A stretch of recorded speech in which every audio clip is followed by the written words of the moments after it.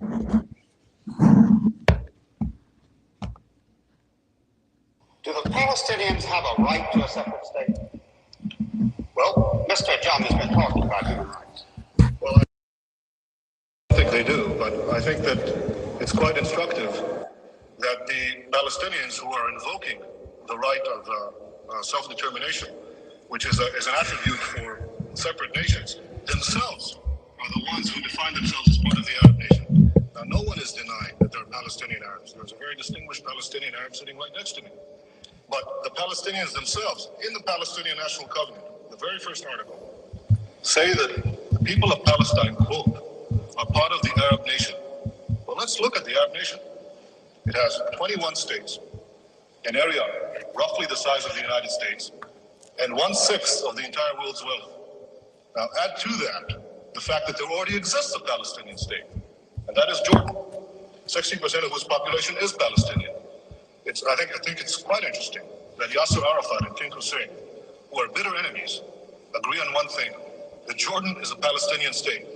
So what we're talking about is a demand for a 22nd Arab state and a second Palestinian state. What should be done with the Palestinians in the West Bank? There's a problem, so what should be done, in your opinion?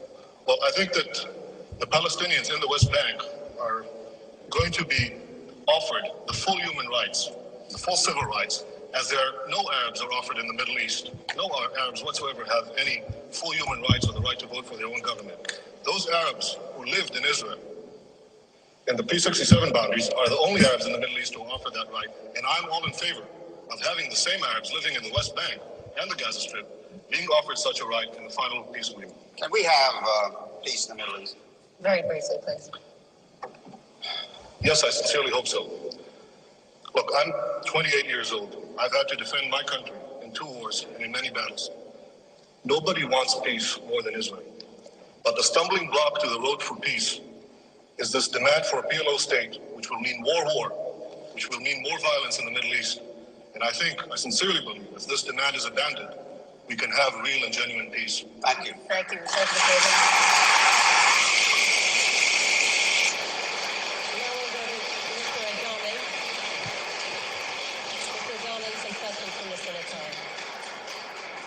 Mr. Natai, you've told everyone that the Palestinians on the West Bank and the Gaza Strip will enjoy full human rights. Could you tell me how that's compatible with the presence of Israeli forces in their midst? Well, the Arabs living now under the Arabs who lived in Israel, 400,000 of them, 400,000, between 1948 and 67, as I said earlier, certainly enjoy full human rights.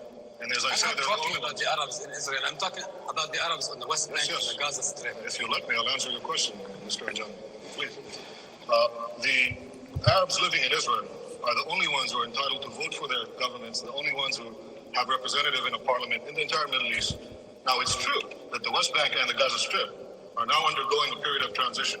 In fact, no Arab government has been willing to negotiate so far about this period of transition.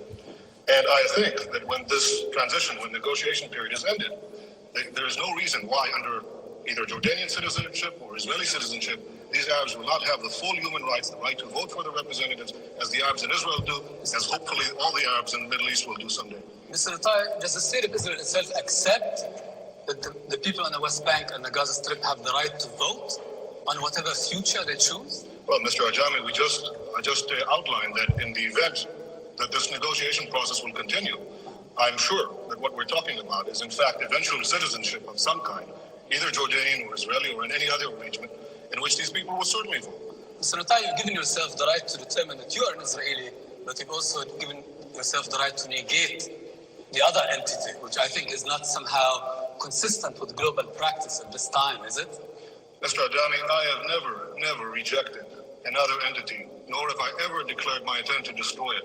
Least of all the Palestinian Arabs, who I fervently want to live in peace with. All I'm saying is that it is the Palestinian Arabs themselves, their leaders, Arafat, Hussein, who Morris Abrams quoted earlier, Farouk Kadumi, the number 2 man in the PLO, these are the ones who say they are part of the Arab nation. These are the ones who say they already have a Palestinian state. There is no right to establish a second one on my doorstep, which will threaten my existence. There is no right whatsoever. Okay, Mr. Natai,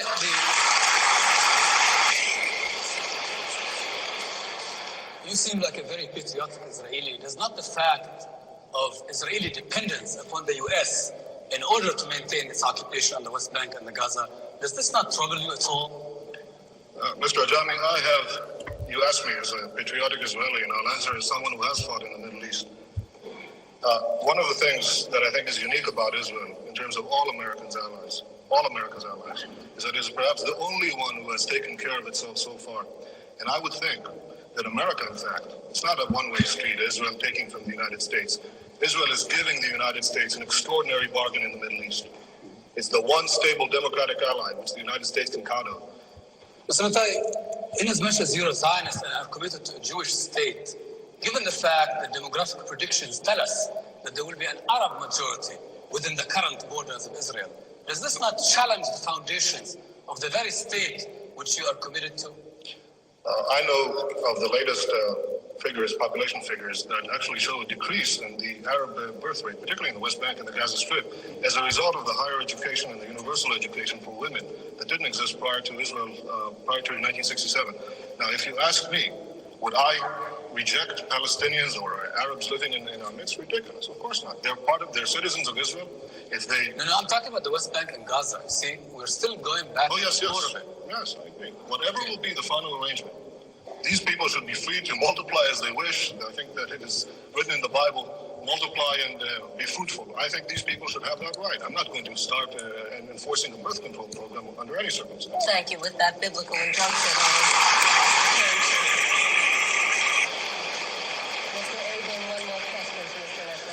Mr. Natai, since the subject is what should the United States do, may I ask you if you could summarize why, in your opinion, the United States should oppose the creation of a PLO state? I think the United States should oppose the creation of a Palestinian state for several reasons. The first one being that it is unjust to demand the creation of a 22nd Arab state and a second Palestinian state at the expense of the only Jewish state. I think it also would defeat the hopes of those moderate Palestinians who genuinely want to reach a peace accommodation with Israel. Thank you. Mr. Jomey, another question. Mr. Natai, as someone who would say that you believe in democracy, do you believe that Israel can continue as a garrison state and still remain a democratic state? Mr. Ajami, either you didn't hear what I said before, or for your benefit, I'll repeat it again. No, Israel does not intend to remain a garrison state. Israel wants to live in peace and wants to be secure. If that involves maintaining military guarantees, our own military guarantees against the destruction of people who surround us, yes, I believe we should fight for our survival. If I have to, I'll fight again, but I hope not to. Thank you. Thank you, Mr. Jomey. Mr. Natai, thank you, Mr. Jomey.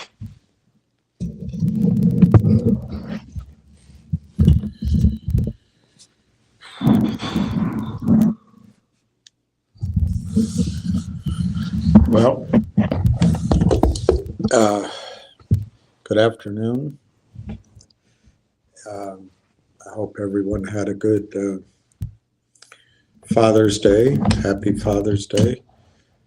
And of course, we have to think of all the people that were killed in the crash in India. And there was a fire in Dubai in a building. Of course, the building didn't collapse. I noticed that. So it always makes me think back to 9/11. But anyway, let's leave that alone. But let's pray for those people. And we have to pray for those citizens of Israel and Iran who are suddenly without a home, or last number I heard is a few hundred people. I want to say 400 people, 469 civilians killed in Iran, and 60 or something killed in Israel. We have to pray for them. But most of all, we have to pray, in my judgment, that Donald Trump does not send troops into the Middle East. He's sending our aircraft carriers, so he may well do that. I think there's two risks. One is that we lose an aircraft carrier, and that'll change our standing, your financial future overnight. The other is, while we have been bombing deserts and assaulting mountains with that Popinjay President Bush and the new American century. And then, of course, the Democratic Party led by that peaceful woman, Hillary Clinton. We have squandered wealth, integrity, technology. It's been taken from us by the Chinese. While we're focusing on borrowing money, increasing the wealth of Wall Street, it's the financialization of our empire, and other empires have gone through it. And we don't work, we don't create things per se. A lot of you do. I'm talking about the collective country. China, Russia, Iran have developed, and I've talked about this for quite a while, almost to the point of being ridiculed by some people I care about, but they have hypersonic missiles. We don't have a defense for that. And these things can take out our aircraft carriers, in my opinion. I always get the blowback, oh, no, we're better. Well, if they take out one aircraft carrier group, our aircraft carriers go back home and get ready for the United States to withdraw into North America, which is fine. I think our life would be just fine if we did that. The other thing is, but I already think it's too late. I think what happened when Israel attacked Iran, I think it's already too late. It made it look like Trump was lying, and he's now up in Canada. But you don't realize it because, most of us are baby boomers, and we still remember the world how it was. And the media is controlled by BlackRock. You can look it up.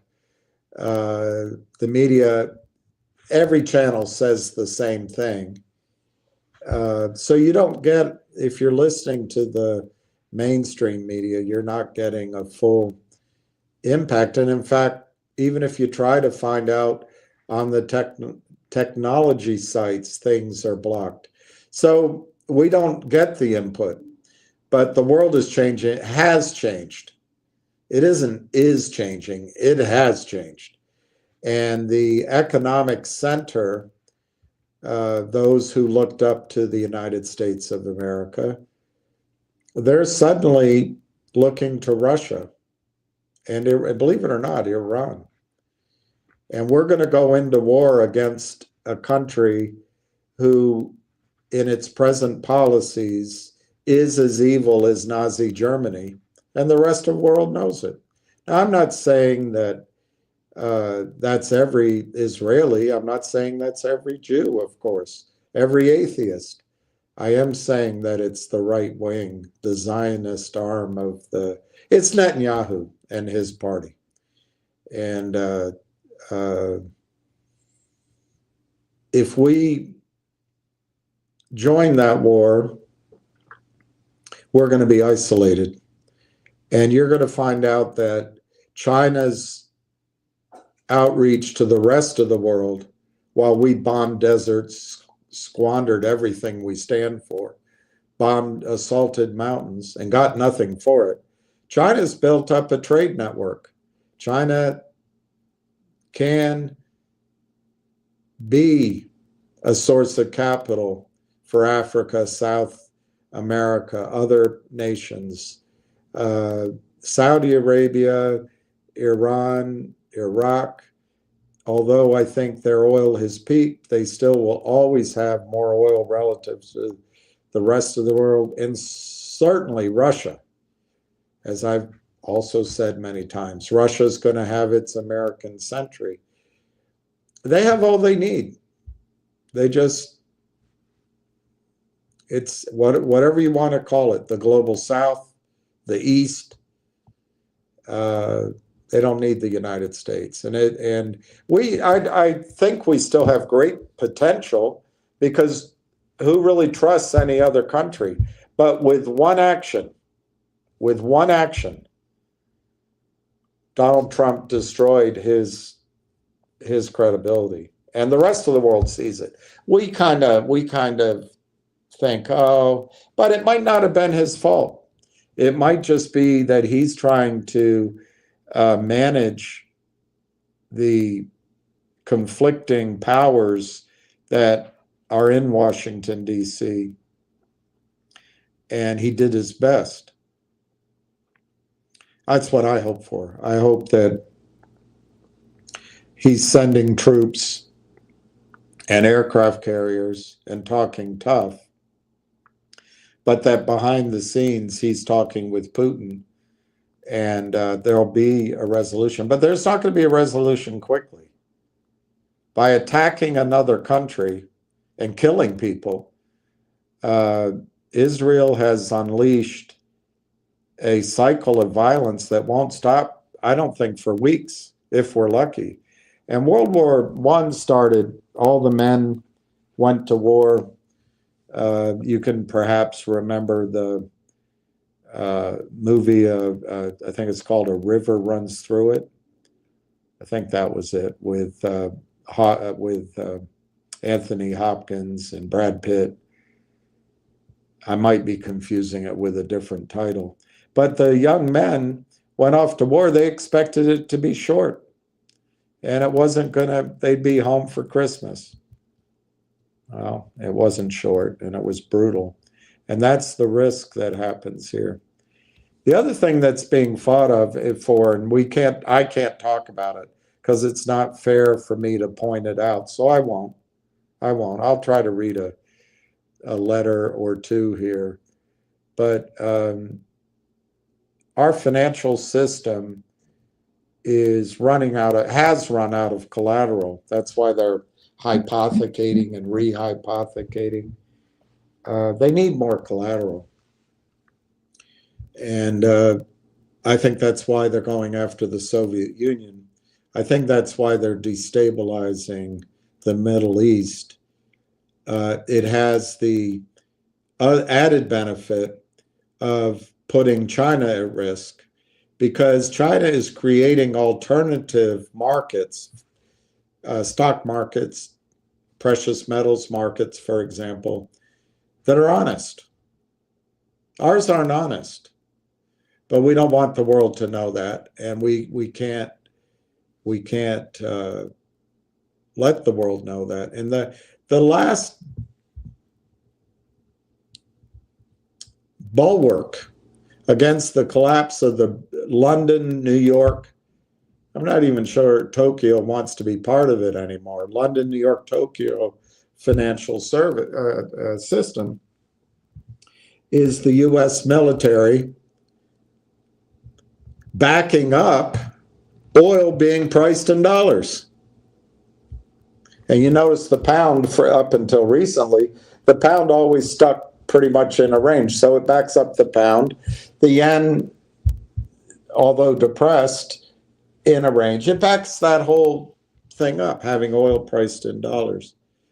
Well, part of the bargain is that the United States protects specifically the Saudi royal family, but it extends to the UAE, to Qatar, to elsewhere. If our military might is shown up, if we go to war in the Middle East and the Iranian missiles, Russian technology, Soviet technology, maybe Chinese, beats us. For example, the whatever they call it, the sword of David, the David slingshot, whatever that Iron Dome is called, it's U.S. weaponry. If the Soviet S-400, anyway, they have these anti-ballistic systems that are mobile, and they can shoot out 20, same way, computerized, 20 or more all at once. They can take out cruise missiles, take out jets, take out tanks, take out anything that's moving, and they work. Because Russia focused on technology while we focused on bloating our military with 4-star generals and promoting women, minorities, DEI faster than their talents kept up, just because it looked good. I don't know where this came from. I mean, it's great. It's great. You know, at least when we get defeated, we'll know that we had some sort of equality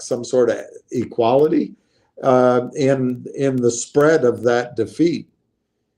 But the real risk is if you're MBS and you're watching the missile system at Israel not work, at least as advertised, somewhat working, or you're watching hypersonic missiles that are sold only by the Soviets and communist China,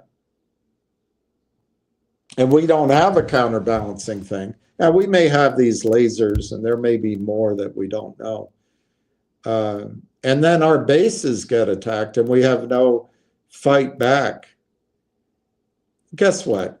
Oil's not going to be priced in dollars anymore. And weapons, the petrodollar is going to become the petro yuan, the petro ruble. And the rubles will be reinvested in Russia. The ruble, the yuan will be reinvested in Southeast Asia.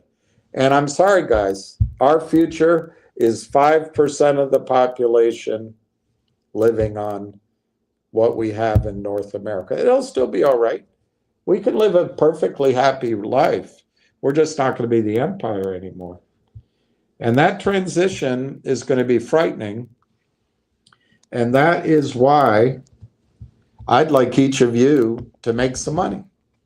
And I'd like you to have that money at some point, some part of that money in gold and silver. And John keeps pushing that I talk to you about platinum, which I really don't know anything about. I know a little bit, but not a lot. Gold and silver are monetary metals. And if China and Russia and Iran and Brazil and India come up with a new financial system, not based on the IMF, not based on New York banks, because they can't trust them, not based on Israel, we will be pariahs if we're not already. And it's a sad thing. Trump lost his credibility to the rest of the world. I think he could get it back if he told Netanyahu, no more bombs, get the hell out of Gaza.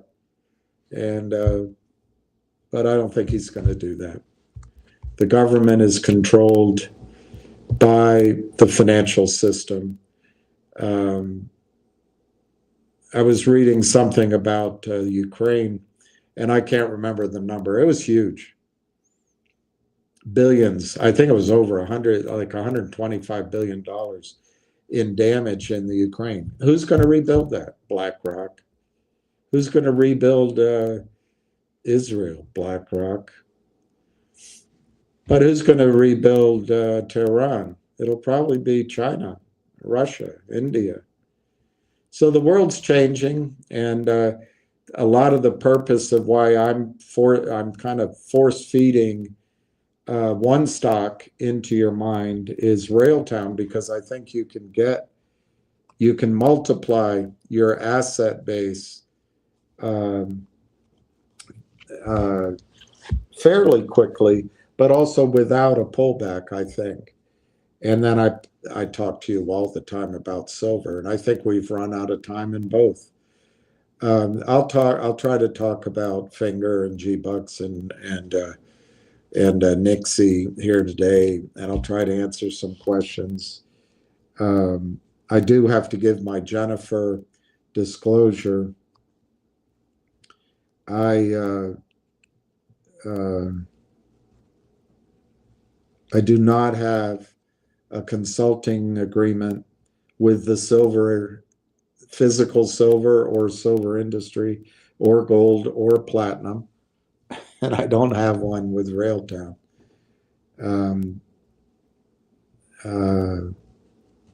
Well, let's just leave it at that. I don't want to go through it all over again.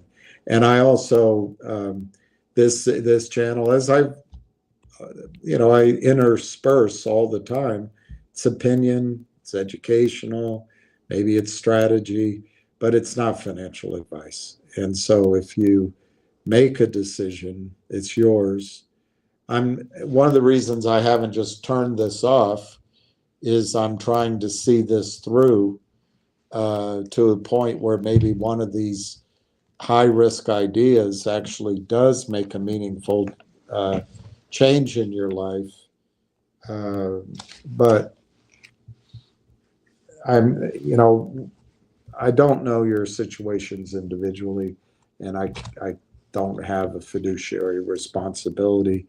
I cannot give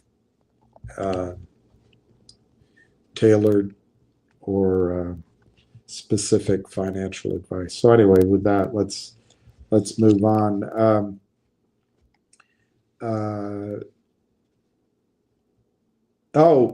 I did. Thank you, Julie. I'll add up these Railtown. I looked. Now, darn it, I did it last night. I think we're at 53 people. I don't have amounts for everybody.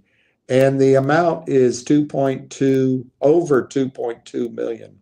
So I assume we may be as high as 2.5 million, because there's about 8 people. I don't know their amounts. I might, who knows? I mean, maybe it's only 2.3 million. But that is great. 2.2 million shares is excellent. I'd love to get to 3 million or more before the stock shows strength. Railtown I'm talking about. And let me get a pad of paper. Here's one. And I'll write down what Railtown people have.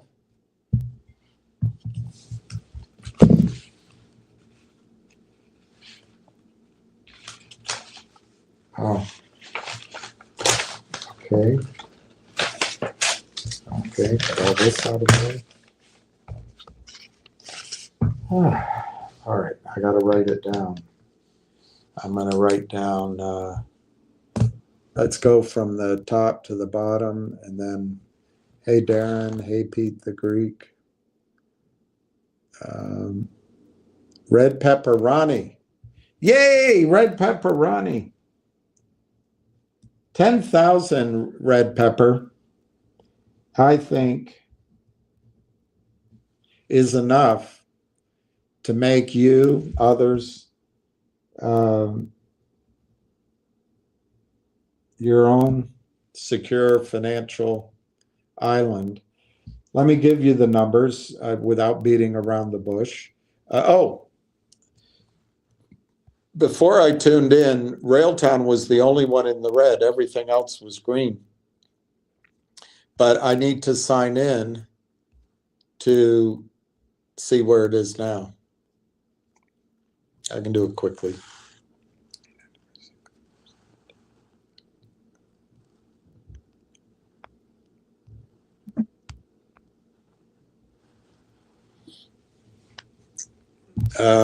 Fingers up 15 cents to 2.26. Others are red now. Others are red. GTII at 19 cents. I wish E-Trade would give me my dividend shares. There are a lot of them, but they don't. I would sell that in the flash, jack flash, jumping jack flash. You can crash, crash, crash. There's Nixie down a little bit. It was up before. There's G-Bucks down. Well, actually down a little more significantly, but that was in the green earlier, and fingers in the green. But Railtown's down 1.5 pennies at 36.89 on the bid, but the ask is 38 38.6. The volume is 200,000. When I last looked, it was in the green, and the volume was sort of 120,000 to my memory. It's a great buying opportunity. So, Red Pepperoni, I would say, using today's numbers, using the ask, 38.6, that my target when it reprices, and I should say when the repricing could take a few days or a couple of weeks or thereabouts. As it finishes the repricing process, it could be overnight. I don't know. We got to see the data, got to see the numbers. I expect it's going to be when they announce the finalization of their MOU, but it might be somewhat partially delayed until the shareholder vote 40 days later. But I don't think it'll stay flat during that time. Anyway, I'm going to use that number. I'll say 38.95. Let's call it 39 cents. So I think the stock, the first move will be to $3.90. That's 10x. That's 10x. That's a 10x move, Red Pepperoni. In, I'd say weeks, certainly summertime. And then if all of us, as we see the news, as we get comfortable, as we're a community together, educating ourselves on it, you may be trading on the margin. I'm not telling you not to trade it either, by the way. I'm not a diamond hands guy, but this might be one of those stocks that we stumbled upon and we got in early, because I think if it goes from 39 cents to 3.90 a share, and it might go higher, by the way, it could go lower. That's just my target. But that target, that becomes the platform from which it goes into the future. It's mispriced right now. And when it gets properly priced, in my judgment, these are my words, I think that becomes the launching point. And I don't mean launching in the sense of overnight. I mean the launching in terms of they start their business plan, they start their revenue growth, they rapidly grow over time. And let's say 18 months, Red Pepperoni.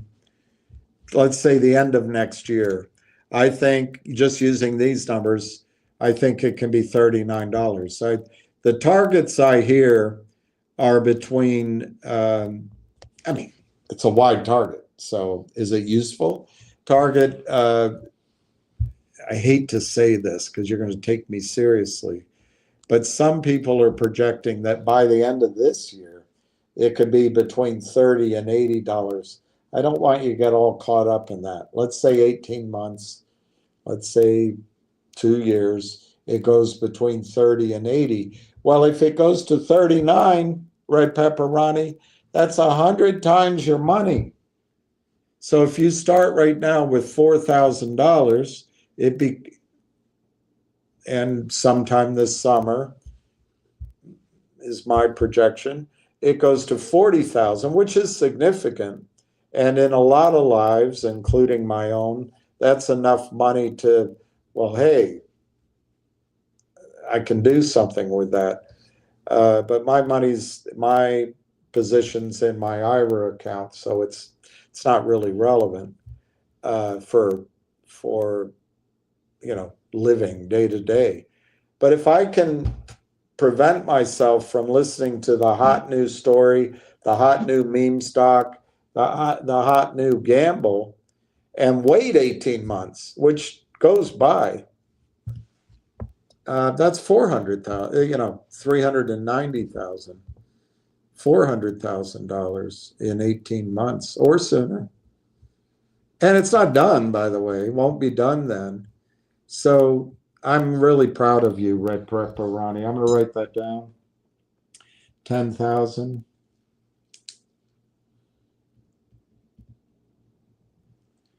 Good morning, Wall Street, Wolfie. I like round numbers. Yeah, so do I. Although it's interesting, I was talking to a friend. He wanted to buy more, but they didn't. I forget what his number was, and I'm not sure he told me. I think it was more in percentages, but he didn't get quite where he was. And I said, well, remember, it's not just the buying. Let's say your goal was 10,000 shares, but you only bought 9,500. Well, that's one part of the trade. The other part is when you sell. So one way to look at it, you're 5% short on your target. Maybe sell. All you got to do is sell 5% better, which is, I know it's a vague concept, than you otherwise might have. In other words, you don't have to have your exact goal of what you wanted to buy to start, because it's how you sell as well. Raiden, 7,900. I'll write that down.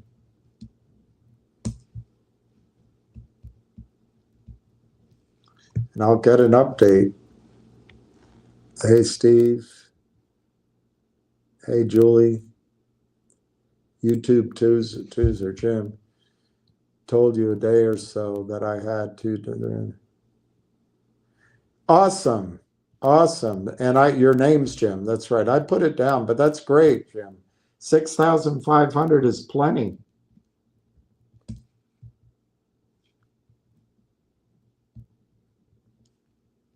And if it is a stock that we find, I don't know, I'm not saying it is, but if it's behaves like a NVIDIA, I'm not talking about that skyrocket. I'm not trying to be a memester or instantaneous, although the reason I keep talking about it is I think after now 4 months of waiting for the finalization of the acquisition, it's imminent. It has to be imminent.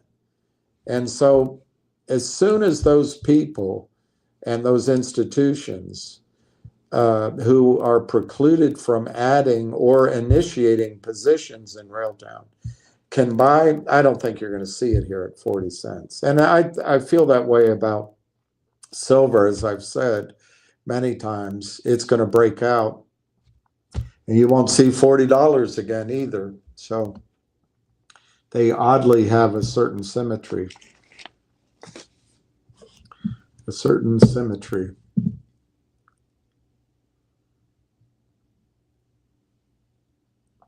All right, I wrote down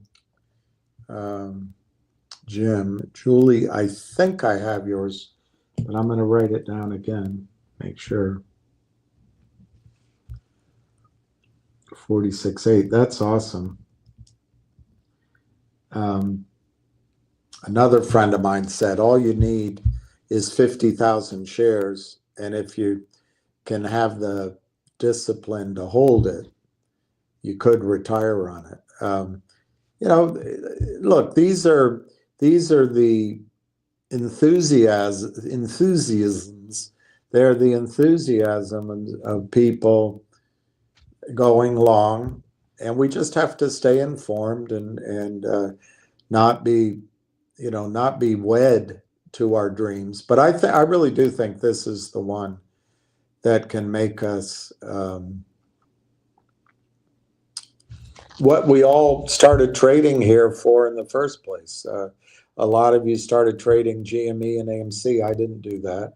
I participated in, for example, MMTLP on the hope that it could have that big move. Well, this isn't Railtown is not a short squeeze play, but it has the projectability of a short squeeze return. And when I say 18 months, it could be a lot sooner. But I just want your framework to be 18 months, maybe 2 years, but that's fine. I don't have an opinion. I've never heard of it. Matthew Mull. You did? Wow. Wow, I wish I could. You and Julie. So now you're at 25,000. That's awesome. Matthew, I commend you very much. That's uh, uh, taking something that needs a lot of things to go right just to probably, after all is said and done, if everything goes right, you'll have the same value you ostensibly have now. Instead, you have a shot, like I said, at 100 times your money over 18 months. And look, I'm giving numbers, but there you gotta, that's with a fat finger, give or take, sooner or later, you know. Gallatin Gaming. Well, I would Northwest Bio is a company that's been destroyed by the current nature of Wall Street's financial financing methodology.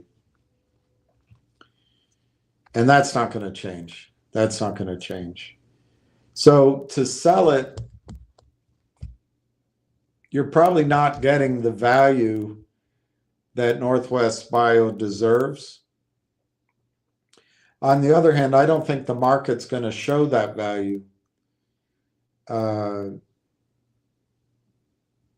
any reason other, this is my opinion, other than a buyout. And, you know, rumors of a buyout, things like that. That could be months, years away, or it could happen fairly quickly.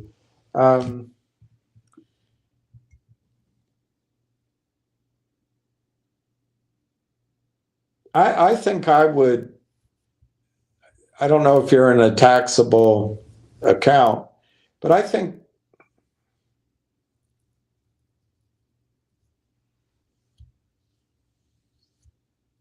it's so funny.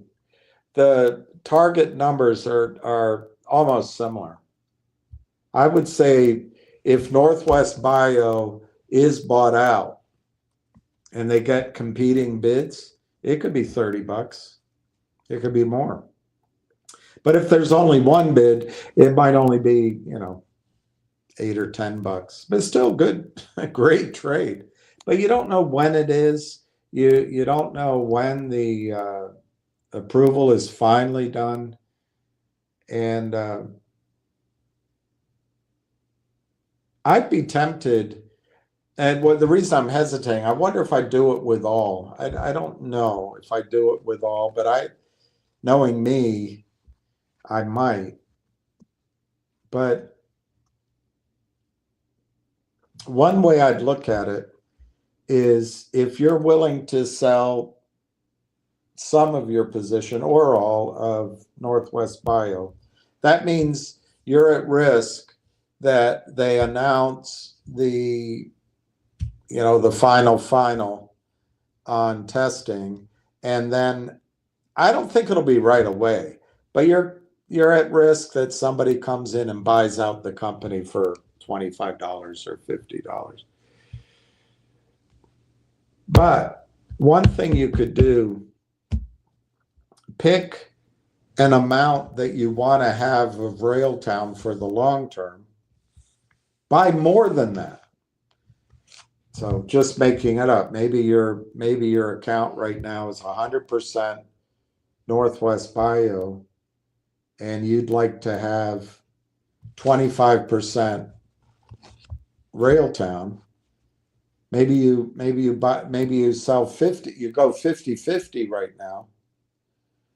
And I think within 31 days, Railtown is going to give you 10x. Now that is a prediction, not a promise. Things can happen. but I think it's going to give you actually better than 10x. At that point, 31 days from now, you can sell part of your Railtown, go back into Northwest Bio, and you know what? You've established tax loss carry forwards, which are valuable. I don't know what you paid for Railtown, for Northwest Bayou, but those are valuable. And then you sell some of your Railtown to go back to your original position on Northwest Bayou, but you still have your Railtown there, whatever that original goal was, a big block of it. You don't need a lot of Railtown to make a lot of money. And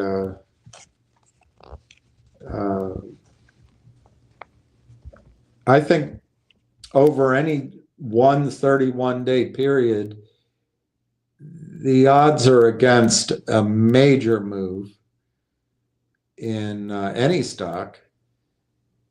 But of course, you have to be cognizant that if you make that switch, it might happen during that 31 days. I mean, I was looking at the rankings for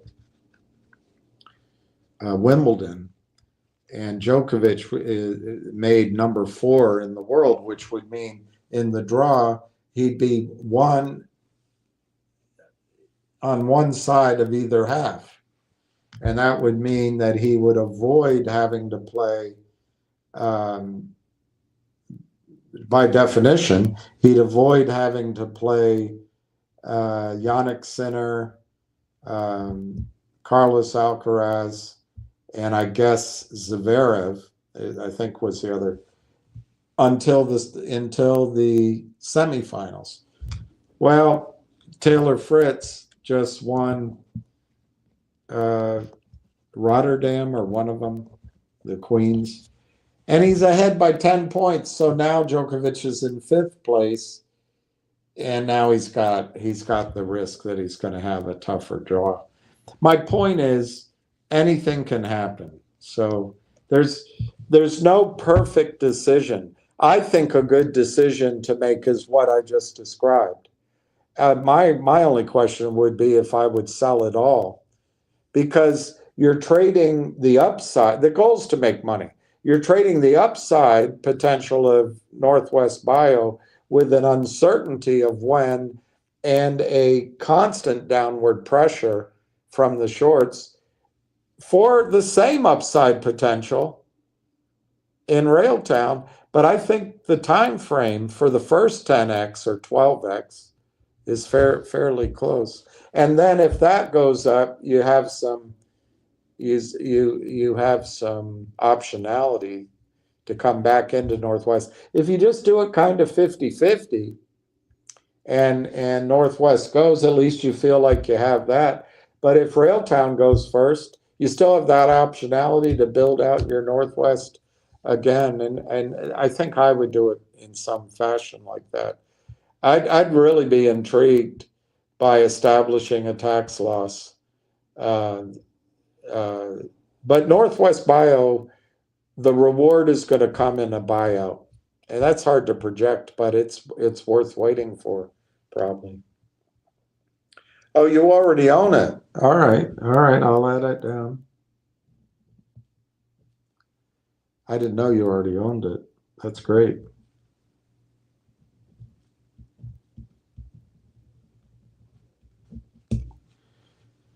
That is Possum. What is now of Finger and Ham? What is now? Now is a oneness with everything without thinking about the past or the future. The Tao of Finger. Let me show you.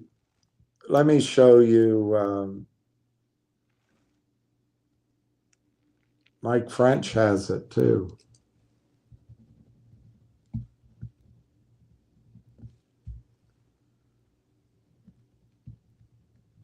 Gary Dale has it. Wow.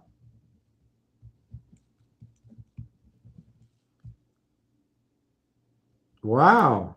That could put us over. Gary, all of you guys today could put us over. Let me go back to Julie. I didn't write it down. I made a mistake.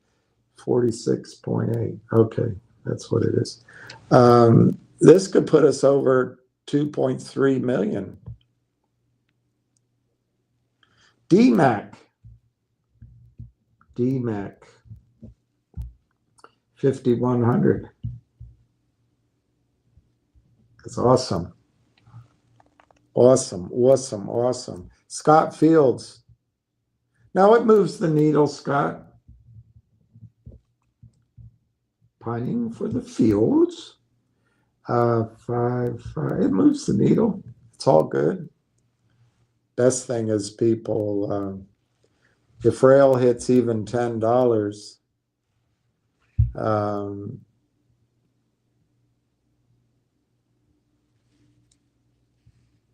not going to, thank you. I'm not going to read the rest out loud. I don't like, I'm not in a competition and not trying to bad.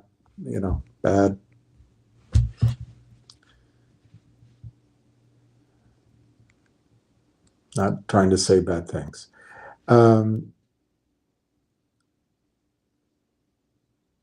Yeah, Julie, I congratulate. I can't do the dividends.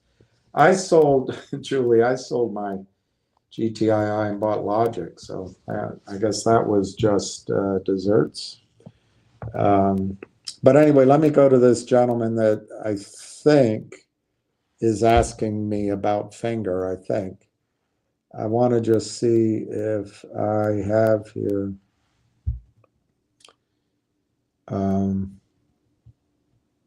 I think this is it. Darn it. No, that's Nix. That is Nixie. I think this is Finger. Yeah, that's Finger. So I did this over the weekend, and the lines are rough, but the blue lines I think is the trading range now. 180 is what I perceive as support. However, it could go down to 160 in a spike. The question is, does it need to fill this big gap again? I don't think it does. Now, that lower blue line to me is the low end of the support. The other support is kind of where we are now, where the price is now. So the chart on Finger has a declining wedge, and I'd be willing to bet that the stock, that's a positive chart pattern, and that the stock, it always can drift lower, and that pattern will be changed. But I could see it bounce back up, and so that blue line, somewhere in that blue line, maybe the 240 range, but maybe 340 range, maybe a little higher, could be the upper part of where it trades up to. But certainly it could get back to 320, somewhere in there. So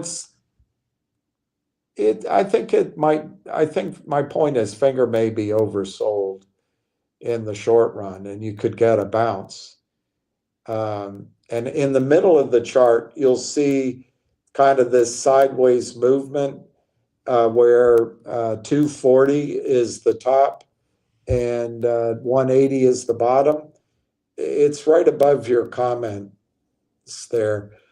That's the trading range I expect Finger to be in now for a while. If it rallies up, I think it'll come down into something like that. And I think Finger is going to be sideways for weeks or months. Unless there's something big that changes the picture, which it could be. Remember, he has a investor conference in London, I think next week, and that could show finger motion to a whole new set of investors. I was going to try to go, but it doesn't look like I'll have the money, because that could change it. You know, you're looking for a foothold, you're looking for increased awareness, and anyway. So on the positive, I think fingers down around support. It can always go lower, and it might go to that 192 200-day moving average. But I like the pattern of that chart.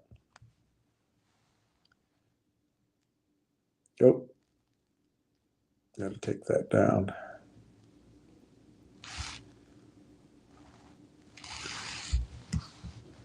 Yeah, I saw Nixie appointed a new accounting firm. That's very good. I don't remember the name of it, but the thing is, how long does it take to get 2 years done? And does it affect some of the other deals they're working on? I don't know. I haven't heard anything. I think the strong point for Nixie is its revenues that they project. Last time they put it in writing, it was 10 million. They project growing to 10 million a month, which is pretty good. G-Bucks, which we can also talk about at some point. I think the good news potential on G-Bucks is that gold deal. I went back through the news stories. I might have that here. Let me see if I do. Yeah, here's the news stories for G-Bucks. Let me take your comment down. I can't get a chart on G-Bucks, but when you look back on the news stories, this one stands out. They're acquiring Charterhouse and launching a $50 million gold-back expansion. I think that if that comes to fruition, that has a chance to be a very positive item for G-Bucks. And of course, the other ones that you have out there are the letter of intent for 100 million, which I think morphed into 212 million down here. If that ever gets done, that of course that's a real positive for GiveBucks. Up here, I put the arrow there, eliminating 100,000 in convertible debt. That looks, I mean, that's kind of puny when you're looking at the other numbers, but the significance of it is it gets rid of one of these toxic, I'm guessing, it gets rid of a toxic jerk financer. So, you know, there's some things that can happen for Railtown. I'm sorry, for GiveBucks that we've been waiting on, so that could be a positive. And before I go off this page, I'll just quickly say, if you made a decision like I did to swing over and emphasize Railtown, I think it's the right decision. The reason I think it's correct is I'm surprised but gratified. I think it's good that June has come this far without the finalization. I was surprised it took till June, but it's come this far without the finalization of the merger agreement. Every day that goes by, I feel like, God, can we really get another day to accumulate shares? Because once it's announced, I don't think you're going to be able to buy at 40 cents anymore, and probably not at 60 cents. So I think it's the correct decision, but it doesn't mean that say a Give Bucks or a Nixie could have a nice pop up at some point. And so you gotta remember that. I don't have a chart on Give Bucks, but I think that gold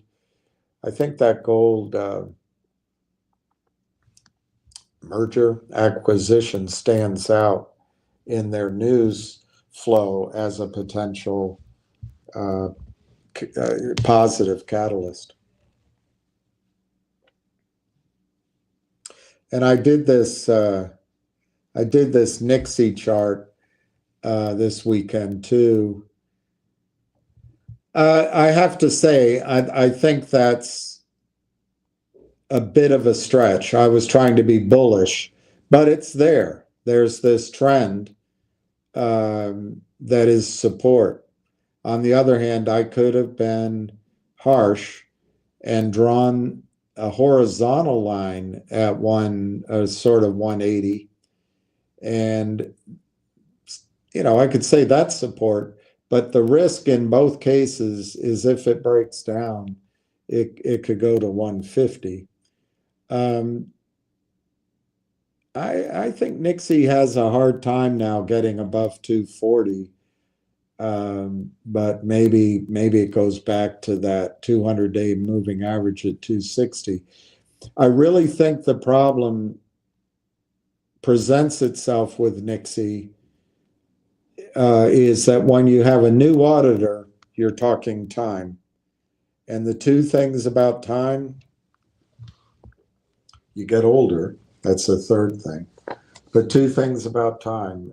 It interrupts any kind of potential squeeze building up. It leaves off the pressure. But time also can affect the story, the enthusiasm of investors. It might interfere with deals they have. I just don't know. It brings in a layer of unknown that for me, I didn't know about the audit thing when I sold Nixie. And in retrospect, I got a decent price. I got 206 or 204 or 207. It wasn't all one execution. So as it turns out, it was okay, but I didn't know about that. It's just that I'm so strongly convinced that Railtown is mispriced. And it's mispriced because institutions that know better, whales that know better, retail in Canada who are going to know better, retirement accounts who know better, investors in Railtown and in 160 AI partners, all of these people, maybe it's all of them, it might just be a big part of them, can't buy the stock. So as soon as the merger is finalized and announced, that fulfills the requirement of full disclosure. And there will be details released. They can buy. And that's why that's my urgency about Railtown. I think it'll give you a lot of courage to stay in the stock if you own it at 40 cents. And just using a number, let's say it goes to $4, rather than buying it at $4, you might be nervous if it pulled back to $3. It's an empowering price to pay, I think. I didn't hear any news on Finger, but Finger is up 13.5 cents. It's got good volume today. 283,000 shares. Railtown is picking up, guys. It's a 39 cents bid. 39 cents bid, 39.11 ask. The high on the day is 39.43, but the volume's almost 300,000 shares, so that's attractive. Let me see what Doug Peterson, yay. Doug Peterson. I'm going to have a new update for tomorrow. That's awesome. You guys are the best. You guys are the best. Gordon has 50. Whoo! We're gonna be challenging 2.5 million shares, I think, and we'll probably be pushing 65 players. Awesome, awesome, awesome, awesome. If quantum moves, then I'll be able to get rail. What is it? QNTM. All right. I don't know that one, but it's quantum computing, and it's the chip. I don't know what to call them. The new set of switches or chips. That's what's making AI this new revolution. Let me just check to see if there's any news. I'm really worried that we're going to go to war, and war is going to change everything. I hate to tell you. I hate to tell you.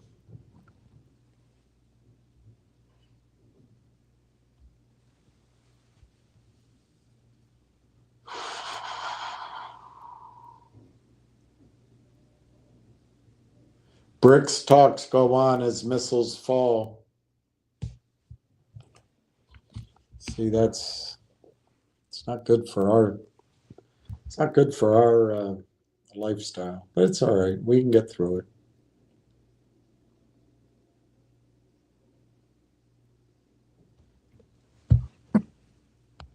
Germany reportedly provided the fuel. You know, when you fly these jets, you have to refuel in midair. Apparently, Germany tankers in air supplied the fuel. Oh, MI6 has its first female boss. Sure, that's going to make it more effective.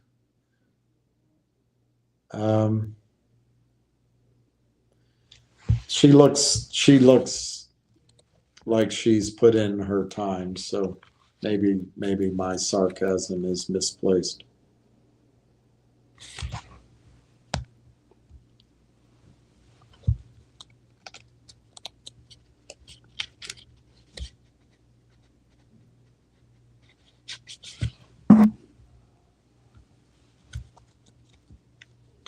I heard that McDonald's in Russia, they left because of the sanctions.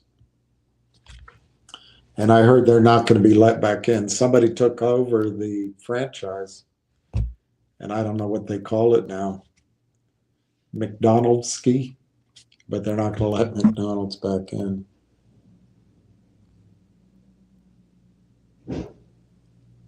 U.S. aerial tankers headed to the Middle East. So we're going to be fueling the destruction. I mean, for those of you who disagree with me, you're going to get what you want.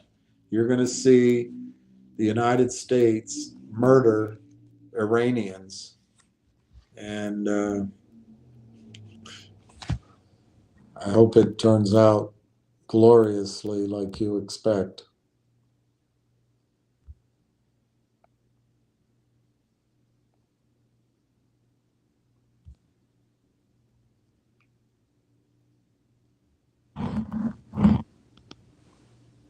You can call me Al.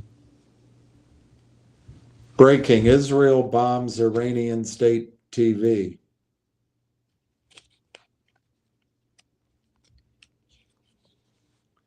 Israel Army says it intercepted hostile aircraft over occupied Golan Heights. Well, obviously it belongs to Israel. It doesn't belong to the Palestinians or the any Arabs that predated Israel. This land belongs to Israel for 3,500 years. Come on. U.S. urges citizens to avoid travel to Israel. Horrifying. The United Nations slams Israeli actions in Gaza as more aid seekers killed. Hey, they're helping animals. You can't allow these people to help animals. Those animals will grow up and turn into terrorists.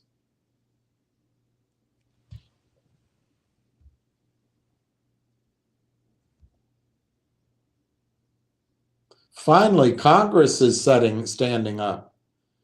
Tim Kaine, a Democrat, wants to limit Trump's power to go to war with Iran. Well, better late than never.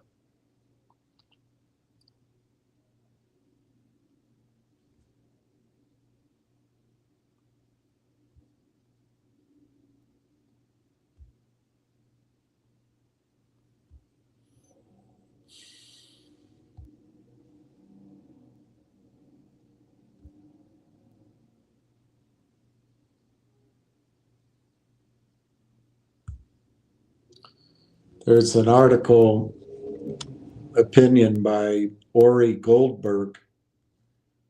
And it says he's an independent analyst.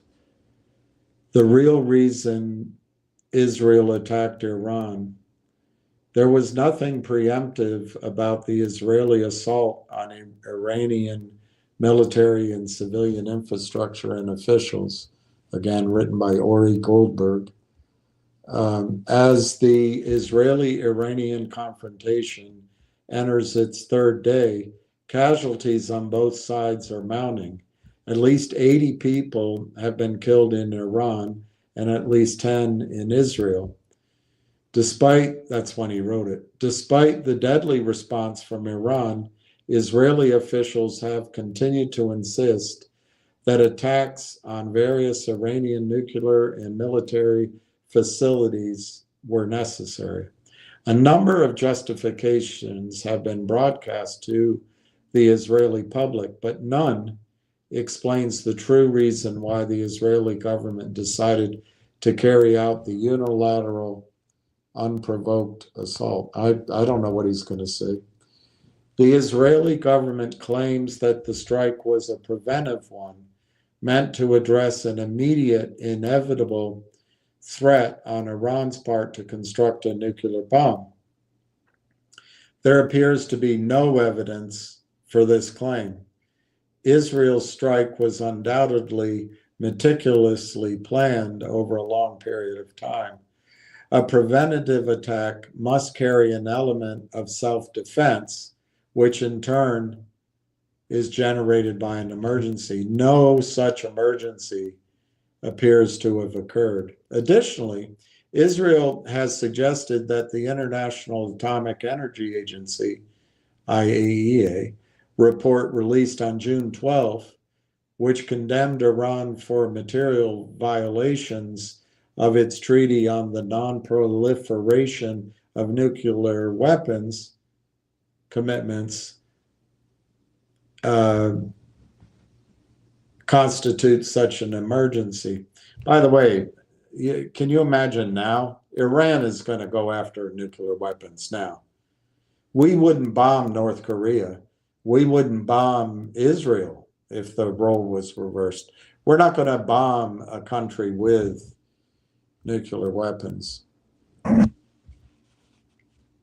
There was nothing in that report that was not already known to all relevant parties.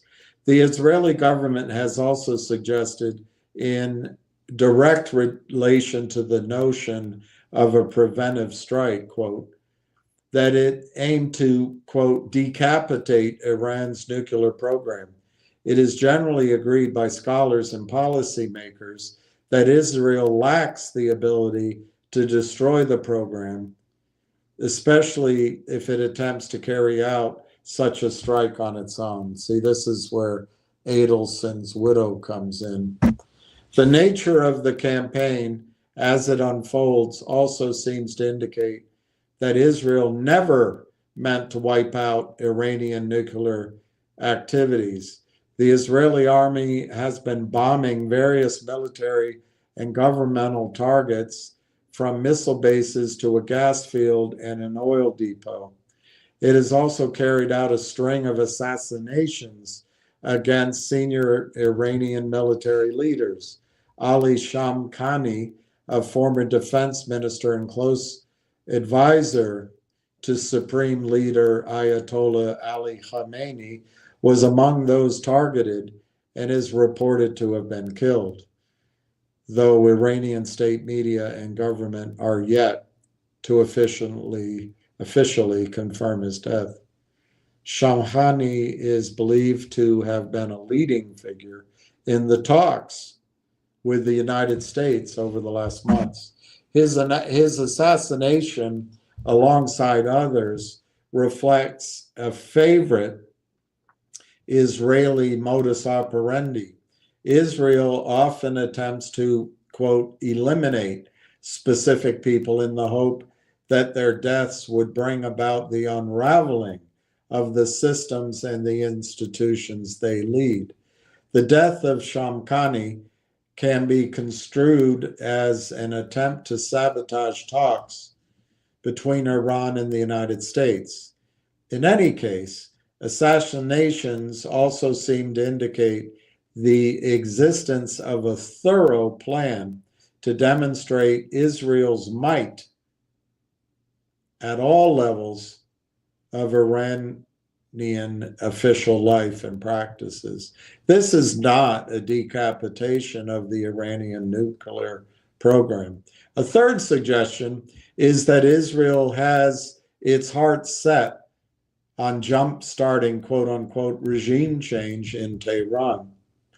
Prime Minister Benjamin Netanyahu, better known to the world as, said this overtly when he called on the, quote, proud people of Iran, unquote, to stand up for their, quote, freedom from an evil and repressive regime, unquote. The assumption that Iranians would simply do Israel's bidding as Israel bombs them relentlessly and unilaterally seems akin to the notion that if Israel starves and exterminates the Palestinians in Gaza to the required extent, they would rise against Hamas and remove it from power. Even if it were the case, presuming that all the Iranians are waiting for is an Israeli strike to move against the regime, demonstrates a profound lack of understanding with regard to the forces driving Iranian politics.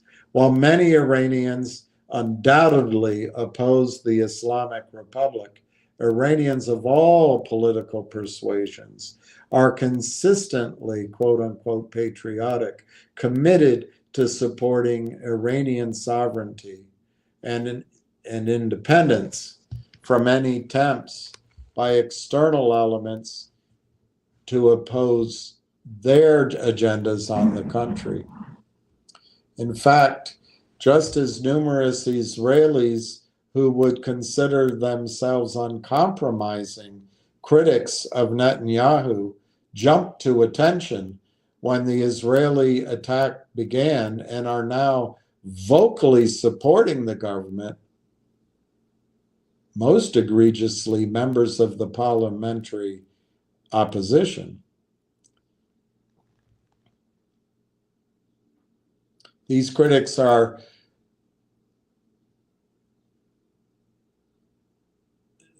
now joining support of Netanyahu. So are numerous opponents of the Islamic Republic now rallying behind the flag in support of Iran's violated sovereignty, claiming that Israel is merely, quote, laying the groundwork, unquote, for a popular Iranian rebellion by striking is at best a cynical manipulation. Israel has not struck Iran for all these reasons. So what drove them back? What drove the attack? This is an opinion written by Ori Goldberg.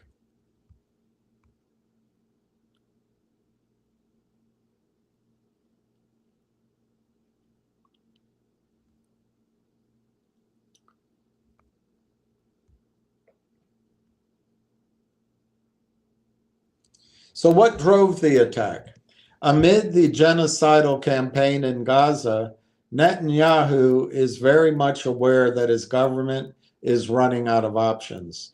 The international community, as well as regional allies, have started to criticize Israel vocally. Some have also been preparing to carry out unilateral measures like the mass recognition of a Palestinian state. The International Criminal Court's warrant of arrest for Netanyahu is looming, and the decision of the International Court of Justice about the legality of Israel's occupation is waiting to be fulfilled. Israel and its military have continuously carried out massacres, denied them, and have been found to be lying. There is no doubt that Netanyahu planned the strike on Iran for years, waiting for just the right time. This time came on Friday.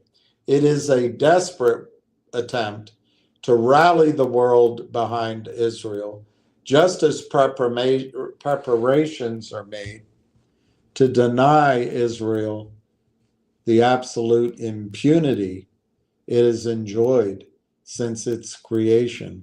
Iran is still considered a potential threat by many leading powers of the global north by invoking the known tropes associated with unilateral lethal Israeli action, from divine promises to the Holocaust. Netanyahu hoped to reestablish the status quo. In other words, Israel can still do whatever it wants. This is Israel's current definition of security, the most hallowed principle at its core. It is the seemingly apolitical genesis of Israeliness, the site devoted wholly to Jewish supremacy, which is the only quote-unquote real way to ensure the integrity of Jewish lives. Quote-unquote security means that Israel can kill whoever it wants for as long as it wants and whenever and wherever it wants without paying any sort of price for its actions. This quote-unquote security is what has motivated Israel's actions from Gaza to Yemen to Lebanon and Syria and now Iran. Such a security regime must expand continuously, of course. It can never stop.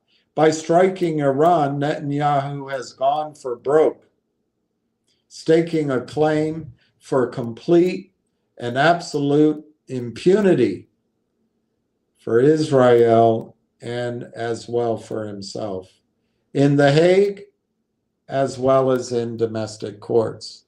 Will this be Netanyahu's salvation?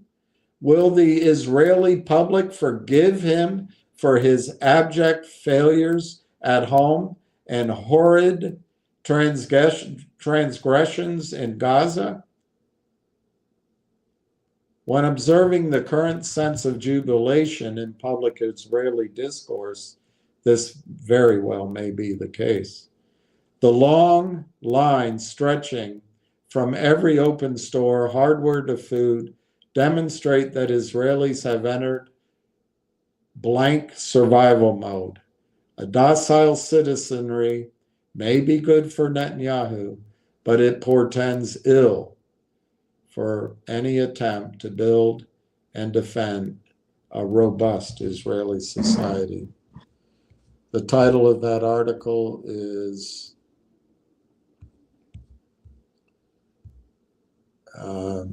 The Real Reason Israel Attacked Iran, written on 15 June by Ori Goldberg, independent analyst.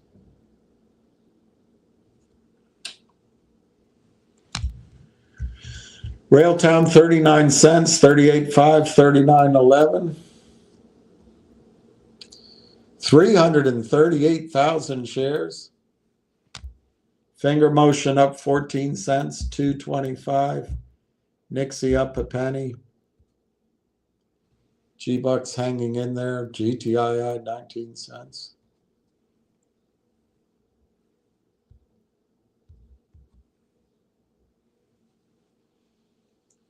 USS Nimitz Carrier Group on the way to the Middle East as Iran reportedly seeks de-escalation with Israel. I don't know if these news stories are true. Everything is controlled by BlackRock.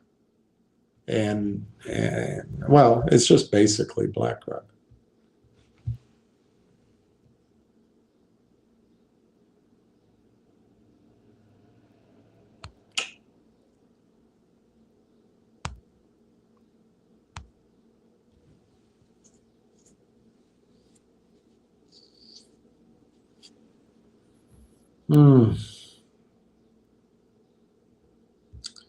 It makes me worried to my core.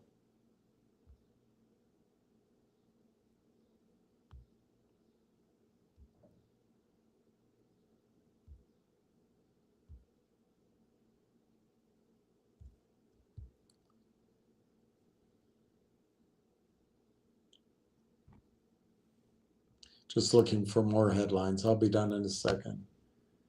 Israel bombs Iran state TV during live broadcast.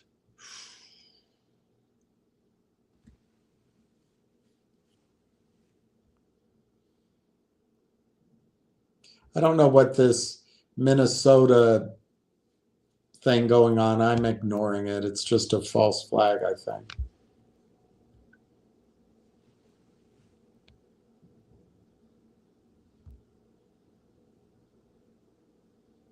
The United States deploys at least 28 Air Force tankers, that's the flying kind, across the Atlantic as fears grow of full-scale Israeli-Iran war. Damn it. We're gonna be in World War III. So those who Israel has a right to defend itself. Iran doesn't have a right to defend itself. Here we go, yet again.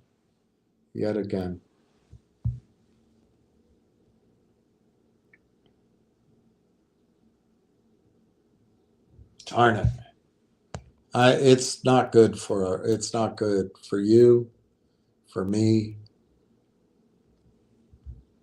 for your children. It's just not good.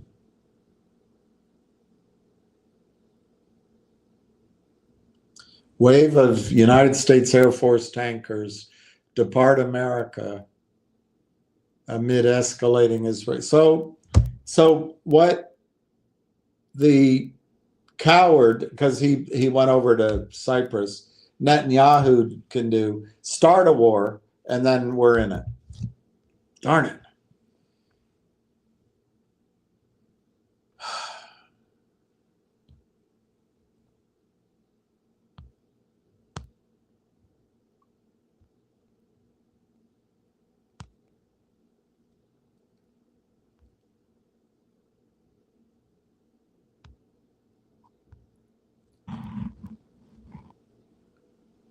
I didn't save it, so I have to look for it. But yeah, here I found it on his X. Douglas MacArthur wrote a letter, and he says, in the last 72 hours, Israel launched a preemptive strike against Iran when negotiations between Washington and Tehran were still ongoing. Iran was caught off guard, but Iran recovered more quickly from its Pearl Harbor moment than Israel expected.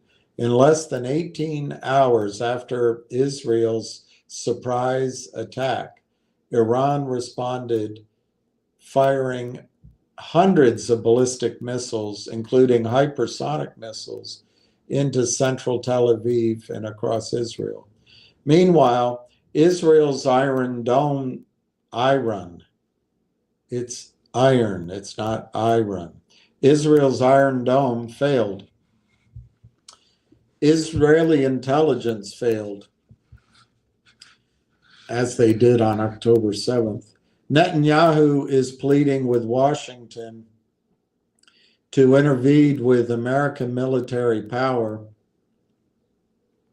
to rescue Israel from certain defeat, a defeat Netanyahu crafted with encouragement from Washington. At the same time, Russia, China, Pakistan, and most of the Muslim world are rallying to Iran's defense. Supplies, equipment, and technical assistance are pouring into Iran. It's time for a reality check. Washington burned through $12 trillion in the Middle East since 2003. What was China doing? What was Russia doing? Washington burned through $12 trillion in the Middle East since 2003.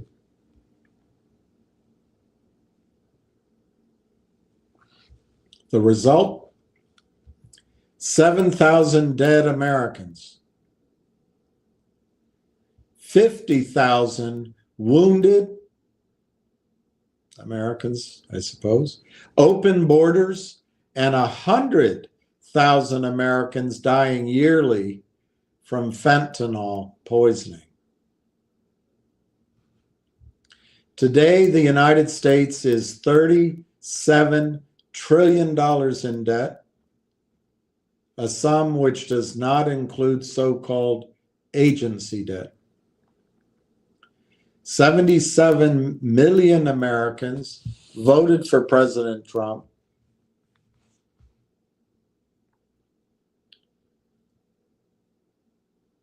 because he promised to end the overseas conflicts and halt the march to World War III. Trump's mandate is unchanged. Secure America's borders, ports, and coastal waters, deport illegal aliens, crush the criminals, raping and murdering Americans, restore the rule of law, but not one more drop of American blood for foreign wars.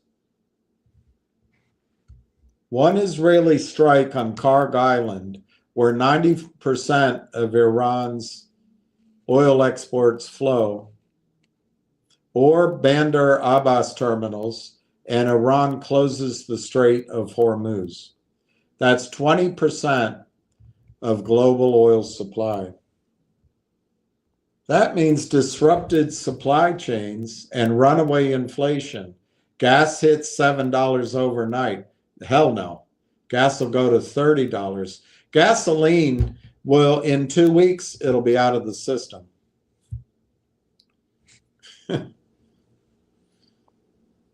But at least we'll be supporting Israel. We can feel good about that. That means disrupted supply chains, runaway inflation, gas hits $7 a gallon overnight. Every working family is crushed. Truckers can't deliver food. Think that one out. How long do you think the food's going to last in the grocery store and in your freezer? Think that one out. That's all because Netanyahu is a fat, conniving, murderous, genocidal psychopath. Did I leave out criminal? The economy crashes. For what? So Israel, who started this insane war, can drag Americans into a wider, regional conflict with the potential for nuclear war? We have 40,000 troops in the UAE, Qatar, across the Persian Gulf. They are sitting ducks. Iranian Shahad 136 drones cost $20,000 each. American Patriot missiles cost $4 million per interceptor. Do the arithmetic. We will run through our inventory of missiles and go broke while Americans come home in boxes. The Middle East is on the brink. And like any good soldier, he comes up with a solution. Here's what Washington must do to defuse the conflict. 1, ask for an emergency UN Security Council meeting. Ask for an immediate ceasefire, making it clear that Washington opposes the destruction of Iran. Yeah, get that past Senator Lindsey Graham. Washington opposes the destruction of Iran.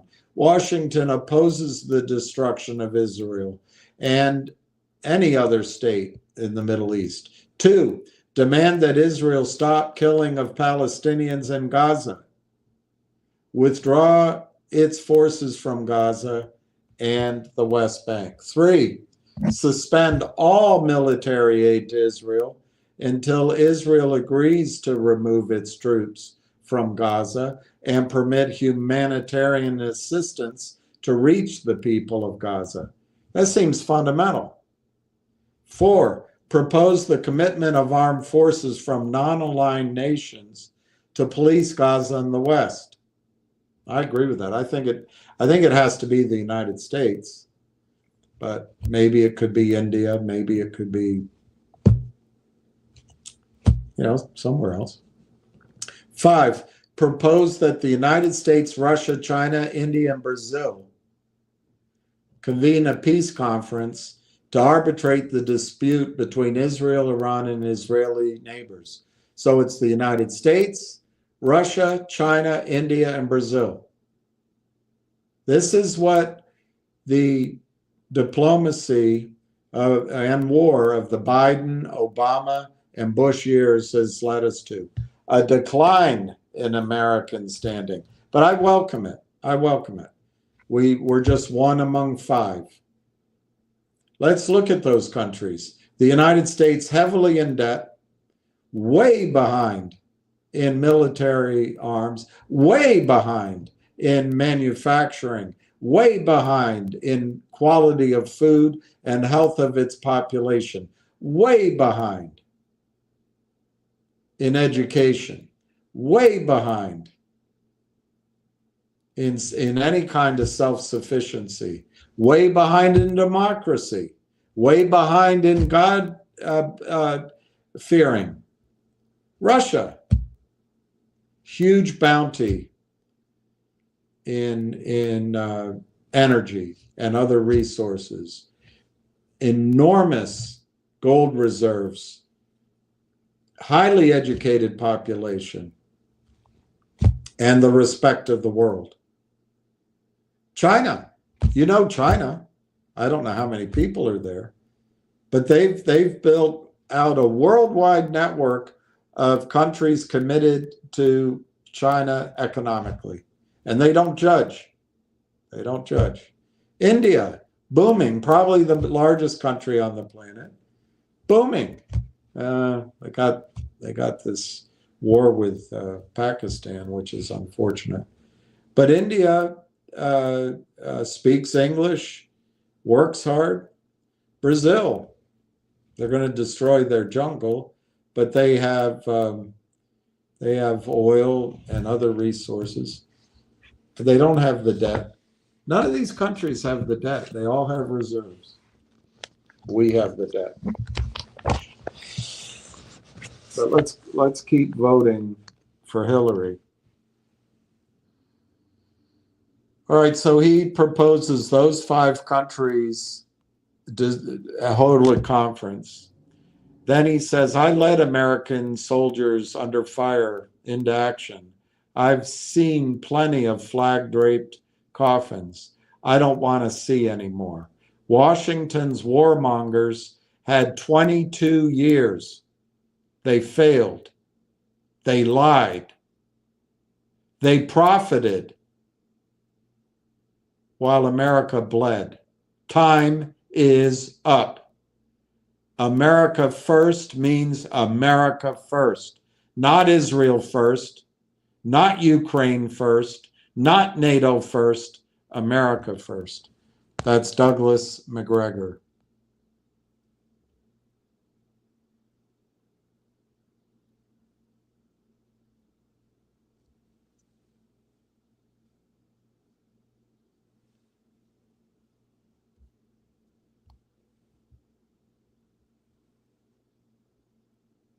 All right, let me look at the prices again. Railtown's red, fingers green, G-Bucks holding steady, Nixie green. That's where we are. All right.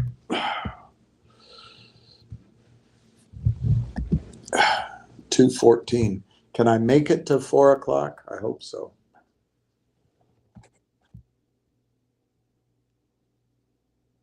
Let's see. Of course, I'm going to have Zionists on here to just argue and put forward the cult thinking that they have. Doug Peterson, I got, great job. Anybody get the G-Bucks warrants yet? I don't really want to waste time talking about that, but you guys can talk about it amongst yourselves. I believe, Gary, that the company has probably, I don't talk to the company, but almost certainly electronically transferred the warrants to the true holder of the shares, which is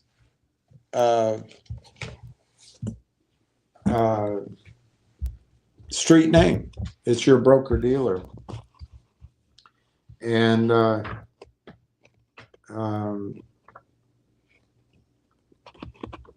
they probably have hypothecated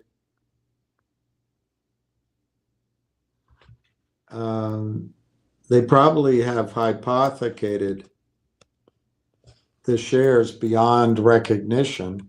So that's the whole point of the dividend, is to catch them out. And the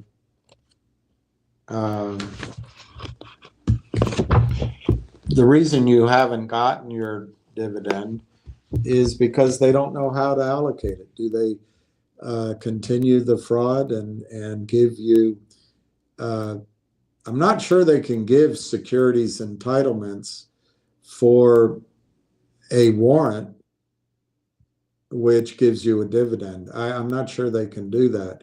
If you ever exercise it, then they can give you securities entitlements for your shares. But they're kind of in this limbo.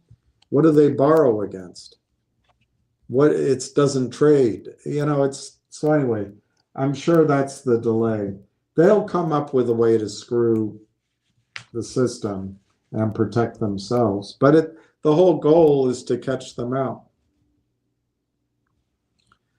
Iran wants to talk to Trump if we stay out of it. Well, they hit our embassy in Tel Aviv, and not badly, and it broke some glass, but that might be remember the Maine? Was that the cry for the Spanish-American War? All you need is pick something to fight about.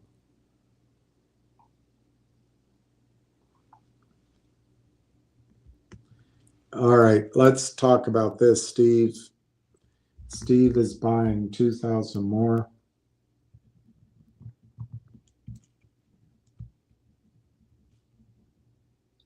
And I think we should go through this. COSM's complete wipeout. And complete head fake, which I think happened, and I think the criminals paid for it. I think it stopped, what looked like a squeeze in Finger and GTII 2 years ago. And that's just a joke. COSM was always a joke. The lie was the story was a complete lie. But the three guys telling it believed it. They were either incompetent or paid off or innocent, I suppose. But a disaster. That'll never come back. Nixie,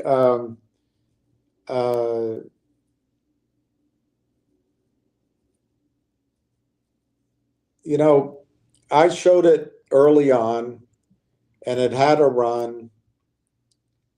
There's a guy down in, there's one of the bad guys. They hired him. And when it started to run, he threw is it a spinnaker in the works? He shut it all down. So the first time it ran to 8 in the market, 12 pre-market. And then it collapsed. And then they ran it again, I think, in February. And it went to, I think, 8 pre-market and 6 in the market. And I think it was lining up to run again. I think they had big plans of what they were going to do. But Steve, it took time. For me, it ran out of time to be in Railtown. But then their accountant, their auditor resigned. Is that bad? No, or yes, or we don't know. But I don't think it's good from a time standpoint. So my opinion is Railtown could run up and you'll have a chance to come back and buy Nixie, but it sounds like you're staying in Nixie. I think Logic is toast. It's my single largest position.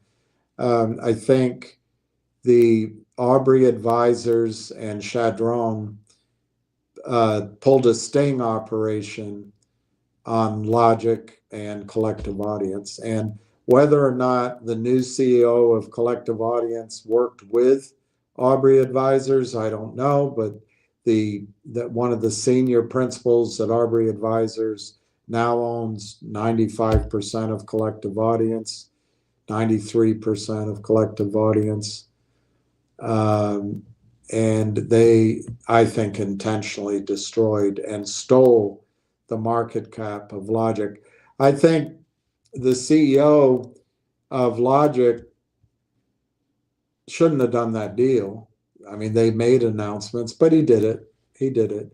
I think he may just finally his nerve broke, and he said he believed the lies that were told him, and he signed it.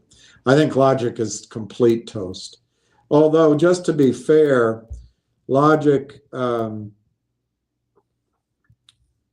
I've heard third hand that the CEO has expressed that the deal with Logic is a good one.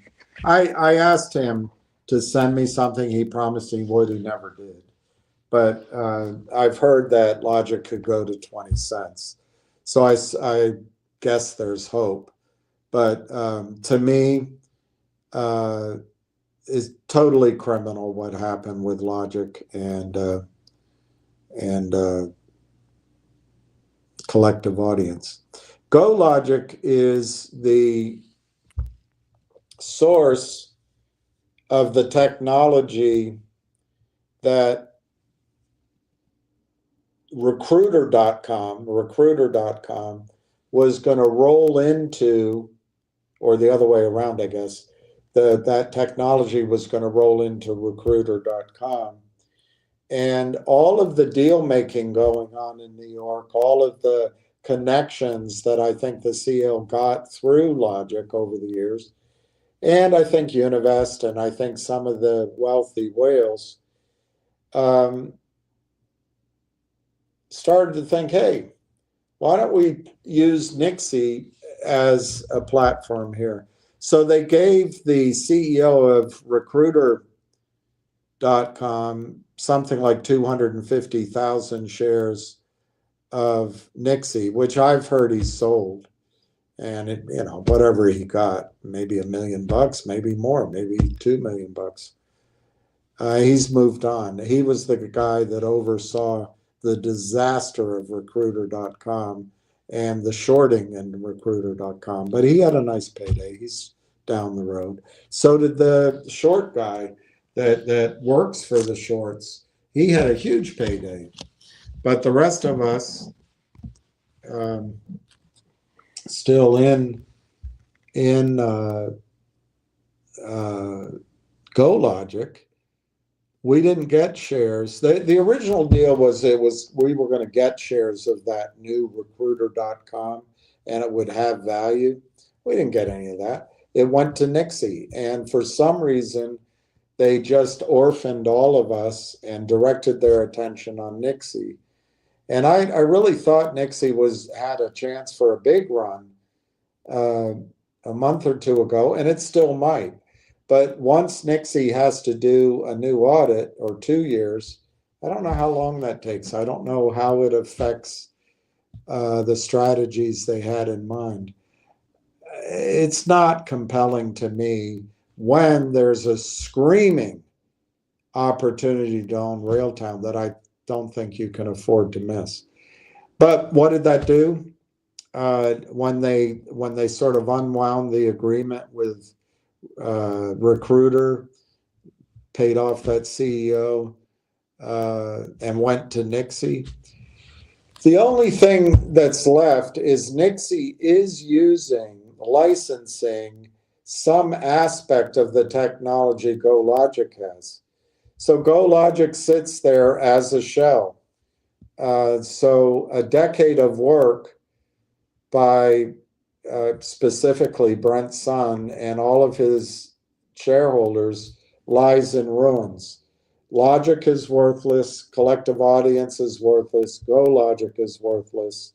What was going to happen between GoLogic and Recruiter.com, by definition, is worthless. The only thing is left is this rather delayed and somewhat uncertain now way forward with Nixie. So I think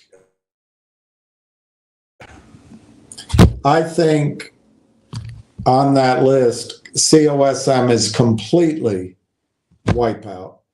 I think Nixie still has a chance because of its huge revenue announcements, but which are big. I mean, if they do 10 million a month, it's 120 million a year. That's, at least 3 times the value if you compare them to maybe a finger motion. So that, it applies a nice value per share. But that audit scares me. That auditor thing scares me. I don't know what it means. Literally, I have no idea what it means. So it's a red flag. But I think Nixie has still has that chance of responding to that quite large revenue growth. But when is the question? To me, it's a good chance to, in my case, part of it was a loss, part of it was a slight gain, but just go experience Railtown. And then if Railtown's up, I can decide maybe I sell some of that to buy back into Nixie. But my instinct is once I'm done with Nixie, I don't want to deal with any more of the manipulations and it's this and we're going to do that and it's a new CEO, but Brent's behind this. I don't know what to tell you about Nixie. It's not over with Nixie, but it's going to be time.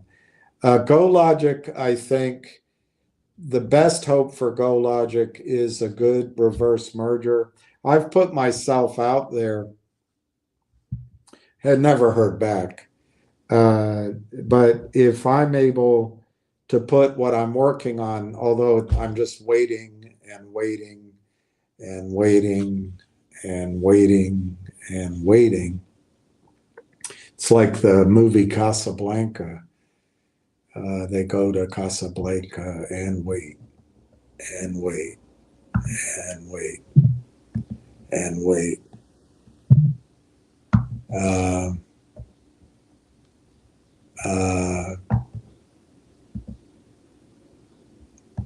I think something can be done with G-Bucks. So with Go Logic. Big, I don't know anything about big except that everyone told me it's the greatest new thing. If that's Bed Bath and Beyond, I don't know. I don't know. I was always skeptical.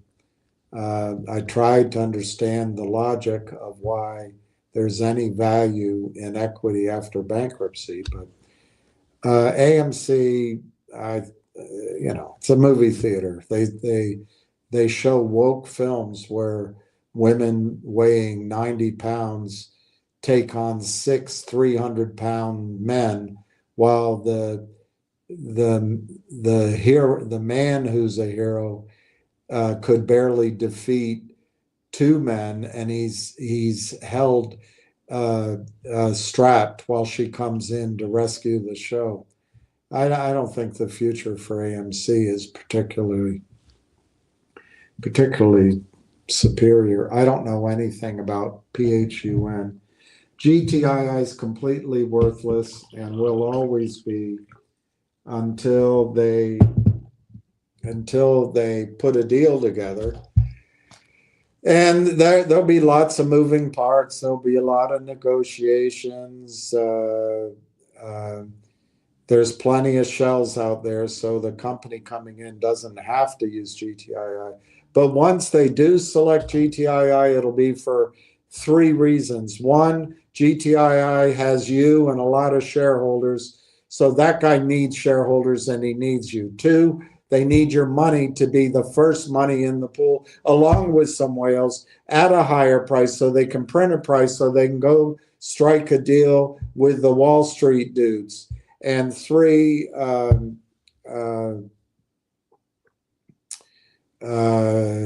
they hope they can cause a short squeeze. It might be worth it. G-Bucks, I think Ham gave you a trade there that could make 10 or 12 times your money. When he first started talking about it, it was 65, 70, 75 cents. By the time it started to run, you could have made less than that, and it ran up. Most of us, including me, didn't sell while it was up, hoping for a squeeze.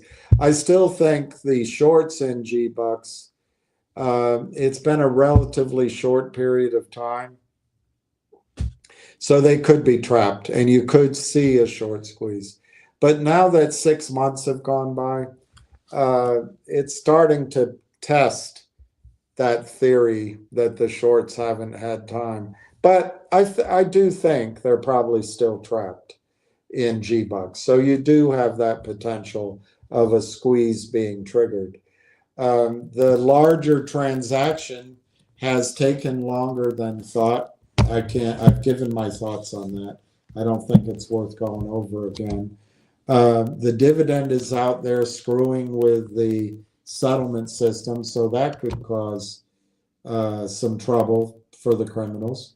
And then the gold deal is still pending, and maybe that's big enough to get, if you get G-Bucks going to $3, $4, $5, maybe that's enough to cause trouble with the shorts. It runs a bit more, and I really don't think they've had time to move their positions in the ways that they have at GME and AMC and et cetera. So I guess there's hope with G-Bucks for possibly a short squeeze, but certainly a trade that makes money.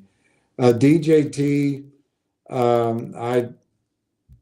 I think, I can't remember, I think I owned one call or 3 calls, and I made some money on it. Not a lot, not a lot, but I made some money on it when there was a lot of energy there. I would say the system has gotten that stock under control. And as one of the longtime listeners here that says Truth Social and Donald Trump are oxymoronic. So to the extent that Wall Street agrees with that, DJT probably has some trouble. I would think that the feud between Musk and Trump is not a good sign.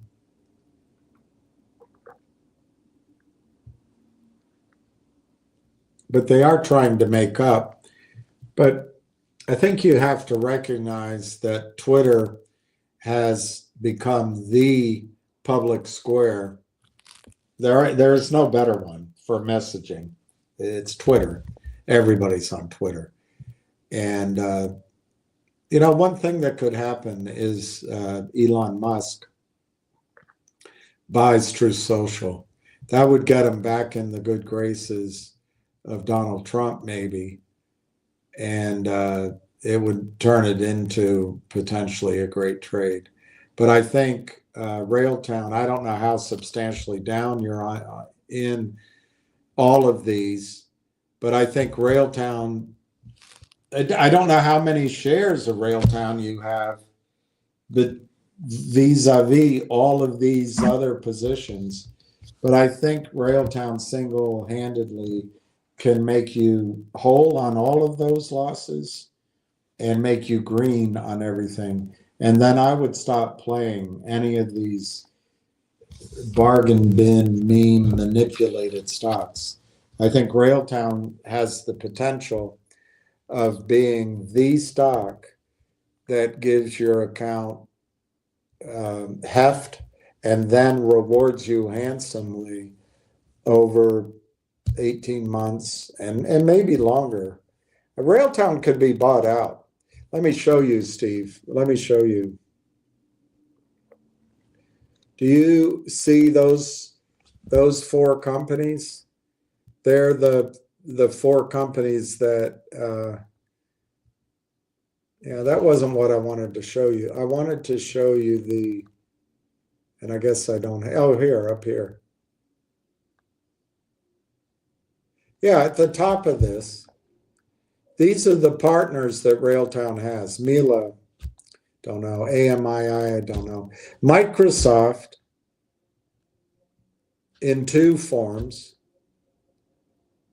and maybe 3. NVIDIA, UBC, AMD, and now AI Partners. But I see 3 right there, AMD, NVIDIA, and Microsoft, who are in the AI space, and it's highly competitive, and they're going to want to acquire AI, and maybe this is it. So it might be a one decision company purchase, and then I think you have a shot at making a lot of this up.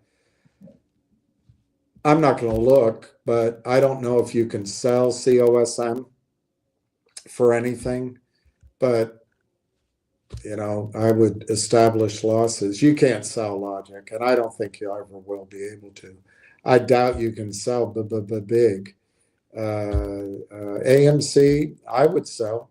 I would put AMC. I'm not giving advice. I'm talking about me. I'd put all my proceeds from AMC in Railtown. Fun, I don't know anything about, but I would put all my proceeds from that into Railtown. G-Bucks, I sold G-Bucks and put all my proceeds into Railtown, but it might be worth waiting on G-Bucks to see what this gold deal does to G-Bucks. It might be able to double the stock price or better and maybe set off something. DJT is a different story. I think I would sell DJT and buy Railtown. And if you're afraid of missing out on some unexpected move in DJT, just buy some long-term calls. But I would clean out your account and put it all in Railtown, except for G-Bucks. I would probably see what happens with this gold deal. Because you have other sources of capital, I think you can afford to see if G-Bucks will go to $5 or better. I don't know, PHUN. I'm struggling with what that is. Let me look it up.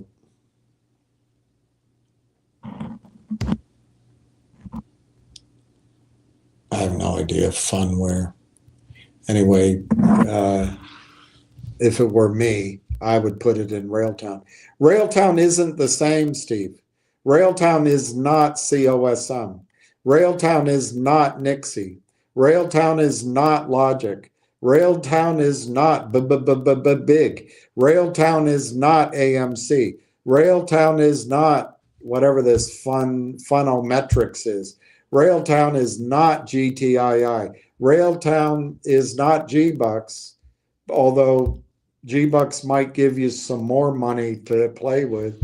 And Railtown, I don't know, you might, it's just a different industry than DJT. And you might be able to argue that DJT is going to have another run to value. So it might be, it's a different league, but it might belong alongside a DJT. But you think you're diversifying and you're afraid to go into Railtown because of all these other experiences? Well, I can understand that. But Railtown is a company which has already gone through its R&D phase. It's got tremendous founders with experience who have built companies and sold them. Railtown has revenues, although I don't know how much. Probably not huge yet. But Railtown is first mover into $100 million annual revenue, $100 billion annual revenue business. First mover. And they were moving. It's proprietary. It's in the AI space. They were moving, and they joined AI Partnerships Corp network of 163 AI companies. And they did, obviously, negotiating. In AI Partners are the two gentlemen, well, probably more, the two organizations that were behind the architects of Constellation Software. Just look it up. Their whole model was to roll up software companies with low margins and mature into a bigger Death Star of software companies, which turned out to be, as one analyst put it, a compounding machine. And they took $1 a share to $5,000 a share Canadian over 18 years. And if you start it when it started to move, it was probably over a little over a decade. They had to learn how to do it. It was software, not AI. Those same guys are here. The people putting together AI Partners are from the retirement plans in Canada. Senior guy. And Canada's made a commitment to AI as an alternative source of growth other than oil and gas, much like Saudi Arabia's tried to do. And deal flow. Do you think that the guys who were the architects behind Constellation Software, rolling up hundreds of companies, if not hundreds a year, aren't going to do that same performance here with Railtown? The difference being they're high margin. This is AI. There is no hardware to build, software to build. It's all high margin and it's recurring. And you're coming into the sweet spot of AI recognition because of the massive advances in computing, quantum computing, and all the other things involved. AI is in AI 2.0. And AI's pretty much gone up the collection of data aspect of life. Every time you use your phone, every time you walk into an airport, every time you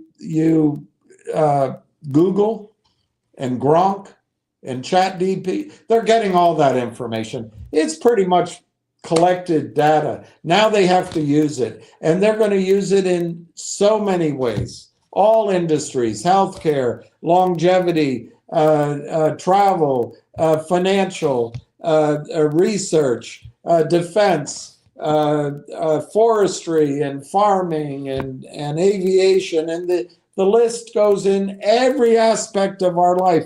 And it's called AI 2.0. And according to the bankers, the overpaid wankers at Goldman Sachs and elsewhere around that understand AI, they live and breathe AI. The wealth advisors that live and breathe AI, the whales that live and breathe AI, the investors that do it, AI 2.0 is in its first percent. And you hesitate to invest in it. You'd rather hang on to the detritus of failed, crappy meme stocks and guys that came here and took advantage of you, like the Greek at COSM, like the guy that had pictures of nude Playboy penthouse models. They all came and took advantage. Like, you're the only one you don't have here in your cavalcade of crap is Genius. You have an opportunity, Steve, instead of sitting on this pile of crap, to establish a position in Railtown at a level it's comparable to the venture capital firms that were able to buy Google before anyone heard about it. I heard about it. I was on the board of a company that I funded. I got to meet one of the arrogant jerks out of San Francisco back when phones were the size of a brick, and he'd sit at the board meetings and the phone would ring and he'd interrupt everything. But he told me out having a beer about Google. I told everybody about it before it even was on anyone's radar screen. Those people who invested in Google at that time got bloody rich. You have a chance to invest in Railtown comparable to that, and you don't want to do it because you want to sit on your stinking pile of horse manure. I mean, I can agree that G-Bucks has a chance to double or triple and maybe catch fire. I agree that DJT might be in its own category. It was hot before, but you don't think those guys have that one under control? There's nothing in the rest of them. Well, I don't know anything about Funomatics. The name is stupid. Funomatics. Steve, Railtown can make you wealthy. It can make you financially secure. And you don't want to do it because it's under $1. And you're thinking about reverse splits. And you're thinking about Jeff Easton. And you're thinking about the Kramers. You're thinking about all the times you were promised that a dividend was going to make it squeeze. You're thinking about all the things about, well, I've heard it before and it's all bullshit. I'm telling you, Railtown is not a manipulated company. It's not a company where you've got a CEO coming in here trying to suck money out so they can do some other deal, so they can stay alive for 9 months. Railtown is not a company coming to you and saying, well, it's got a huge short position and the whales own the majority of it and the shorts are trapped. All we need to do is a dividend. All we need to do is have the stock price to move. Railtown is not a short squeeze story. It is asking you to change your framework of mind. Somehow, and it's to me too, somehow we stumbled on by being in the deal flow. And that's normal, by the way. VC, when I was in London and here, I've screened hundreds, if not thousands of deals, and most of them are shit. And then you finally see one you take a shot on. But then out of 20 of those, only one actually gives you spectacular returns, whatever your screening process is. COSM has dedicated counterfeiters in the stock trying to protect their profit. They're so happy, they're laughing at you and me. Nixie, dedicated counterfeiters in there because of recruiter.com. But they do have some whales. They do have a new CEO. Nixie does have the projection of huge revenue, so it might be worth waiting and trying to trade to get back into Railtown. But what risk do you have? Nixie has a new auditor. Does it take 90 days before anything happens? In 90 days, Railtown could be $10. And I'm not saying could be like COSM could go back to 5 cents. I'm saying Railtown could be $10. It could be $20. I don't know where they're going to reprice it. Now, it could take longer than 90 days. But Railtown's not going to be 40 cents any while longer, Steve. So while you believe that you're here to make money, but you believe you need to make your money back in COSM. You need to make it back in Logic. And this is just a portfolio of turds. And I have a similar portfolio. I own COSM and trade out of it. I own Nixie and In and Out. I own still Go Logic, which I don't have any hope for unless I do something, because I think whoever does it will come take advantage of you all. I own Logic is my largest position. It's a complete crap. I don't own the big. I thought, how do you make money in a bankruptcy? I don't own AMC, but I wouldn't own AMC. It's worthless. It's never going to squeeze. I haven't done the study, but I bet it's overvalued. Fun. Why own Fun? GTII. I cannot believe that you can sell GTII right now at a $67 million market cap. Railtown is trading at a $51 million market cap, and you're not selling it. And by the way, I'm not mad at you. I'm trying to talk to everybody at the same time. G-Bucks, I understand that it might have the potential to double or triple, and that could set off a bigger squeeze. So if you want to try to do that for a week or two, maybe. But G-Bucks, just like Nixie, if you're trying to catch fire, Railtown right now, because it looks like they're manipulating it, because it looks like algorithms are there, you can buy all you want at $38.50 or 39 cents. Let me be as clear as I possibly can. I think Railtown will end the week at 60 cents. Will I be right? How can somebody be right with that specificity? I think Railtown next week will be 75 cents in the beginning of the week. I think by the end of June, Railtown will be $4, $5, or $6 by the end of June. So while you're holding on to all this pile of hopefuls that have already shown what they're worth, if and when any of them move, right now, I don't know, just making up a number. If you could buy 10,000 Railtown now by selling some of this crap, when Railtown moves and you do finally say, oh my gosh, I'm missing it, and you sell some, maybe you buy 500 shares of Railtown. I'm telling you, Stephen, I'm getting worked up, not any direction at you personally. I'm doing it for the broader thinking here.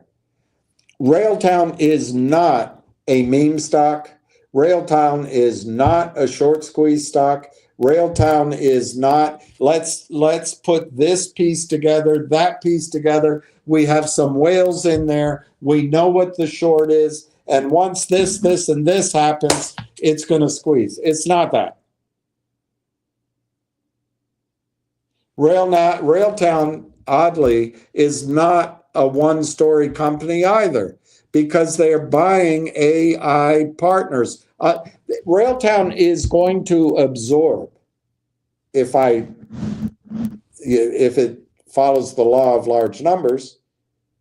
My understanding is AI partners, and I got it from Twitter, from a credible source, AI Partners is already doing $400 million in revenue. Law of large numbers, that probably means 30%. I mean, 30 companies are doing $300 million in revenue. And they're going to buy those. They'll roll those up. And I think it won't take them long. What have they been doing the last 4 months? But you're used to squishy news stories. The fact that the shorts keep selling, the fact that nothing ever works, so you don't. And then for some reason, you feel like to justify your investment in these, you need them to go back up.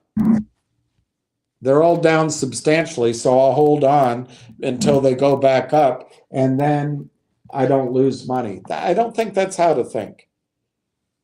I think the COSM's hopeless. Logic is hopeless. GoLogic is essentially hopeless. Big is hopeless. But AMC and Fun and GTII somehow are sources of capital right now.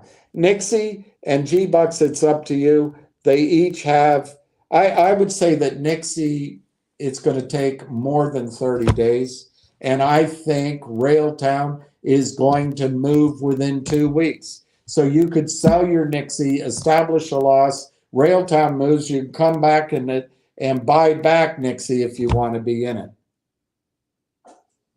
So I don't have any, you might miss Nixie going up, but I think Nixie is a source of funds to buy Railtown. G-Bucks, for me personally, it was a source of funds.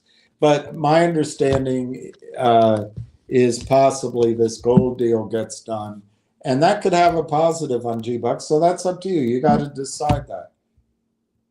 DJT, it's at its lows. Could it make another run? Could it get all that excitement again? Yes, but maybe not. Personally, I would buy all I can stand of Railtown at 40 cents. And when it's $4, I don't think you're going to want to sell any. But you could and come back and buy some of this crap. But when it's $4 or $5 or $6 or $10, you're going to hear why it's there. And you're not going to need me. You'll have all sorts of headlines and Twitter and Reddit, and they'll be talking about it all over the place, in my opinion. And then you're going to be debating, well, I should probably hold it until it goes to 20, or could it go to 30, or could it go to 50 next year or two? That's the kind of things that are going to go through your head. And I think it's good. I'm not, we don't want to get ahead of ourselves. But I'm telling you, as you sit on all this stuff that's not going to go up over the next 60 days, except maybe G-Bucks, and apparently maybe in the short run. But over the next 30, 60 days, everything's going to be crap. It's been crap, it's going to stay crap, and it'll probably always be crap. You have an opportunity to buy Railtown at 40 cents, and you'd rather hang on to your crap. I don't get it. I love Julie Kim sold her crap and bought a diamond. You gotta, sometimes you just gotta act. And I'm not picking on you, Steve. I'm talking to the whole thing out there. Let me, I showed you that Railtown has 4 divisions. Let me show it to you again. Let me show it to you again. Railtown has rail tracks. They build better RAG applications. They have SREDR, and that's disrupting the claim consulting market. They have Conductor.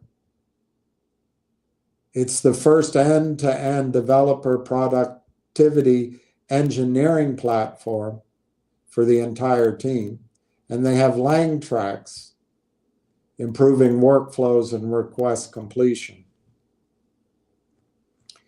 I'm going to come down here and show you. I know you don't, the skepticism, I don't blame you for having. According to PricewaterhouseCoopers, AI, and this is because of the new power of computers, it's AI 2.0 really. AI could contribute up to $15.7 trillion to the global economy in 2030. I'm not good at arithmetic, but that's 5 years away. More than the current output of China and India. PricewaterhouseCoopers, AI could contribute up to $15.7 trillion to the global economy in 2030, more than the current output of China and India.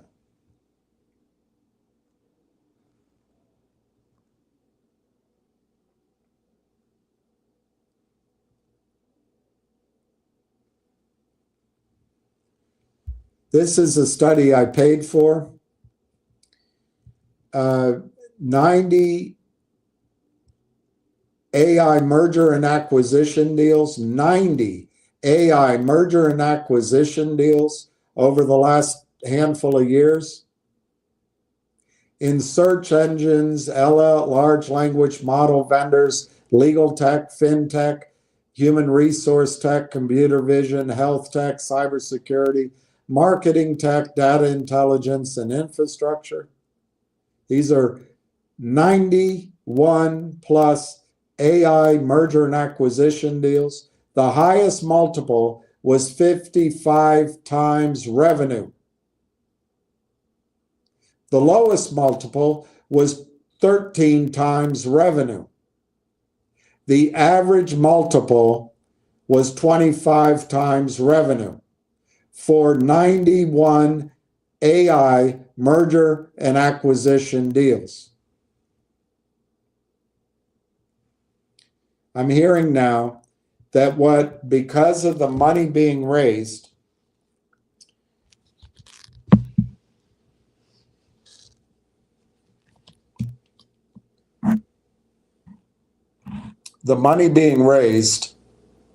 I'll show that tomorrow. There's only an hour left. Because of the money being raised by Wall Street, because of the brain power in AI ready to go, that the multiples that are going to be paid for revenue, and it's projected revenue, it's not backwards, it's not proof, it's just if you're breathing and you say you've got the revenue, they'll buy it. 100 to 150x. But hey, CLSM could come back. Logic could come back. Well, they have 4 divisions.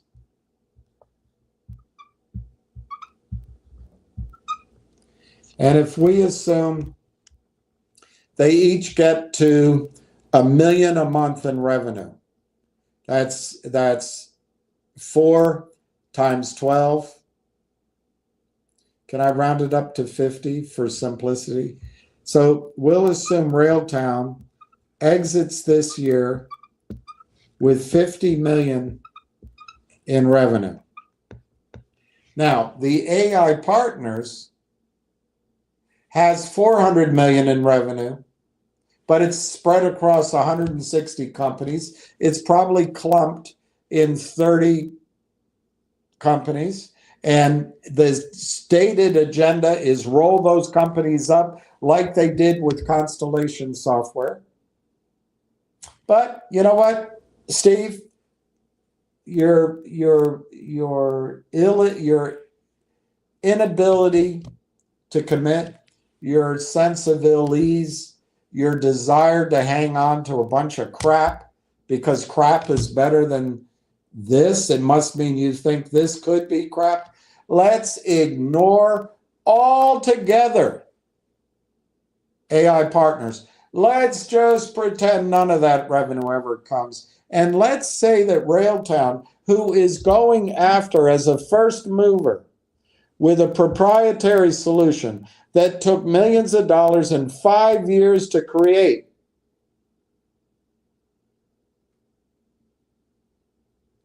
let's say they only do 50 million. They're going after 140 billion target market. But let's say they only get 50 million in revenue through their 4 divisions. 50 million. Let's just say it's that much. I don't know what this arithmetic's going to come out of. Now, I've heard from Goldman Sachs, I didn't speak to them, but from people I trust, talking to Goldman Sachs bankers and KKR and all these big funds, that because of this flood of money coming, because of the desire to get in and own revenues and claim the beach first, they will be paying 150 times revenues. But let's not use 150 times. I've heard they're going to pay between 100 and 150 times revenues. Let's not use 100 times. Let's not use 75 times revenue.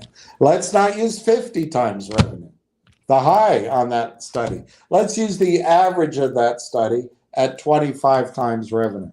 This is going to be a low number. I have no idea how it's going to turn out.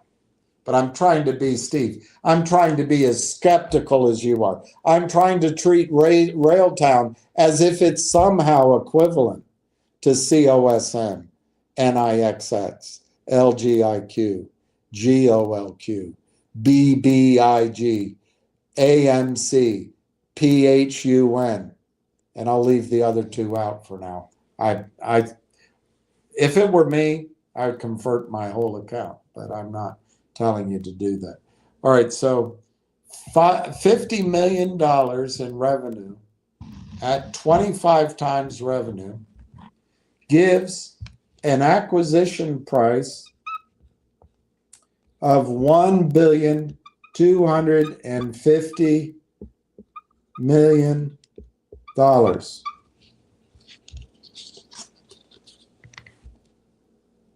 Now, we're ignoring AI partners. So if I'm assuming 0 revenue from the roll-up of a majority of 400 million rev, I'm assuming 0 because you don't believe it. So I'm just going to assume 0. I'm only going to increase the outstanding shares slightly. I'm going to take it from 139 million outstanding, and I'll take it to 150 million.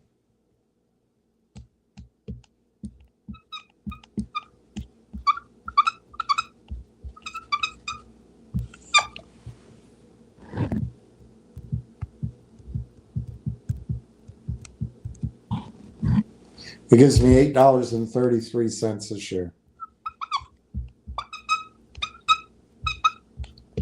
And because I know your attraction to manure, let's pretend this is manure.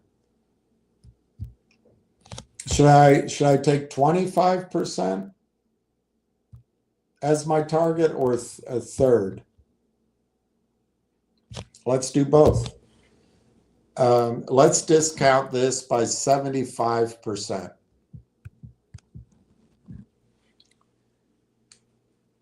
That gives me a target of $2.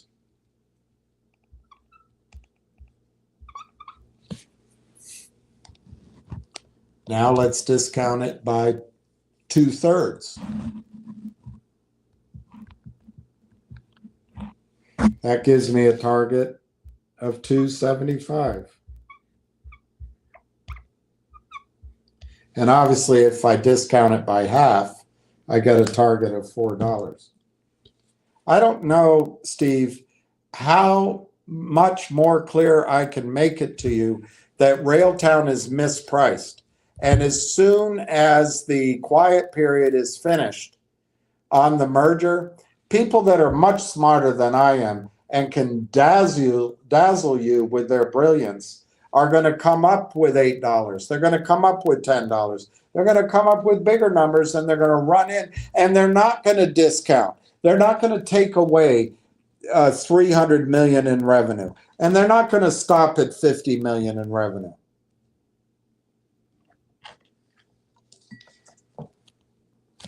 But please hang on to COSN, hang on to AMC, hang on, Sloopy, hang on. You have a chance with one decision to change your financial situation. I understand the reluctance. Everything's been crap. Everything's been crap. But that's how professionals do it. Buy 12, 6 crap out, 3 so-so, and then the remaining 3, one gives a little bit of decent return. If you had only done that one, you'd be happy, but you had all the others, so you're not. The second to the penultimate one, it gives you actually a decent return, but when blended with the others, you're still hanging on losses. But that 12th one, that's where you make your money. All right, let me come back here.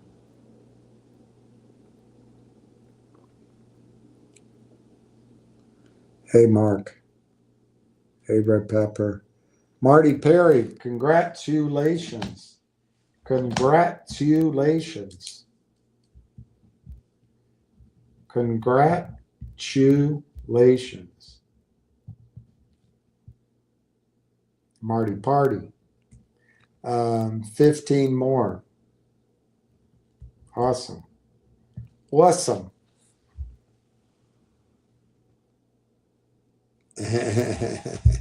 You're always so kind.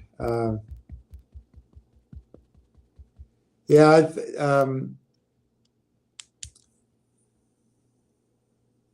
I'll tell you exactly what he told me. No, I won't. I don't want to read it. I would, because of its price action right now, I would say 5 is probably a stretch, but it could double. It could double. What's the volume on it today? It's already pretty high. I can't see a chart on it.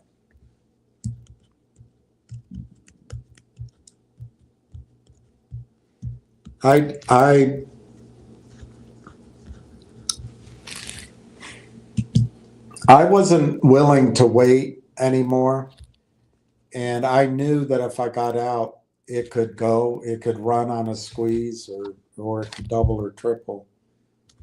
But I think I haven't talked to anyone. I think what G-Bucks has, it's got a dedicated team of pretty savvy guys. Remember, it's supposedly Goldman Sachs. It's got offshore money. It's got Middle Eastern partners, and it's got 1 or 2 or so trapped shorts out of Boca Raton. If they're still trapped, and I believe it's short enough window that they are,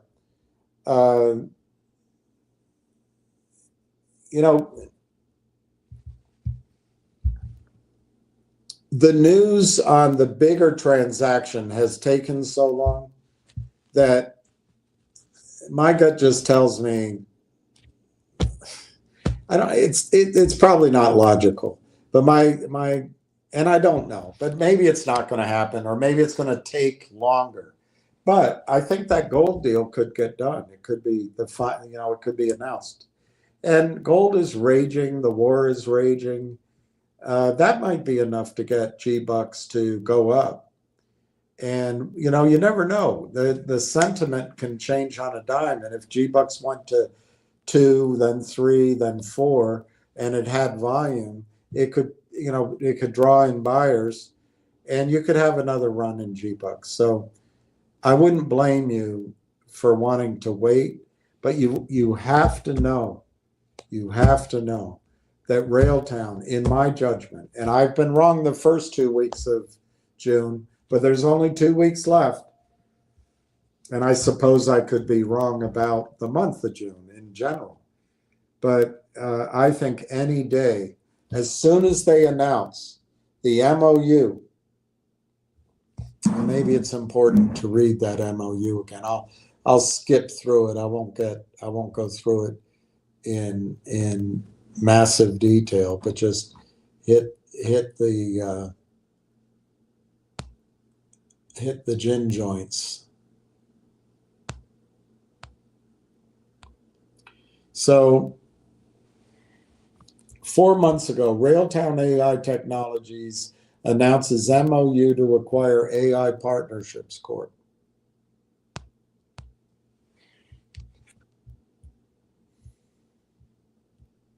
The acquisition will create a dynamic organization driving substantial revenue growth and scaling AI solutions worldwide.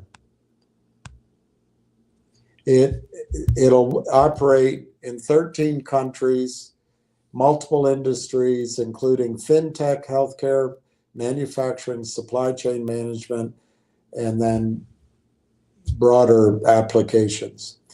The combination of Railtown AI and AIP will provide both organizations with an opportunity to leverage Railtown's Conductor product as the platform for choice for AI application development by AIP's current and future affiliates and their end users. That's 163 companies. One of the fundamental objectives is the establishment of AIP's affiliate network. I'm going to start again. One of the fundamental objectives in the establishment of AIP's affiliate network was to allow AIP to identify and acquire the best affiliates as part of a broader strategic roll-up strategy. This transaction is expected to provide the resulting entity the benefit of public structure and access to capital as it executes the affiliates acquisition strategy. The affiliate network provides a significant opportunity to grow recurring revenues, recurring revenue streams through affiliate acquisitions. What the hell do you think they've been working on for 4 months? Which could be enhanced by deploying Railtown AI's proprietary technologies across affiliate networks and customers. So they plan to acquire select high-performing affiliates. The Conductor platform could streamline AI development for the affiliates and their clients.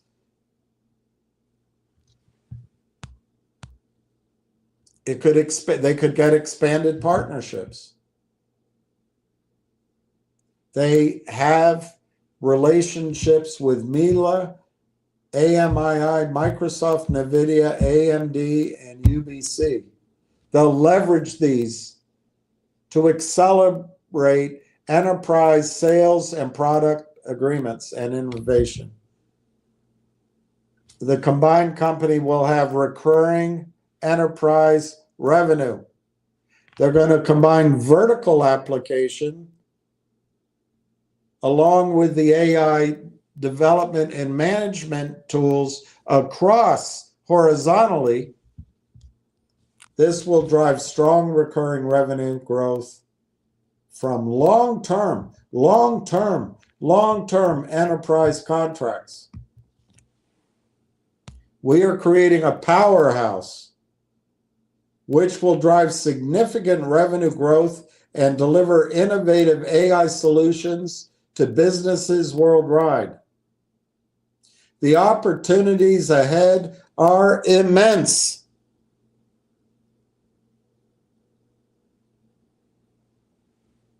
We are poised to expand our reach, scale enterprise sales, accelerate innovation. Together, we will shape the future of AI in ways which could unlock long-term value for our shareholders, customers, and partners. From its inception, AIP set out to assemble the largest network of AI organizations and blah, blah, blah, realize ROI from the adoption of solutions.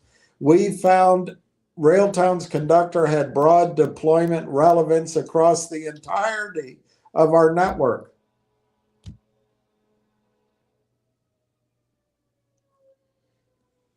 We are going to actualize that as we seek to commence an aggressive, targeted affiliate acquisition mandate upon the conclusion of this transaction. Canaccord. They're using Canaccord. So all of Canaccord's sales force, one of the largest brokerage firms in Canada, can't pitch the deal. No one's buying. No one's buying. Both companies look forward to finalizing a letter of intent to formalize the acquisition in the coming weeks. Well, it's now 4 months. That means it's not happening or it is happening. Stock price is up. I think it is happening. The acquisition is expected to position the company to capitalize on the rapidly expanding demand for AI solutions in key sectors. The ability to provide enterprise clients with a fully integrated suite of AI tools and services, anything from SaaS applications to advanced development platforms, gives the combined company a strong competitive advantage in domestic and international markets. I'll leave it there. So I think G-Bucks, which right now is 180 to 197, pretty moderate volume, so maybe the shorts are just trying to scare people out.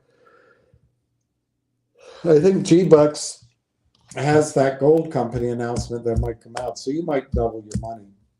But I want you to know, or better, but I want you to know that Railtown, while you're waiting for that to double, Railtown could, I don't know, it's 40 cents now. If Railtown goes to $2, that's 5 times your money. And only you can struggle with that. But those are batteries and flashlights. So long. Batteries and flashlights.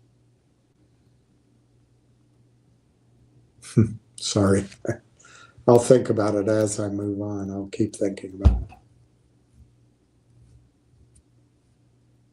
Oh my gosh. Oh my gosh. I think that's great. 81,000. That is amazing. 808. JC B3. That's amazing. 81,800. I'm just going to see. What if that goes to 81,800? I don't know. Pick a number here. What if it goes to 883? No, sorry, 833. That's nice. Good job. I think you've done a good thing. You could have. Look, when I say that it's going to be repriced, I've chosen. For a long time I've used 350. I'm willing to always say 10x on what you're paying up to $4, maybe up to $5. But I don't think it's going to stop there. It's just, where do they reprice it? I think you've got to be aware that to go from 40 cents to $4, heck of a move. So I would expect it's going to go 42, 62, $1.20 back to $1, maybe 90. Get up to $1.75. Get to 2.25. At some point, it might pause a bit, maybe at the $2 level. I don't know. But I don't think for long. And then, I've done a lot of these calculations, and I always try to chop. And I think 10x, but it could be 15x, it could be 20x. When the repricing occurs, I think there's two things that drive it. One is that all the buyers who are either precluded from buying or the story hasn't been pitched to them yet, if they can come in once the deal is announced, bravo. And that could be any day. It could be next week. It could be next month. I admit that. But I just feel like it could be any day. And then if that's affected by the shareholder vote, you have to know the shareholder vote will be 40 days later. So maybe some of those buyers will wait for that. But that's fine. I just think the price elevates. The second thing that will get the price going up, in my opinion, is the price. As the price goes up, it's going to, in my judgment, bring in AI players. And this AI market, and this is something I do sense and do understand, Wall Street is raising capital to invest in AI. There's a lot of cash on the sideline. There's a lot of whales. There's a lot of retirement accounts. There's going to be a lot more ETFs and funds and managed money and hedge funds putting money into AI. The money that was made in NVIDIA and Microsoft and the MAGA 7, they're going to look for somewhere else, including those MAGA 7s may acquire AI. There's just going to be a wall of cash coming into AI 2.0. A wall of cash. And I think the window, how long does any mania go? I think the window is going to be this year, next year,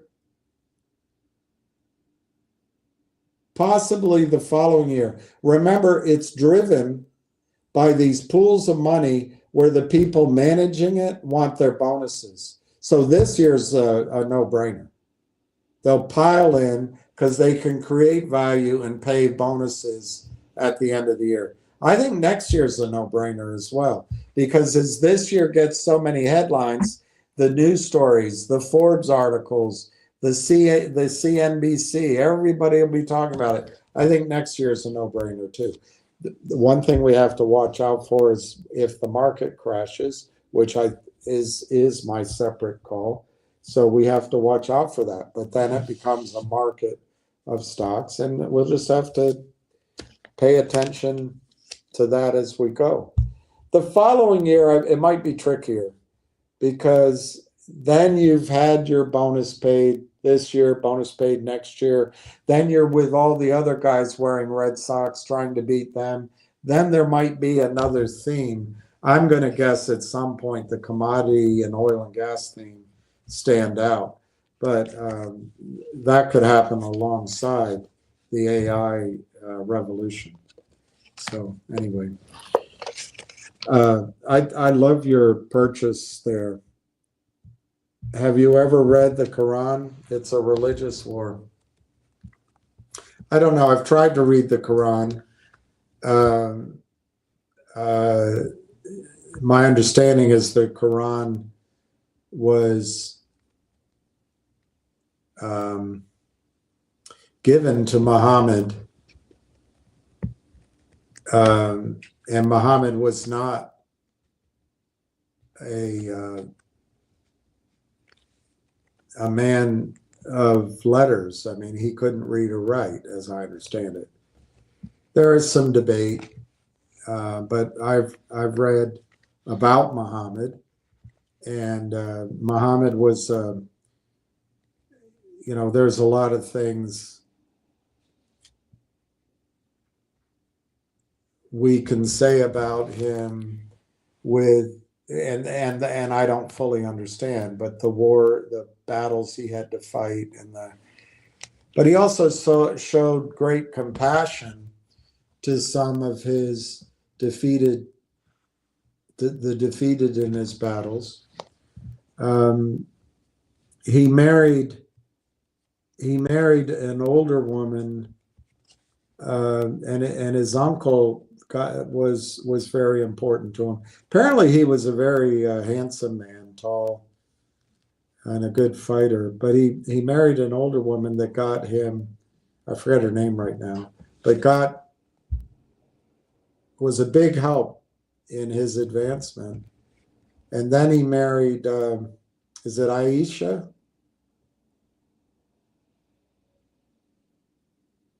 I don't mean any disrespect. I'm going to probably get that name wrong. And when he died, Abu Bakr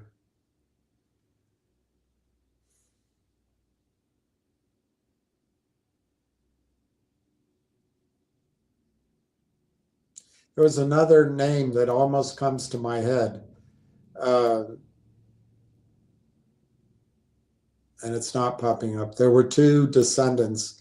Anyway, they followed Muhammad, peace be upon him. They followed him, and that is your Sunni Islam. But apparently, I guess it was, if I have her name correct, Aisha and her husband. The one was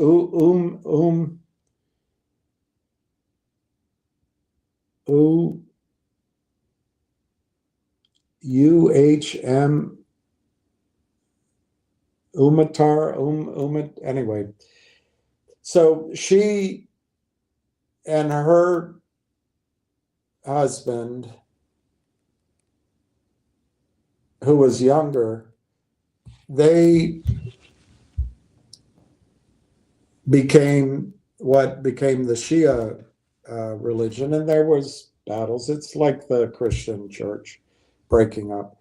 But my understanding of Shia is there's more people.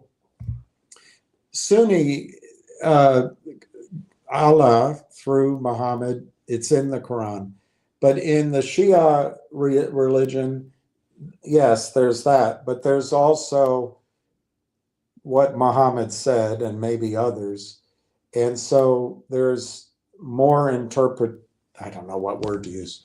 There's more to learn and more to interpret, but there's also a little bit more of a structure in the Shia faith than in Sunni. Sunni, it's, it's a little like in the Catholic faith, you got the Vatican. In, I guess, the, I don't know, the Baptist faith, you have a bunch of churches, or in the AME, it's a bunch of churches, and it's more loosely. So anyway, that's why you have the Ayatollah in Iran.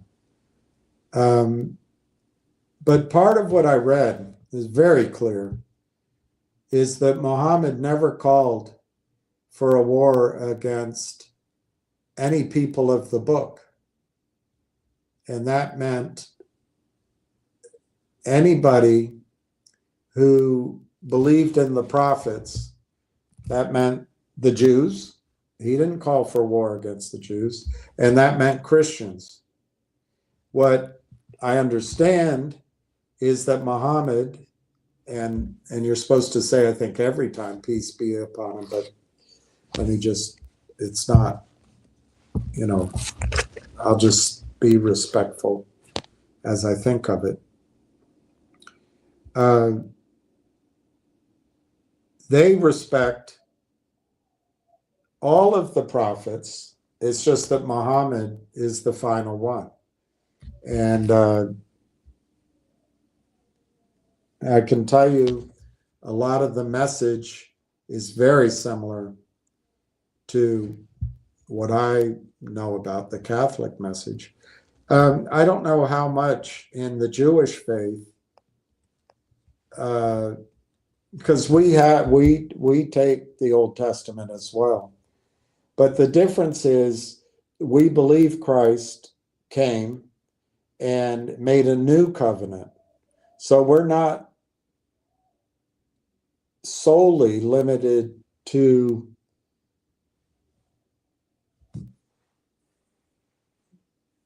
the previous covenant. We add one, which is full of forgiveness and full of love and acceptance. And I guess I'm not educated enough to know what the gradation was that added by bringing Muhammad. But I do know that, that communication and the sharing of his faith with humankind is on him. It's not, our way. So I don't agree that the Quran carries anything in it to create a religious war at all. Now, if you read the Bible as Christians understand it, you would say that Christ is peace. But then you look at all the conquistadore and the taking over of the world, just to keep it simple, and you would think that Christianity is a religion of violence. I don't think that Judaism was without its violence and without its armies and without its sin, frankly. But apparently God chose the Jews over anyone else. And what you forget in that is that Christ was Jewish, and we, in our faith, were originally Jewish. Now, Christ gave to, the Jews rejected Christ. I don't know if they all rejected him. I don't judge that. Some people have in history, I suppose. But these are all issues much bigger than one puny brain. But the zealots, the apostles, Christ gave them permission to go spread his word amongst the rest of the world. And if you read about Abraham, Abraham said, God said, your descendants will multiply. I read it, but it's everybody. I don't think it's just the Jews from Brooklyn and from Poland and Ukraine. I think it's everybody in the world. That's the Catholic message. Is it's a universal faith. My sister and others disagree with me, but I thought it was a tragedy that the German Pope changed part of the Mass to say, this is his blood, which he shed for you and for many. I happen to think God has come for everyone. But I suppose in the Jewish faith, God only has come for a very select, chosen few. But I think that's a misinterpretation of what chosen means. I think chosen means a lot like what Rose Kennedy taught her children, that to those who much is given, much is expected. I think chosen means that God expects a lot more out of you than everyone else, because you can do it, because he has faith in you. But I don't think it means he loves the rest of his humankind any less. And I think the religious war that's going on now is that a cult of a select group of hard right-wing Israelis, I don't even think they're religious. Benjamin Netanyahu he stumbles around the quotes of the Torah as much as I stumble around the quotes of the Bible. He doesn't know what he's saying, I don't think.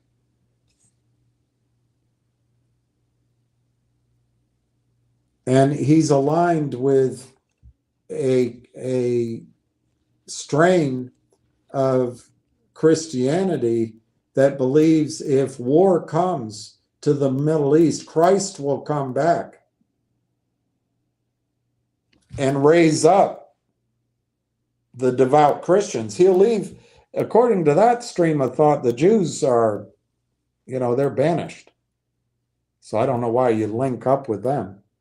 But the Jews, these right-wing Jews I'm talking about, this Israeli type, think that somehow this greater Israel has been awarded to, I get confused. Is it 8 million people, 12 million people, 20 million people? Most of whom live in the United States. And by the way, Israel's finished. And you can say I'm being unfair, but women, when they're bombed and they don't feel safe, they'll move to New Jersey, they'll move to California, they'll move to New York, they'll move to Florida, they'll move to Australia. They're going to move. Israel as an experiment is finished. We just haven't, you just don't recognize it yet. But that's going to be led by the women. That's going to be led by Israeli women wanting to get the hell out of there. That's my opinion. I think the United States might be finished if we go along with this dead end path. But the only religious war, my friend, is the desire to steal the land of the Arabs, the Palestinians, on a promise God gave but never fulfilled. So Jews from Lithuania, Poland, France, Germany, if there were any left, God bless them, Brooklyn, Soviet Union. They didn't accept the ones from Ethiopia. It's all white. It's so racist. They invaded the land held for centuries in peace. Jews, Christians, Muslims lived in together in peace.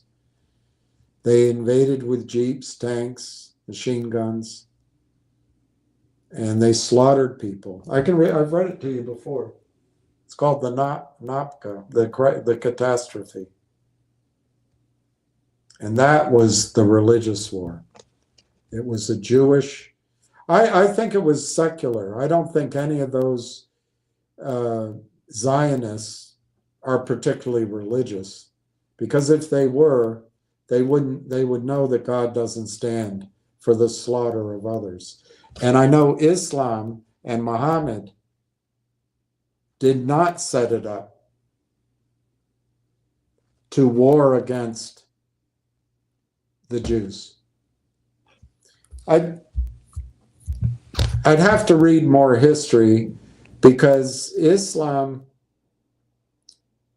spread like wildfire with the sword. But was that religious or was that tribal? I mean, throughout history, there's been spreads of empire. So I don't know if that was a purely religious driven thing, but as they went, there was the conversion to Islam. But I don't know that those battles were against Christianity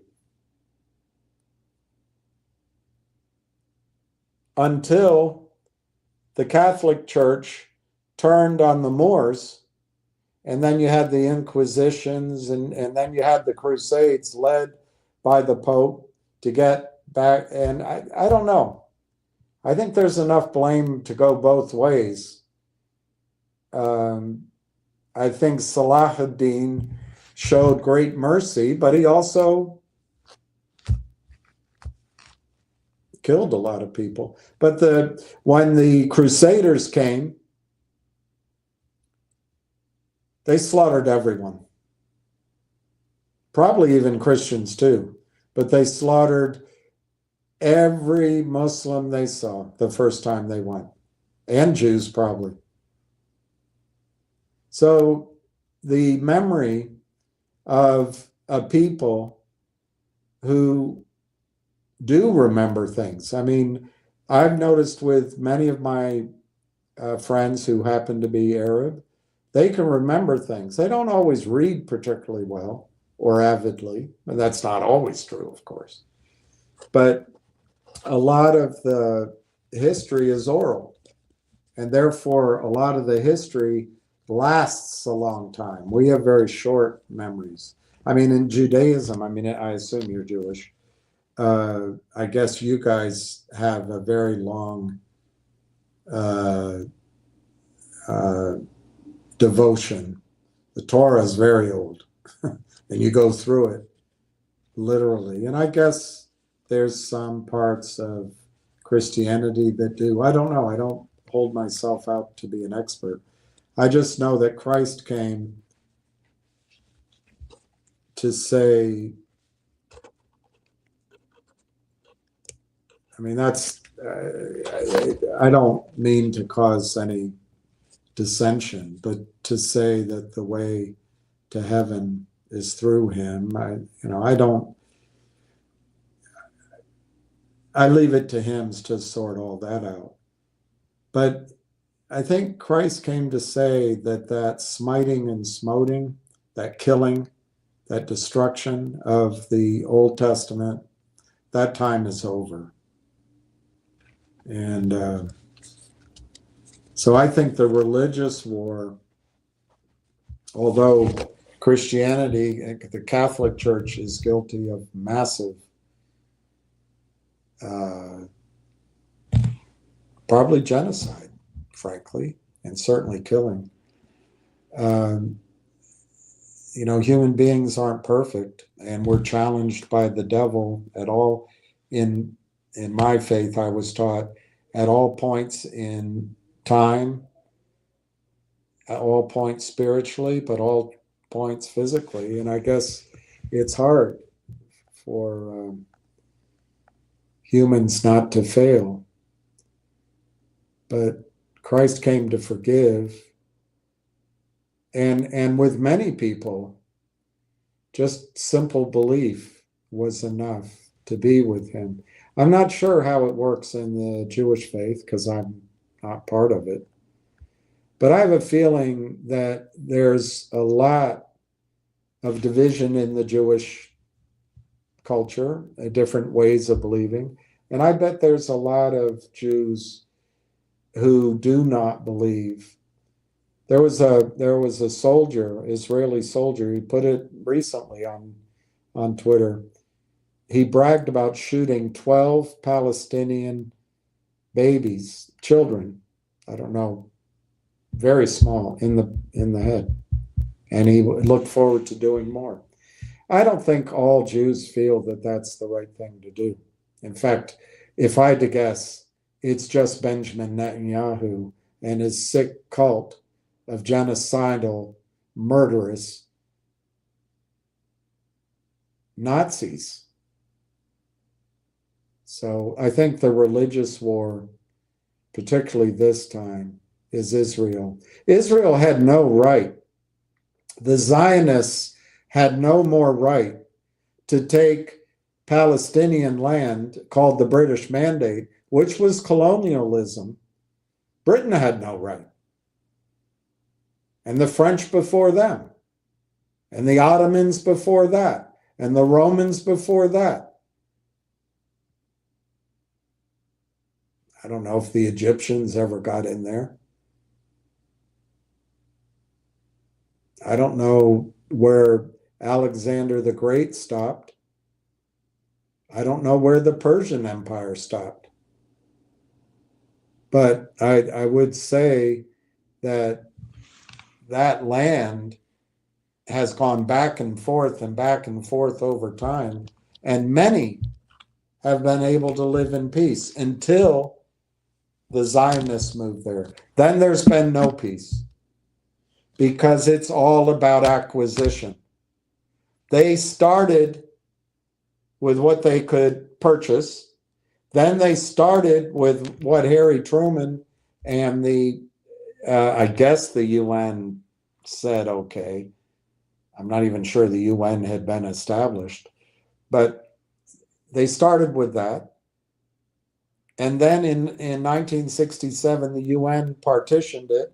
They agreed to that, but they kept going. They kept acquiring. They kept destroying. They kept taking. And it goes on to this day. The religious war is waged by this segment, this small segment of Israelis on behalf of all Israelis. It can't go on. And it's not, despite what's taught to you and despite what the media says over and over again, it's not Islam. It's not Islam. The Zionists, which comprise Christians as well as Jews, and it comprises an empire that wanted to be rid of the problem. And I'm not talking about human beings. I'm just talking about this Zionist issue that kept coming up and up and up. So Balfour and the Brits said, all right, we're done with the British Mandate. We're done. We're shedding it, and we can solve this problem. And then the businessman who went into business with Harry Truman, they were haberdashers. They lost money.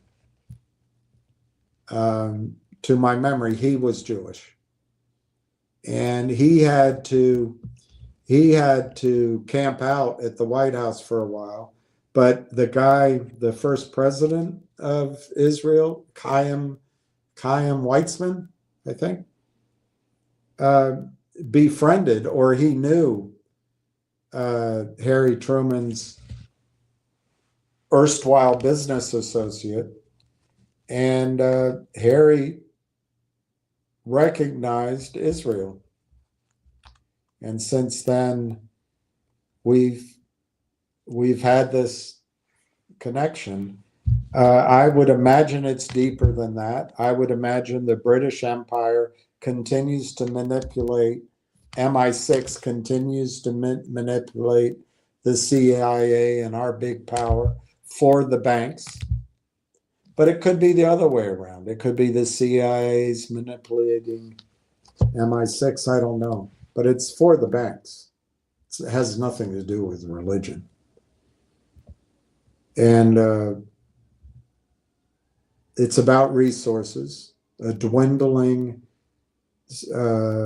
oil resource. It's about the global political game. And I think it's about the banks wanting. If you look at the map without being Jewish and without being angry, and you notice the oil resource, and you notice the power really of the BRICS, unfortunately, you'll see Russia, you'll come down through the Caspian, you'll come down through the Middle East, and yes, Israel, particularly with the land they've stolen from Syria, but also offshore from the land they're now stealing from Gaza. There are hydrocarbons also in Israel. It's all stolen land. And that has nothing to do with religion. That's just avarice. That's just stealing. But as you come down through Saudi Arabia, Iraq, and Iran, you'll notice the resources build kind of a wall. And then there's also the Suez Canal, and there's pipelines. But if you keep going, and I guess you got to maybe bend slightly, you come down into India, you're into Pakistan, you go through all the stands, and there's some oil there. What's on the other side of that lineup? There's China and Southeast Asia. It's not a pretty picture for the West. If Israel doesn't agitate and the Middle East coalesces and lives in peace, there's nobody that can live next to Israel in peace. Israel attacks everyone. They incrementally take. They're never happy. They're never happy. They want more, and they'll never stop until they get Greater Israel, which is the land apparently promised by God from the Nile to the Euphrates and all the way down into Saudi Arabia. They won't stop. And you can try to rationalize it all you want, but it's been going on for 100 years. And that's just the way it is. The religious part is you. But the war isn't about religion. The war is about the resources. It's about the water. It's about being at the crux of the Western, African, Asian worlds to profit. You would be the trade center. It's as I said, water, but it's oil. It's arable land. And you're not going to stop till you have it all. You will not stop. That I'm assuming you align yourself with the Likud and with Benjamin Netanyahu. I'm not saying all Jews. I'm not saying all Israelis. Far from it. I think you'll see healthy arguments because now, as many of us, as oil flooded through our societies, many of us have the luxury of higher education. And same with the Palestinian diaspora. Many peoples have been able to take advantage of education, hard work, and they welcome the debate and truth and ideas.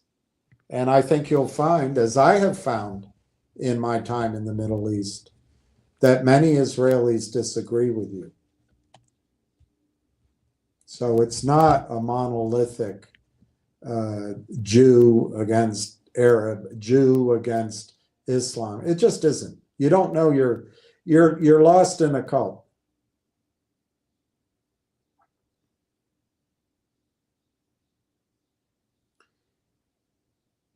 There may be human beings that fail because Satan tests everyone. But Islam is a religion of peace, and Islam in particular, Muhammad, I don't know how he said it or how it, because it's not my religion, but Islam specifically honors people of the book. That's the Bible, the Torah, and the Quran. So I think you're way off. You can throw that out there, and it looks like you're going to get the power of the United States to go down with you. But make no mistake about it, this is not a religious war. This is a war about resources, acquisition, slaughter, genocide, taking land, killing women and children.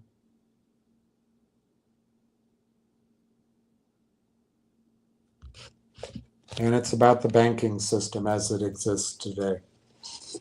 And that banking system is feeling threatened. And they have to destabilize that wall of bricks. Go to the top. It's Russia. It's Iran. It's India. Back behind is China. You've got the S is South Africa, and of course you got to put the B in front of it. That's Brazil. But the heart of the bricks comes down through the Middle East, and so the United States, whether intentionally or not, is joining you, and I count you as a subset of Israelis, as a subset of Jews, and I'm not even sure you believe in God. I don't know you, but there's a lot of secular Jews out there, just like there's a lot of people, the Arabs, that don't believe in God, just like there's a lot of people in Europe that don't believe in God. It's not religion. That's what you put out there to play the victim, because your great-grandparents were killed by Hitler. Your great-great-grandparents and maybe great-grandparents were driven out of Russia by the Cossacks and the Tsar.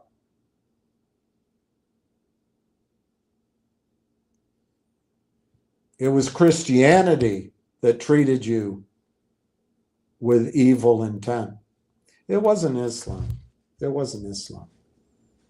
You were never driven out of what has been called, over a long period of time since the Romans, Palestine. You were never driven out of there.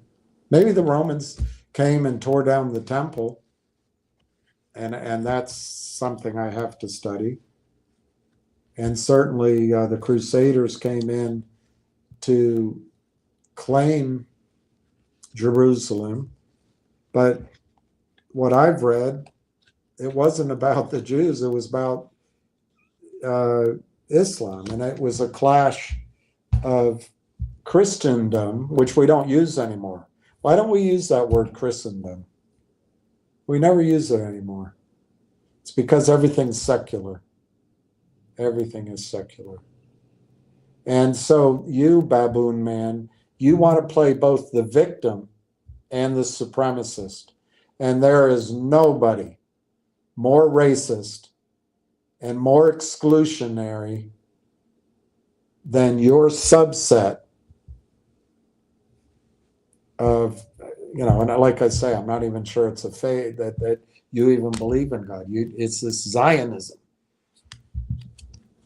And there can be no more arrogant, no more dismissive and exclusive and racist and maybe misogynistic, but certainly any women and children that aren't Jewish, you can kill. And then you call it a religious war. It's not about religion. It's not about religion. It's simply not. Hitler killed Jews and Catholics and gypsies and gays, but it was primarily Jews in his evil final solution. That was religious, obviously. Roosevelt, after a slow start, Roosevelt offered all Jews a welcome in the United States. Roosevelt did. But the Zionists said, no, we got to go in an act of terrorism. We've got to go take land. And the lies started at the beginning. And there's a lot of lies. And they're not Muslim lies. A land with no people for a people with no land. What is your people?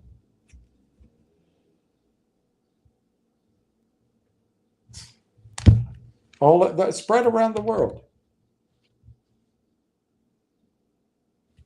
A land with no people for a people with no land. I don't know. I guess the idea is God promised it to Israel, promised Israel. Well, I don't know. What is Israel? Is it a place on this planet, or is it something else? I don't know. I'm not a theologian. But did God promise it to you if you slaughter everyone to get it? Or did he promise it to you if you can live in peace with the people that are there? I don't know. There's a lot of questions beyond my understanding. But don't tell me it's a religious war. It's not religious. That subset, that small group of men and women want the oil, they want the land, they want the people gone, they want the real estate profits, they want to be able to run the Middle East for their benefit financially and for war. It's not a religious war. You dehumanize people. And I'm talking specifically to you. I'm not talking about a whole religion. I'm not talking about all Israelis. I'm not talking about secular Jews. I'm talking about you specifically. You dehumanize an entire population by calling them Arab and saying it's a religious war. It's not. It's not. Those men and women of the United States Army, Air Force, and Marines who are going to die because you can't fight your own fights, they're not going to be all Christian. They're not going to be all Jewish. Many won't even believe. But you know what? There will be a lot of them who are Muslim, who fight, who live here in the United States, as American citizens. I have a tremendous respect for Islam and the Islamic faith and the Muslims I have met.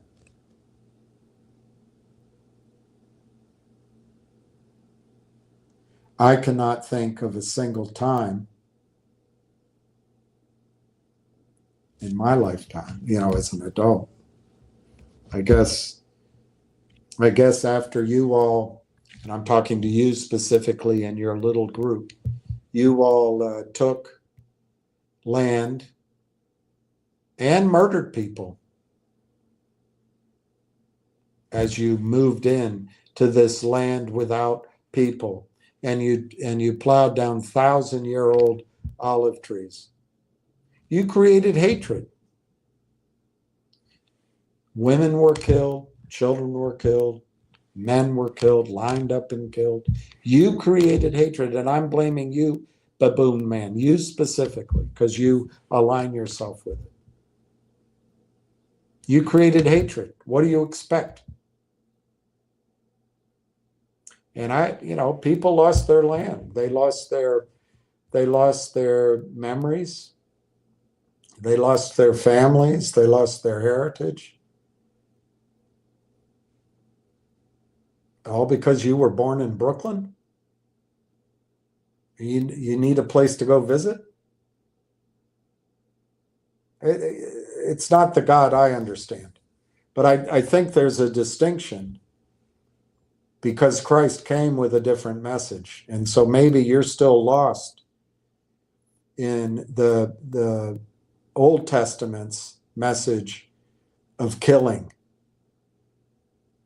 and killing others and smiting and smoting and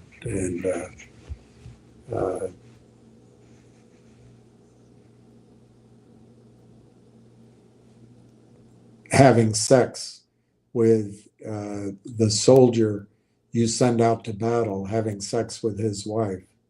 And then when he dies, you marry her. Maybe you're caught in all that. That's not the message that we learned from Christ and Paul. But hey, I'm not saying that we're better than the Jewish faith. I think the Jewish faith is a beautiful faith. I don't know all the divisions,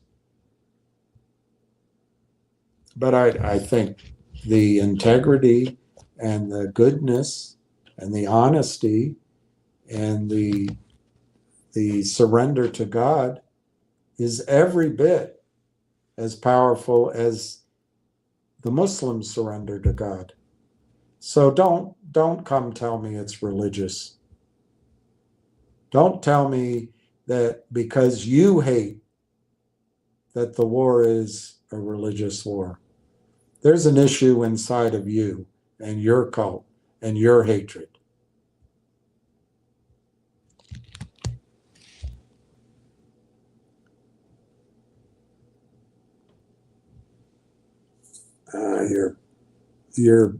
You're El Loco. Hey, Louis, I bought 65,000. Wow. Wow.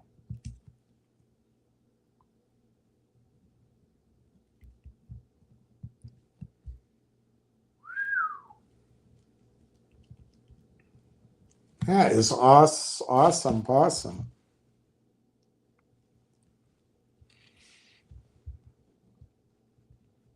One Jewish state in the middle of 40 Arab states. What? You get to decide? Why didn't you come take Arizona? We got 50 states. Take one of ours. Oh, you did.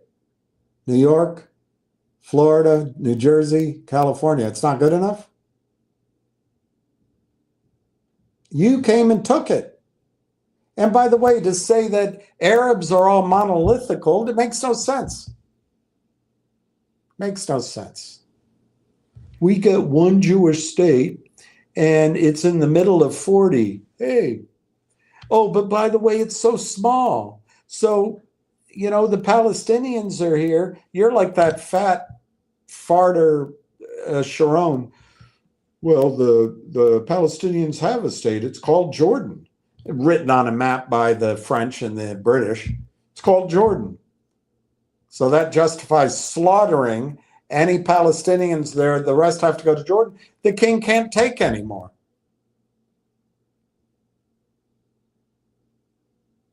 But, all right, that's how you do it. By the way, that's how you do it. All right, we're just going to take a little state because there's 40 for the Arabs, and we just want a little one right here, like any good colonialist. So you take it, and then you go, all right, we got that. Oh, we're happy. But now we need a little bit more. We don't really like that we don't have the West Bank, and we really don't like that we don't have Gaza. We really don't like we don't have the southern part of Lebanon, and we need to go up into Syria where the oil is, and we need offshore in the Mediterranean where the big fields of gas are, because you know all these Arab states have oil and gas, and they're much bigger, so we need to be bigger. It never stops. It just never stops. The problem is that right-wing part of the Israeli population. Right now, I understand it's 70% that supports it. You can't go in. By the way, you have people stealing suburban homes from the Arabs, but I guess you're justified because God, you're smashing things and hurting people, and they flee, and then you take their homes. And I'm blaming you. I'm talking to you personally, not. I don't want to get caught up in this broader because not everybody's doing it. I know for a fact there's many honorable Jewish people speaking out against it. I'll give you one.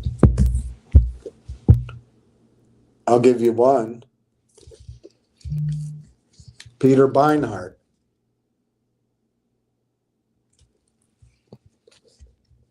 They're not all like you are, Babaloo. Anyway, I think that's great, Louis Shotland. Oh, I hope so. I didn't know you had a disabled son.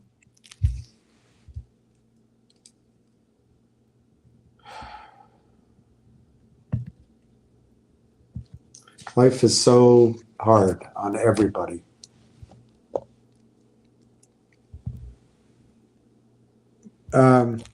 That's good, Mitchell Wong. 5,000 is great.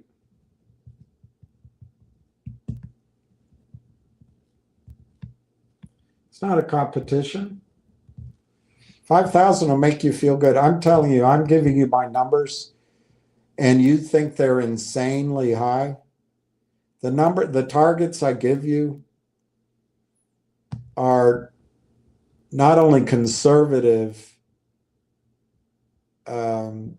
low conservative.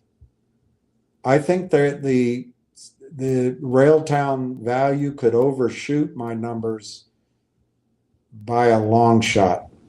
Well, we'll just have to follow it as it goes. But 5,000 is all you need. 500, 1,000 is all you need to make a serious change in your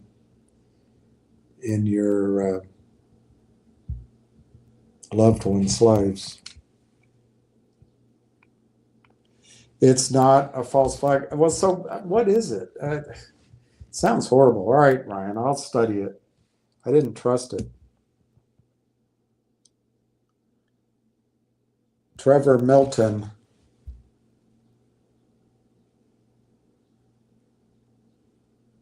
Nicola. I'll write that down. Trevor Milton.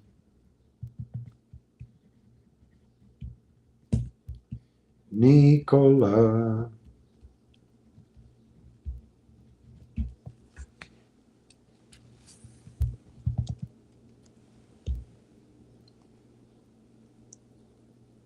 Oh, that's something we all will do, Louis. We all will do. Never trust a Greek.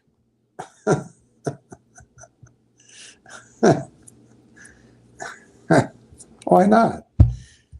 Why not? Why not trust a Greek?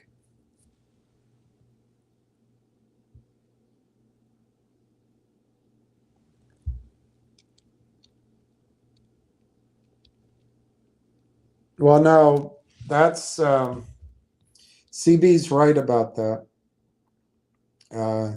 You learn to buy a lot of that stuff here.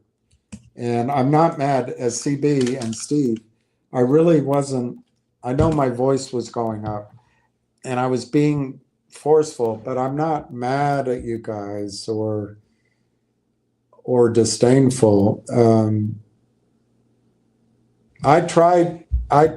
Look, CB, I'll take the hit early on. I believed in these things squeezing, and not AMC or GME, but 2 or 3 of these others. I had a chance to sell, as a friend says. He says, you know, we and I could have sold actually for nice profits. But, you know, I was trained not to sell in front of people, and that was part of it. But another part of it was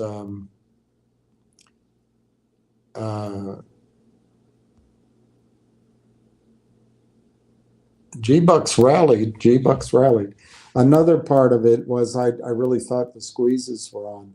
I think it's easy to blame others, but I think people came here for those trades on the chance that they were going to have the high returns. And my opinion, even though Cindy Lou Who gets mad at me, the criminals have a lot of tools in their box. And they came and paid Frank Benedetto.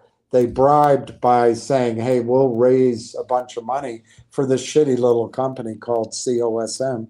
And they may or may not have paid Big Lou. They probably did. But I have a feeling they may have given him shares. I'm not against, by the way, companies giving shares or making arrangements, because little companies out there have no way to fight back against the criminals unless they hire people, and you got to pay them. You got to give them a piece of the action to get out there and fight for the story. And, you know, it's just that you have to, you know, there's a code of ethics of telling the story. But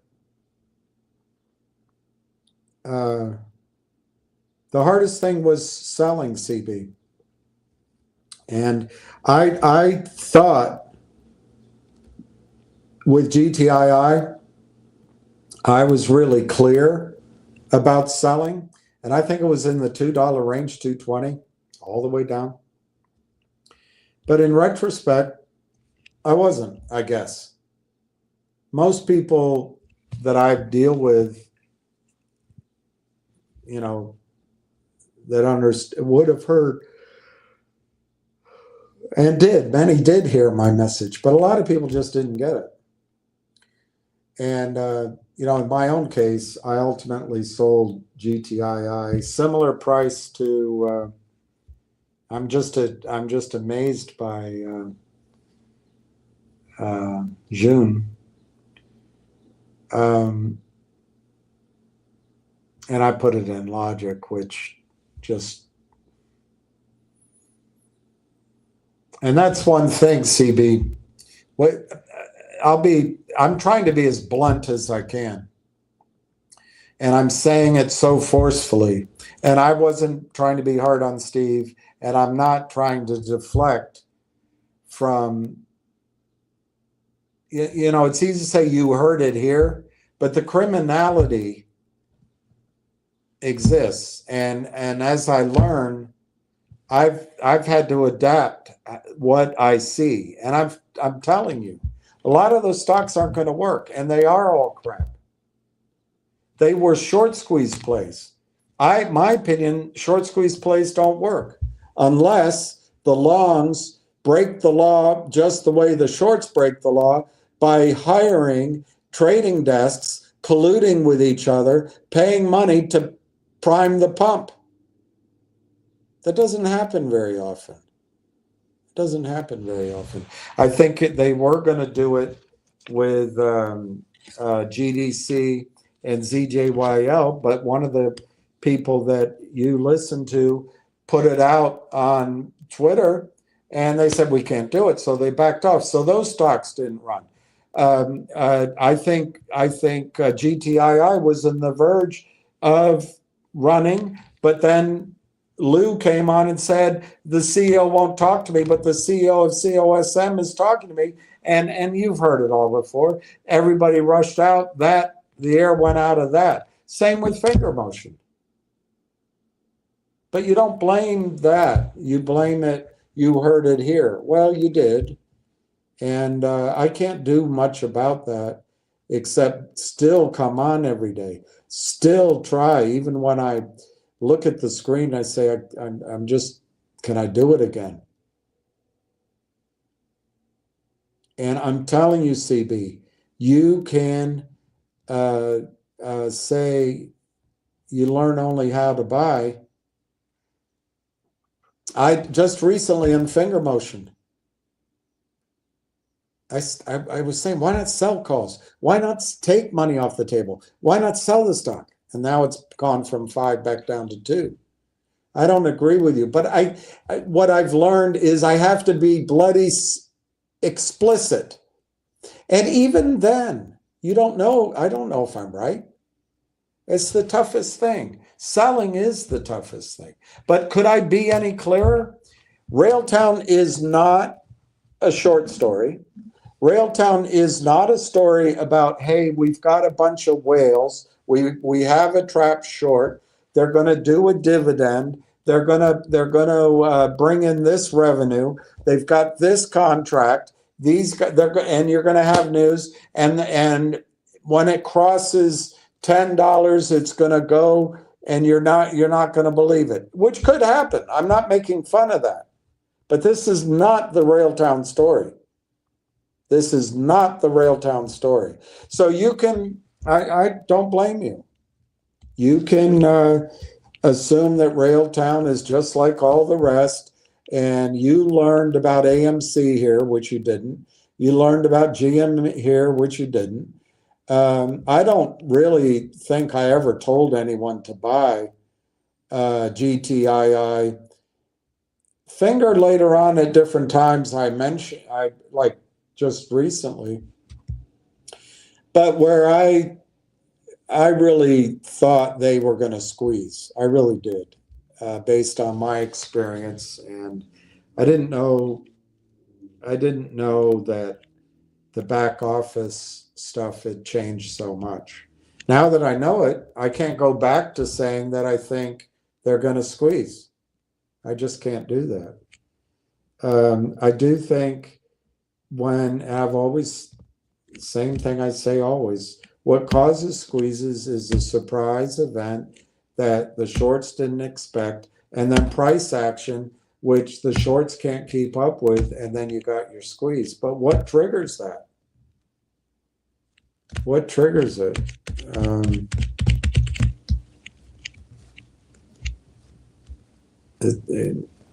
They'll come again. There'll be squeezes again, but they're hard to call. But Railtown isn't that.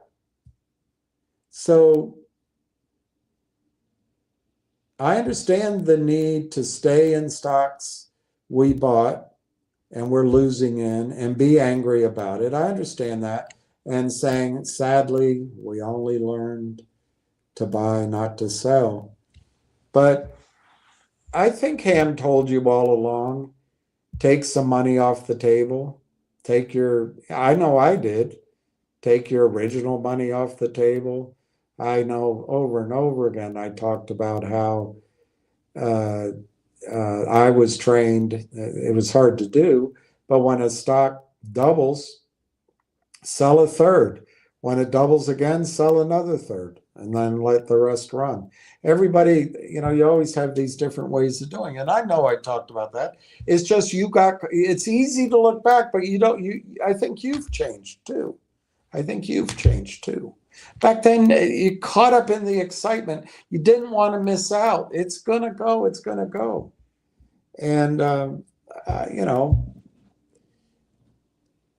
I really thought 2 or 3 years ago that the squeezes were going to happen. Now, when GTII you had plenty of time to sell GTII. But as it was coming down, and particularly for me, when I was asked to be CEO, which I said yes, and I would have worked on everybody's behalf. I wouldn't have had, anyway, can't show that to you because it didn't happen. But I immediately went into neutral to downshifting on that stock, but people didn't pick it up. And with finger motion, I guess 2 years ago, it started to really strongly run, and I made that clear. And then when I got blown up, it wasn't just because of that. When I looked at the chart, I was like, this doesn't feel like this needs time to recover. So I backed way the hell off on it. But I didn't really, maybe I didn't say sell, I can't remember.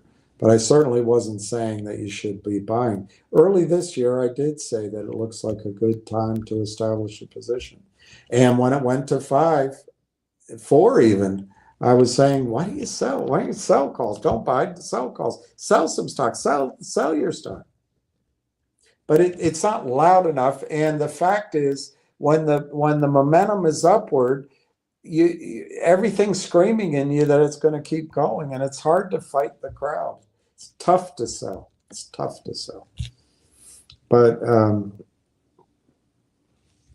if you want to stay in those stocks just because you're angry, and I'm not saying you, CB, I'm not. I'm saying to anybody, or just because you feel like sadly you only learn to buy and not to sell, you can. But I am telling you as clearly as I can, so I'm not misunderstood.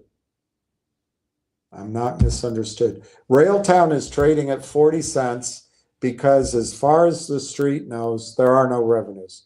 Railtown is trading at 40 cents because for 4 months, none of the insiders, the big investors, the mutual funds, the retirement funds, the research analysts, the VC firms, the family offices, and etc. None in Canada can buy it. That's about to change. And it's not a story. Hey, we've got 8 guys that own the whole float, and the shorts, the naked short is 30 times as big as the real short. It's none of that. I do think short squeezes will occur, but CB, when you chase short squeezes, it's risky. And sadly, we only learned how to buy. Selling is your decision. When your account is up 3 or 4 times what you paid and you don't sell anything, only you know your financial situation. And I look back and I should have sold GTII. I should have sold it all at 8. But that would be kind of pumping and dumping, wouldn't it? But I also believed it was going to go up.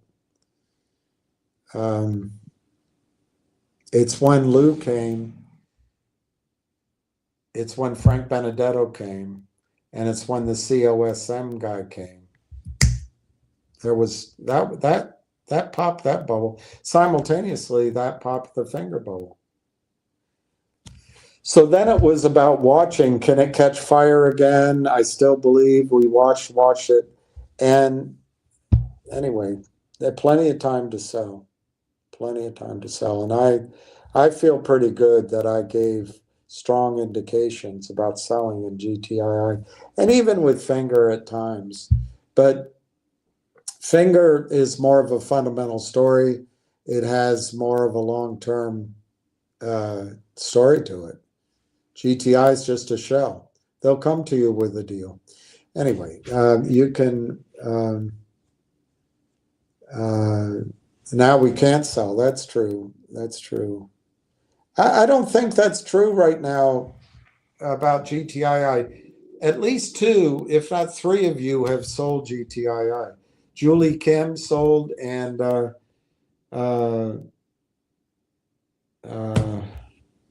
Matthew Mall sold GTII just in the last days at 20 cents. They got a better price for GTI than I did when I sold a lot of my stock and put it in,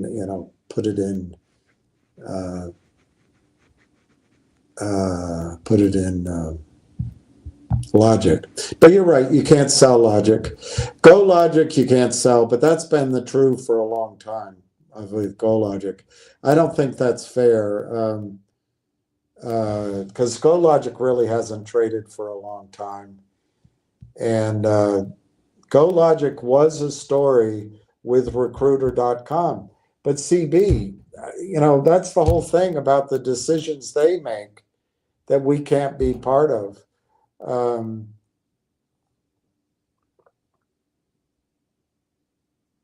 But, any of those stocks,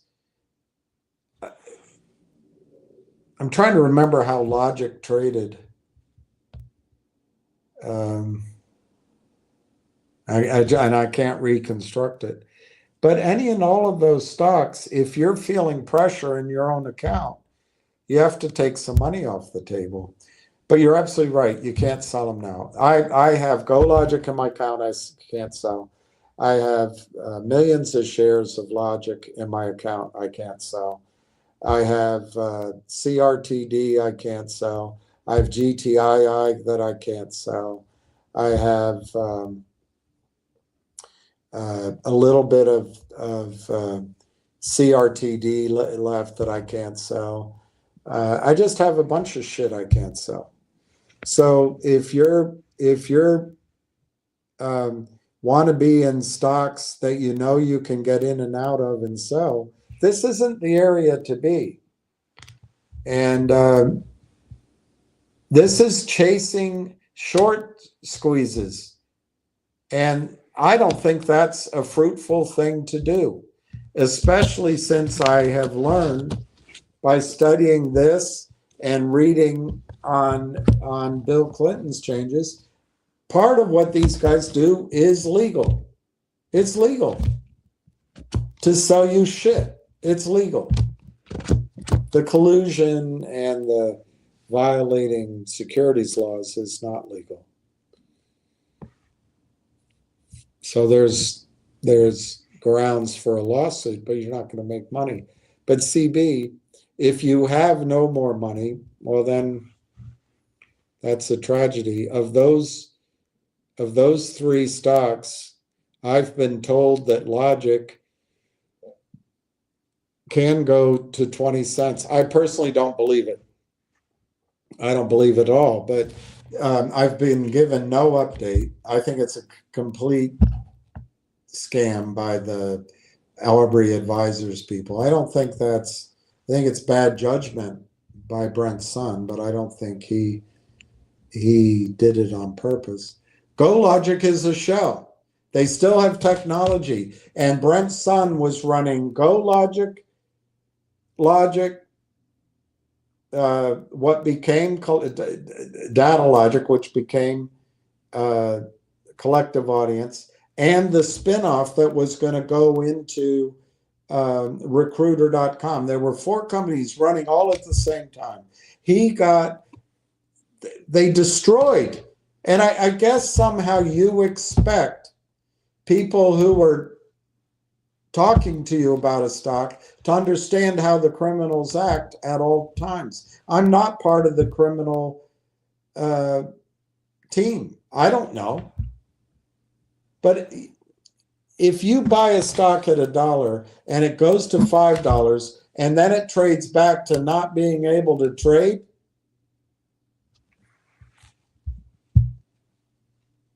I don't know. But if you do have, this guy had AMC, for example, I would see that as a source of funds. There's a couple other stocks there. Railtown is not GTII. Railtown is not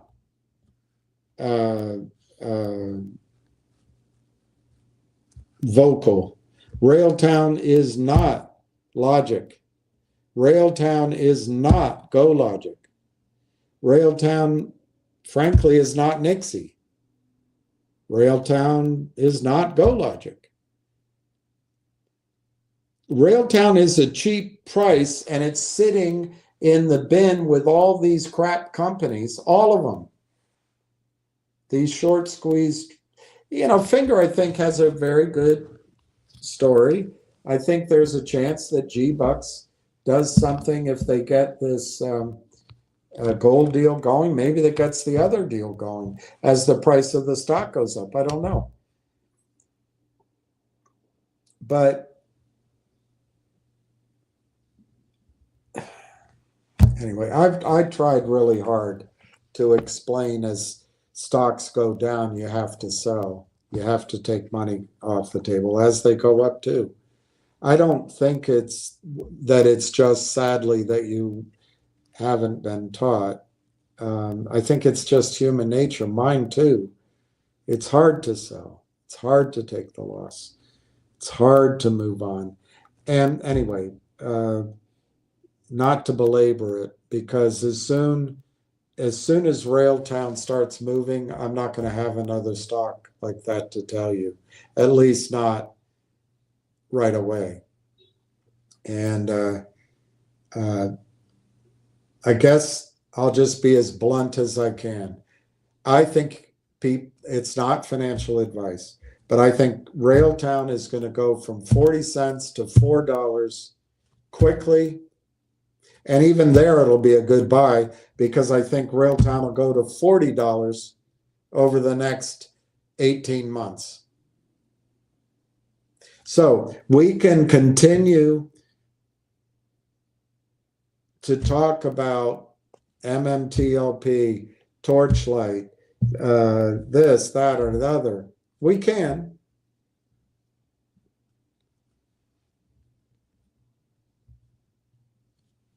But it won't go anywhere.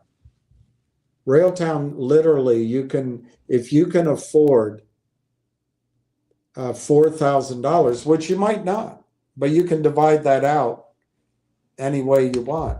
But if you can afford $4,000, whether it comes from has to come from a stock or it's new money, and I'm not saying you should do it. It's only up to you. But if you can afford $4,000, you can buy 10,000 shares.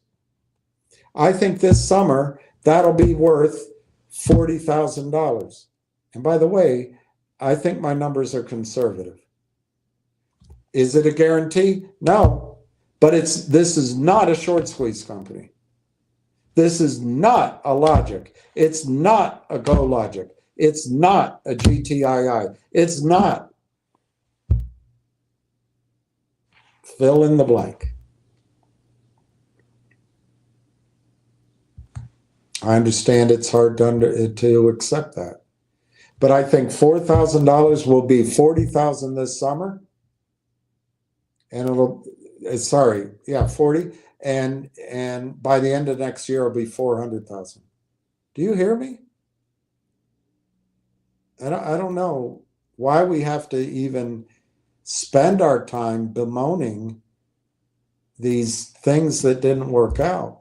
I lost money in all of those. But we can wallow in that, and I get it. We have to experience the pain, have to blame people, and but how does that achieve our goal? Which was your original goal, I think, to experience short squeezes, because that's what those were, except for Finger, I think, was a much more fundamental story and a short squeeze story. I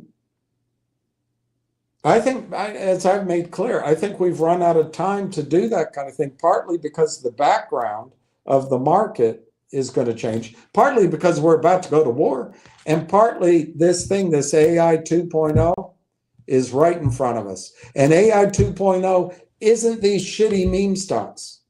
It's every bit as big as the .com or the original AI or the MAGA 7 or Bitcoin or Apple and Microsoft back when they first started. And we can just say, well, we heard about logic here. We heard about Go logic here. And we didn't learn to sell, and I'm not gonna buy Railtown because logic didn't work, and GTI went from 90 cents to $9. That didn't work, and Finger went from, pick a number, 60 cents to $9. That didn't work. G-Bucks went from 70 cents to $8, call it. That didn't work. CRTD went from something to $1.50, $2. That didn't really work.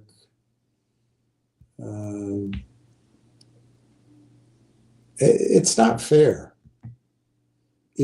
If you're making an investment and your money's doubled, tripled, quadrupled, it's like sitting at a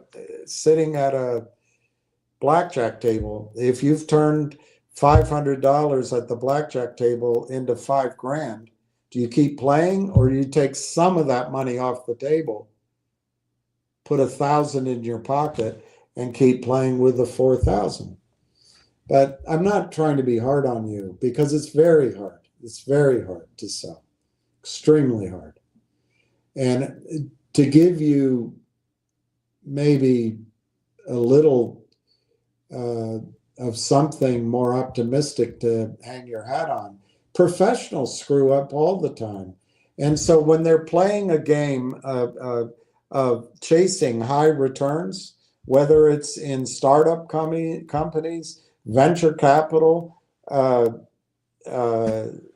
short squeezes, IPOs, they dedicate a certain amount of money to it, and then they'll do 10 of them. They'll do 20 of them. And out of the 10, five become logic, Go logic, GTII. You can't even get out of them. They're a disaster. So 5 out of the 10 just flush your money away. But you don't know it when you go in. You have no idea. You don't know that the CEO is going to sign a deal with Aubrey Advisors. You don't know that the CEO, even, maybe you should, but there was another guy you flew down to Puerto Rico to meet that was working side by the CEO. And so you did your due diligence. But it turns out the CEO was purloining assets and giving shares to his daughter, buying cars for his daughter. You didn't know that when you started.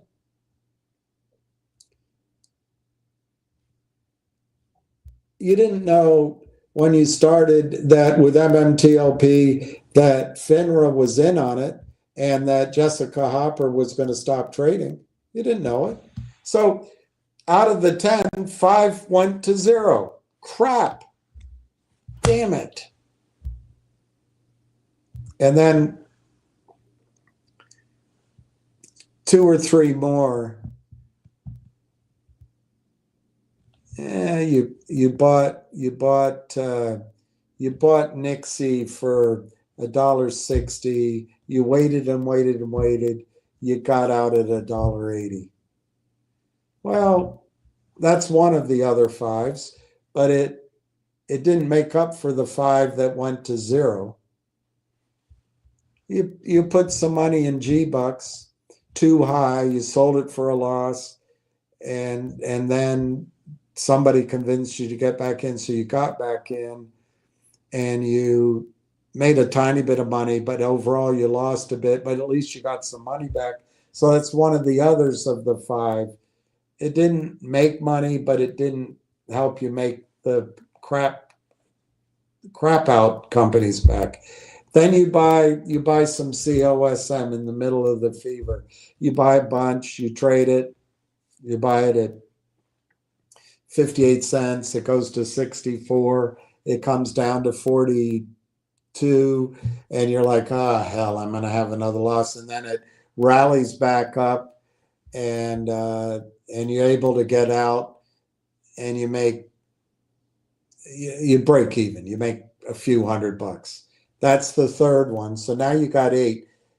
5 have made zero, 3 have kind of made, you got some money back. You at least have your roll of cash diminished, but you got some cash back. And then you put money in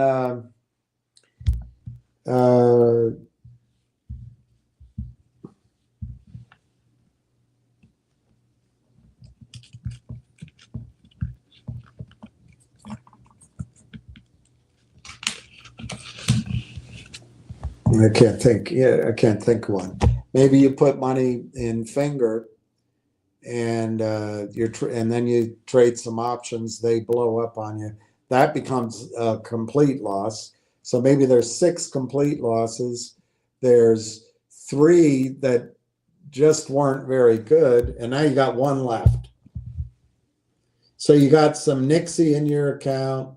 You got some crap here, crap there, and you got a little bit of cash. And you sit down and you look at it and you say, I can't sell Logic.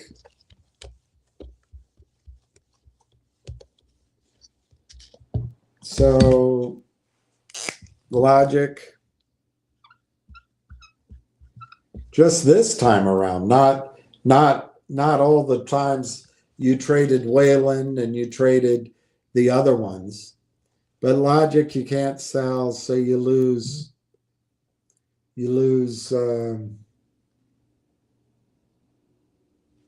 I don't know.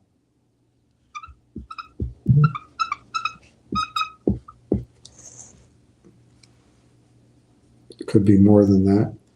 You sell Nixie, which you traded 3 times. So overall, the loss in Nixie is probably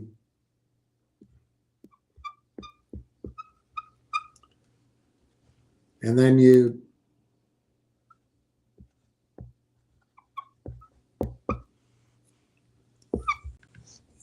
because it was a small position, and maybe you shouldn't have, you liquidate your G-Bucks, and then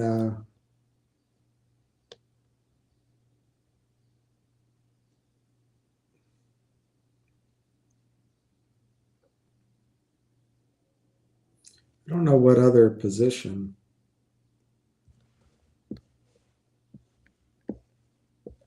I don't know what other position were there. So you look at that, and you're just destroyed, and you can't trade any of these anymore. Well, these 2 you can, but you've got the Go Logic. Well, yeah, Go Logic, GOLQ. Loss 20,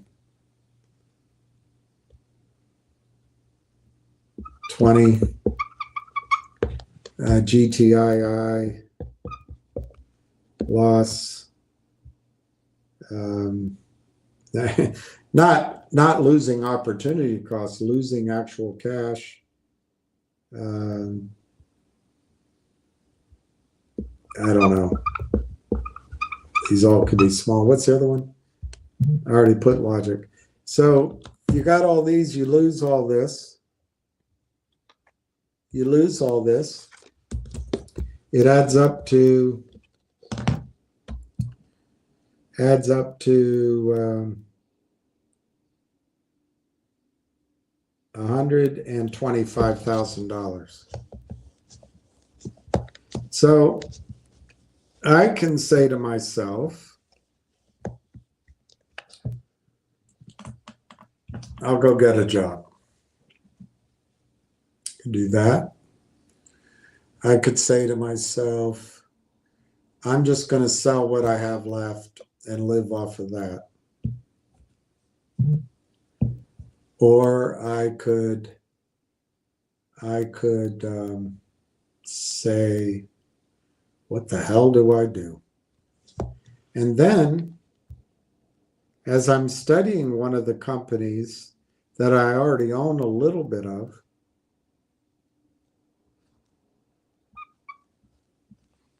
I notice they stumbled on a company that I thought, not so much that it was a squeeze play, but it was a value creation play. It's going from R&D, it's software, it's cloud-based, much like many technology companies I've been associated with before. And, well, you buy some. That was October, maybe September, October. You buy some. As they commercialize, the stock value goes up, and there's a natural buyout candidate: Microsoft, NVIDIA, AMD. So that's the whole idea. You get in at 38 cents, and they start getting revenue, and maybe they're sold by the summertime, by now. Hell of a story. Go from 38 cents, maybe $3, $4, $5, maybe more. Awesome story.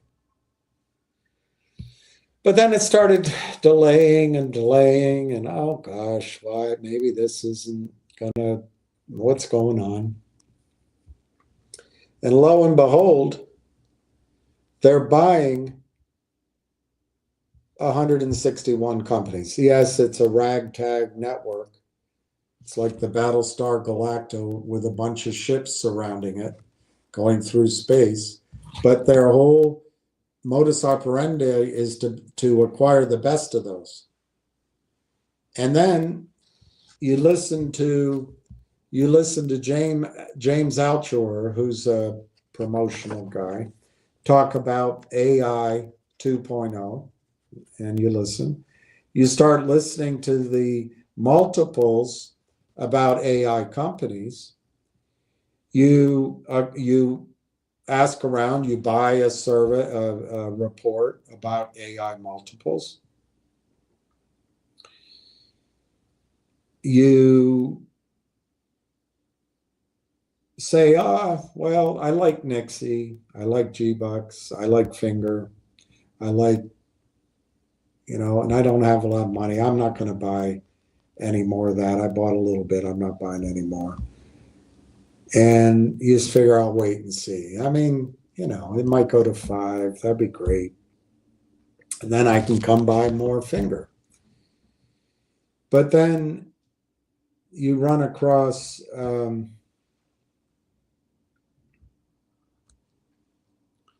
friend of yours from your old office sends you Morgan Stanley's AI analyst, his little blurb that he puts out for the world to see, much more about robotics and other uses of AI. But as you listen to the whole story, you realize two things. AI is huge, which you were skeptical about, and AI is early in this phase of it, and it's the computer power that's changing it. Aha, I see There's a reason. The other thing you learn, because you've been on Wall Street for a long time, and all you did every day, every week, every Sunday night, every month, every new year, is live and breathe production, raising money, dealing with clients, placing product. And if you're a guy like me, you tried to do it in a way that the client didn't get locked in to irredeemable assets that some people, because anyway, let's get it. Just there's some products just nightmare, but you had to be able to get the other products. You had to sell some of that. It's. But anyway, the cycle you recognize is Wall Street's raising a lot of money. They're about to educate 200,000 registered reps or whatever it is about AI, and they're trying to replace the tired Mag 7 with a new product base. And you get it. You see, because you've seen it in your lifetime, they're raising a lot of cash. And where's it going to go? AI. And then you take another look, you make some phone calls, you look at the presentations, you study it. This AI company is ready to go. It's not phantom. It's not promises like a lot of AI companies will be. This is a team of people who have a track record. They've done it before. They're buying AI partners. It's the guys behind Constellation Software. Oh my gosh, that went from $1 to $5,000.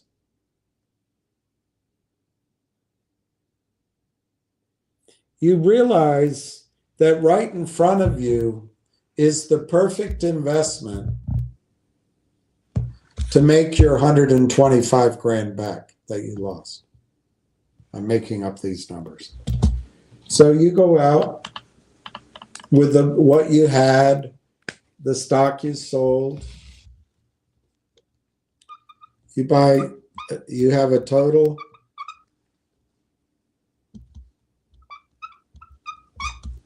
You end up with 25,000 Railtown at 35 cents.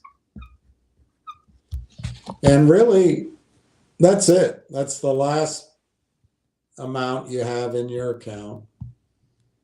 And that's all you can own.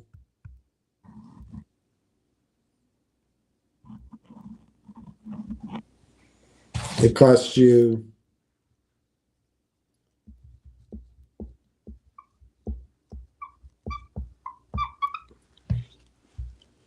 and let's say you're looking at that, and I'm making these numbers aren't exactly, because my memory's not good, but I'm being somewhat autobiographical. This is my IRA. And you realize, this deal they did was in February, and we're now in June. 2 weeks ago, literally at the beginning of June. Is it really going to take that much longer for them to do it? So you call an investment banker friend, and he points out to you something that's stuck in your head. He says, well, what do you think? He says, what do you think? Can something go wrong with Nixie? And there was another company I'm not going to mention. And I said, well, yeah, I guess. Yeah, I see some things that can go wrong. What do you think? Do you think something can go wrong with Railtown? And I tried to see, I said an asteroid could hit the planet.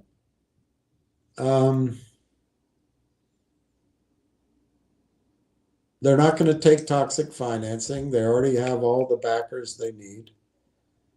They're going to imitate. They have 4 products first to market in a growing revenue space, and they're ready to go. They don't need any more R&D time.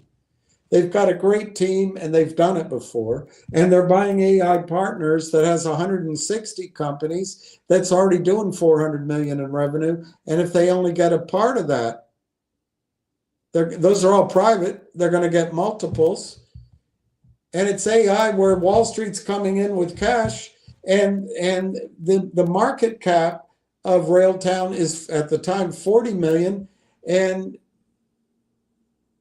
the story hasn't even been told yet, and all the buyers can't buy. And it's still sitting here at 26 cents, even though I paid 38. No, I can't really see much that can go wrong. Well, why don't you look at it this way? Someday you'll look back and maybe say to yourself, you could have threaded the needle a little better. You could have sold Nixie a little better, waited, it went up, and bought more Railtown. You might have done a little bit better. But at least you'll be able to look back and say you own as much at Railtown as you own, and be grateful. So listening to that, you sell out at Nixie before it runs up, and you buy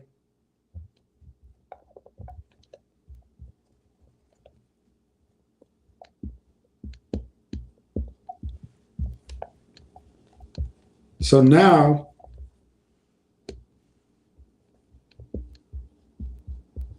all you got in your account, CB, is Railtown and Logic you can't sell, Go Logic you can't sell, GTII you can't sell. Bunch of crap you can't sell. But you said to yourself, rather than having Nixie double or triple, right? Because frankly, you could envision it going back down. There's another stock I won't mention. But rather than taking the chance that might work, might not, you've put everything in Railtown. Why? So you have 30,000 Railtown at about 35 cents.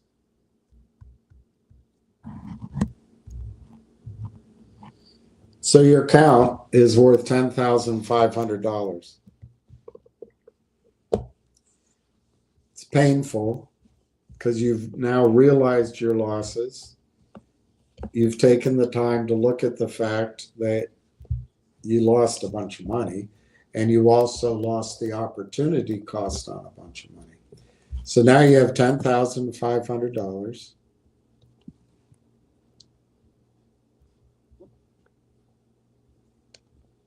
Of Railtown. And it's June 15th, June 16th.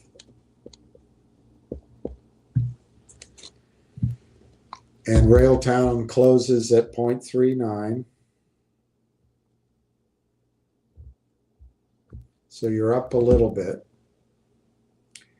And you, like you're saying, you'd scramble, you look everywhere. Can I say, and you can't sell anything.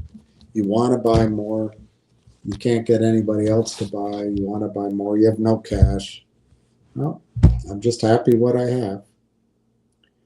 So you look at the story again, and people tell you on one stock, which I won't mention, they tell you Nixie can go back up. They tell you Finger can go back up. And you say, well, what could I do? I could sell my Railtown and I could buy 5,000 shares of Finger if I'm lucky. And Finger might go to 20,000. I could double my money over the next 2 or 3 weeks. Or I could buy Nixie. I could buy, I could triple my money. I might go to 30,000 over the next 3 months. I could buy there's other stores out there I could buy.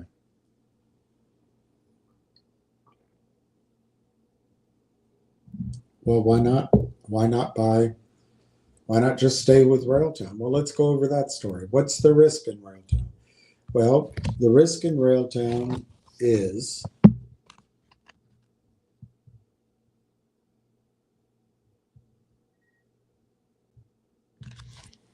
maybe the deal doesn't come together, that they're merging. Well, Railtown still has 4 products, one of them conductor, that AIP partners like so much they put in the press release, they say that can be used across all of the 163 companies. So you got to think Railtown's going to have some value, as I showed in this example, just completely ignoring AIP. It's not pleasant, but there's still going to be an upside to Railtown. That's not a risk to the downside. More time? Yeah, more time could happen. That'd be annoying. But we already saw how low it could go, maybe 26, 27. So it's not much risk. Be annoying. You just have to wait. CEO steals money. Well, he's been through it before. He's already wealthy. He doesn't need to steal money. There's a whole team. AI, they're going to find out that AI doesn't work.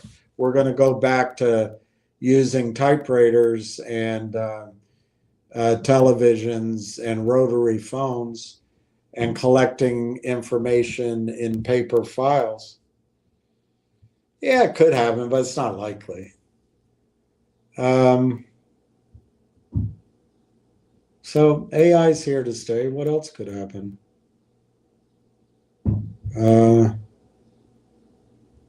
There's something better out there. Well, what's better than the first to market, self-learning, closed system that's already received market acceptance? It's already part of Microsoft partnership, NVIDIA and AMD.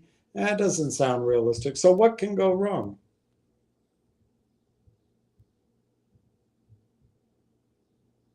They don't need money that you know of. I guess they could do a toxic financing, but the CEOs, 4 of the guys have been through it before. They're now working with the AI partners who did Constellation software, and it doesn't seem very logical. All right, so I've convinced myself not much can go wrong with Railtown. What can go right? Well, just Railtown itself can start announcing contracts on their 4 products, and I showed you on a low end that can be worth a significant amount per share. But what could go right is they conclude the AI partners purchase. What happens then? Well, the big investors behind Railtown can start buying Railtown. They haven't been able to. The big investors behind AI partners can start buying Railtown. They haven't been able to. Canaccord might have to wait for the shareholder vote, but maybe not. I don't know for sure. But Canaccord, once all the information is out there fully disclosed, Canaccord can start talking at least to their accredited investors, their institutions, and their fund accounts, their family offices. All of the investors in the 163 companies who were precluded to buy, they can start buying. Okay, so that's pretty damn good news. When could that happen? Well, it's been 4 months. It could pretty much happen any day. Well, what do you, since your audience doesn't believe it, CB maybe doesn't, what do you think it could go to? Well, let's play with some of the revenues. All right, let's play with some of the revenues one more time. But this time, let's be optimistic, not negative. Let's be optimistic. Let's say that Railtown, by the end of the year, because remember, the revenues are only going to be what you state and forward. They don't have to be already proven. Let's say the AIP partners, they roll up 300 million.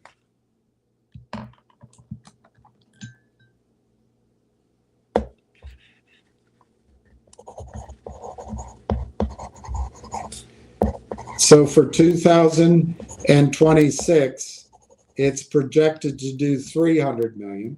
Let's assume the four products of that they currently have each do 25 million, so that's 100 million.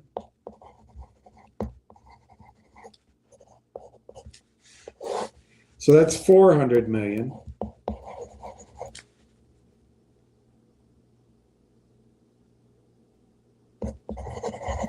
For 2026 revenues projected.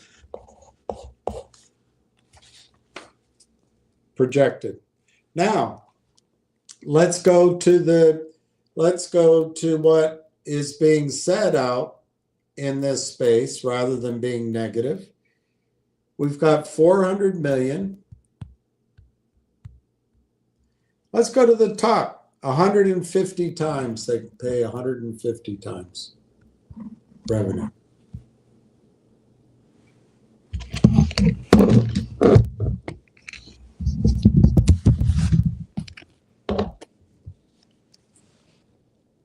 That's $60 billion. $60 billion.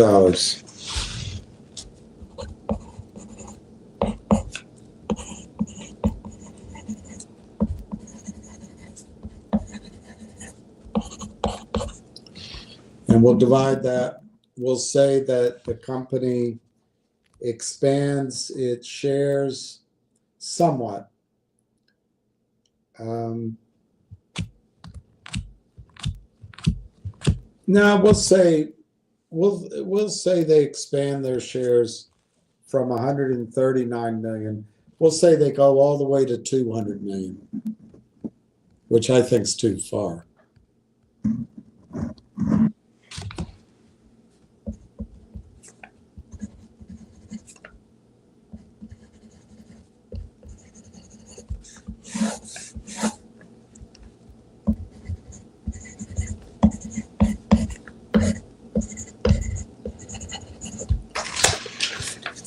That's $300 a share. $300 a share. Now, I look at that and I say to myself, I think I need to get on that space call and listen to what's going on with GTII. I'm not gonna. This isn't worth looking into. I need to get on that call where they're going to talk about MMTLP and spend my time there. Why get excited about that? I mean, that's just preposterous. That's impossible that AI could do this. Well, it's not. And the fact is, their revenue could be $1 billion. Not right away. So you're saying it won't be $300 by next week. Exactly. That's what I'm saying. Could it take 2 years, 3 years? Sure. But let's just go with the $300 and multiply it by my 30,000 shares. It's $9 million. $9 million is my target. Completely reasonable, completely plausible. I own 30,000 shares. It goes to $300.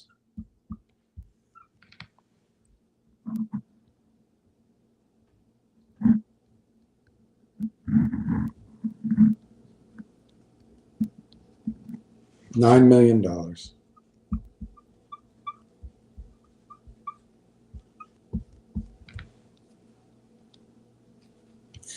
It's in my IRA, $9 million. But I'd rather say, oh, woe is me. Unfortunately, we're never told how to sell, only buy. I could take that. I'm capable of that. On the other hand, I could look at it and say, you know, all these shitty stocks that I studied and learned about and learned how the market's working today, I stumbled across a real powerful story. And then I go back and I look at how much to get my 125,000 back, how much do I have to sell the 30,000 shares for? $4. $4. So I don't know what to tell you. I have chosen, I don't have much capital left. And I decided that if I can buy as much as I can at 40 cents, 38 cents, 35 cents, whatever it was, I will take the chance of missing out on a couple of these other stocks, because I know that if Railtown goes from 40 cents to $5, I'm going to hang on. Now, I'm not telling you have to. I'm not telling you. But it's a story that's not short squeeze. It's a story that's revenue based. It's a story about multiples. It's a story about Wall Street putting hundreds of billions of dollars under managed money into AI. It's simply a story of getting there before other people do. Now, I can say, well, I lost there, I lost there, I lost there. I'm capable of that. You should see me when I can't sleep at night. Or I can say, you know, my IRA, which was worth, you know, 125 grand, is now worth 10 grand. Pretty shitty. But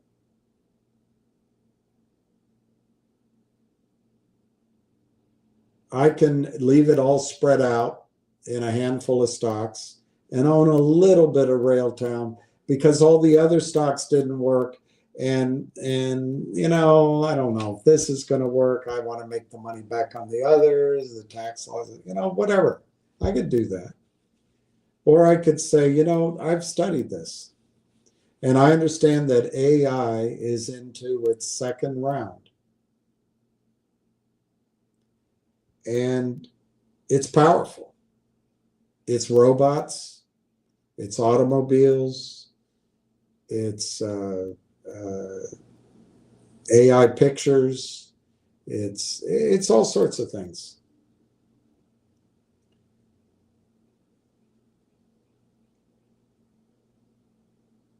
So I have to change my mindset. I have to go from woe is me. I'm talking about myself. I'm not talking about you, CB. I'm talking about myself. Woe is me. This one didn't work. That one didn't work. I should have sold then. I could have done. Blah, blah. To going, wait a minute. That was all prologue. That brought me to this doorstep. That brought me here. And I have a chance. Yeah, if I had traded better, if I had thread the needle better, I might have 100,000 shares of Railtown. I got 30,000.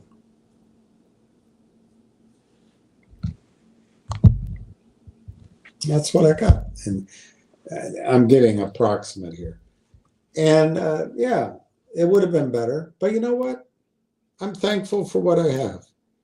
And I get in at 40 cents. But it doesn't make sense to me. How can it be a penny stock if it's so great? Where's Jeff Easton? Where's Jeremy Frommer? Where's the pump and dump? Where's the cheating? Where's this?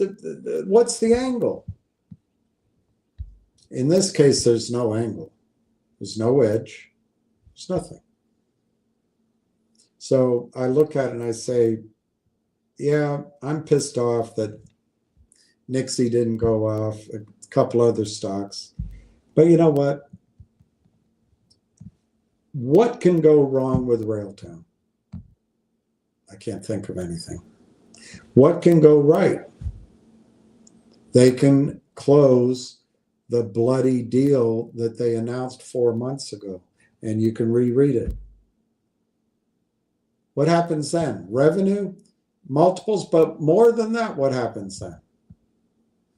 All the buyers that couldn't buy can start buying. So does it go? I mean, I can take the 300 and do all my chopping. Let's just take a third of that. Gets me down to $99. Let me take a third of that. Gets me down to $33. Let me take a third of that. Gets me down to $11. Let me take a third of that.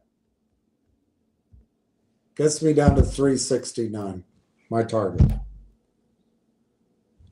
So I'm thinking I have a chance to make 10x on my money. I can turn a $10,000 account into a $100,000 account, possibly in the next 2 weeks. Could take a little longer. All I've got to do is be willing to sell these stocks that I lost money on. All right, I'll do that. Boom. Decision made, and then you wait. We'll see what happens. I'm sorry, CB, that I lost money for you. I'm sorry for it.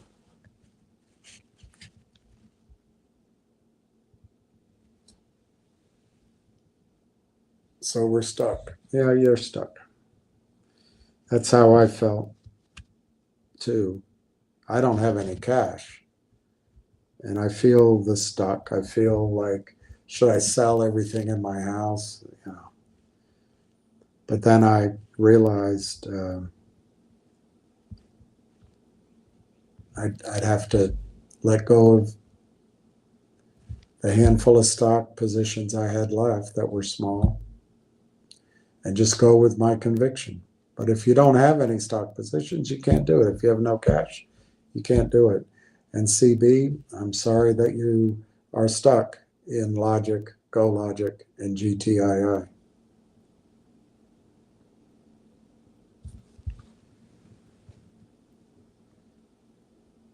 Oh God, Juneteenth.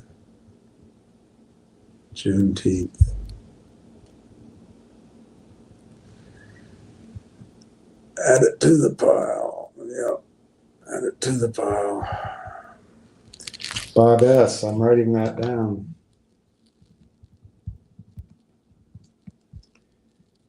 Wow.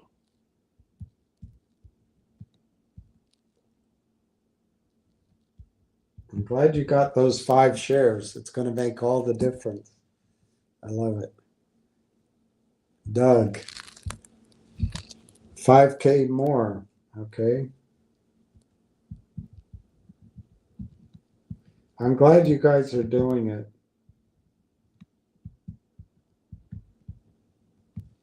I'm glad you're doing it.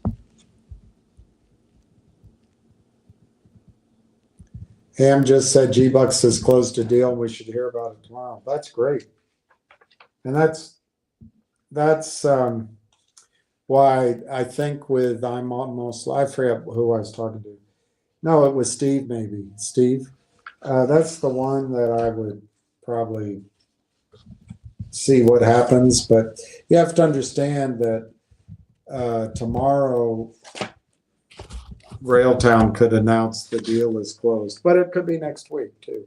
But yeah, I think looking, David, at G-Bucks, I think the gold deal is likely. But if they close that bigger deal, wow, G-Bucks could really run. So that's good news, David. That's good news.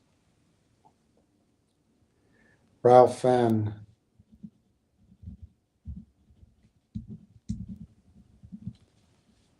$38K. That's awesome. Do you contact from him? Trump said it will end. What your thoughts? Well, it's a poorly written. Makes me almost think it was written by a computer. It's not going to end. Trump's worried about World War III. It's not going to end. What's it anyway? What's it? I personally, I think I'm giving you your way out, Railtown. Now, let me just quickly comment that if G-Bucks goes up like a shot tomorrow, I'm going to have sold it and I'll miss out. But that goes back to that idea. Maybe that means I could have thread the needle better. Maybe I could have danced a little bit better. But my goal for me, it doesn't have to be yours, my goal is to own Railtown. Railtown is not chasing a short. I'm sure shorts work. I haven't seen one. Have you? Yes, they did work. Finger work, GTI work, CRT work. They all work. They all gave us 10x every single time. We could have gotten our money out, but we didn't have the courage to get out. So it's just tough. It's just tough. With Railtown, I don't think you'll ever have to make a sell decision. If I had to predict, I think Railtown will be purchased by NVIDIA. I'll pick one. Do you think Ham contact Trump will end naked short? No, I don't think naked shorting is going to end. Not in our time frame. Not under Donald Trump. It might stop. It might end after the Chinese or the Russians or Abu Dhabi has a better market. But no, I don't think it's going to end. Hey, Matthew.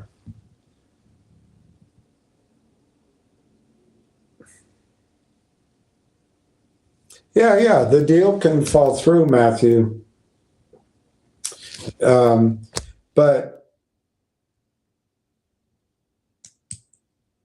a couple of things. If it were to fall through,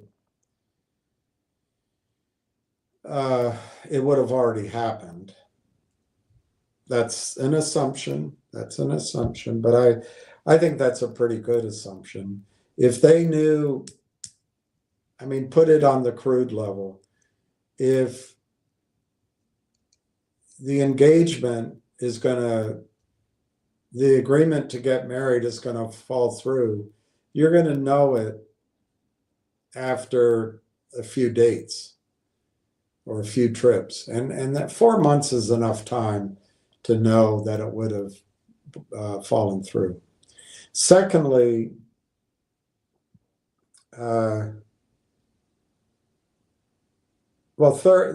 three things. Secondly, the stock price isn't telling you that it's fallen through. The stock price is telling you. The stock price is up. That's not our buying. Somebody else is buying it in enough.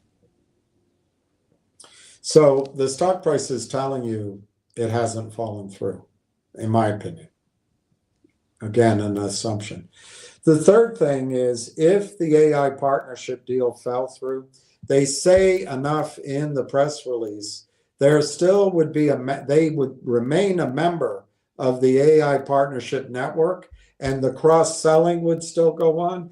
And they specifically state in their press release, the AI Partners does, that they want to use conductors across all of the 163 companies and their clients. So I actually think, yeah, it would be disappointed about my high number, like my fantasy number of $300 over time.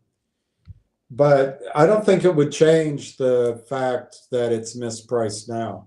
I think it would still go. I mean, just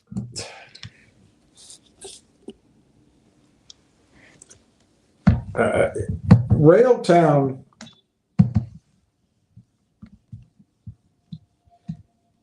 I showed you that AI could be $15 trillion.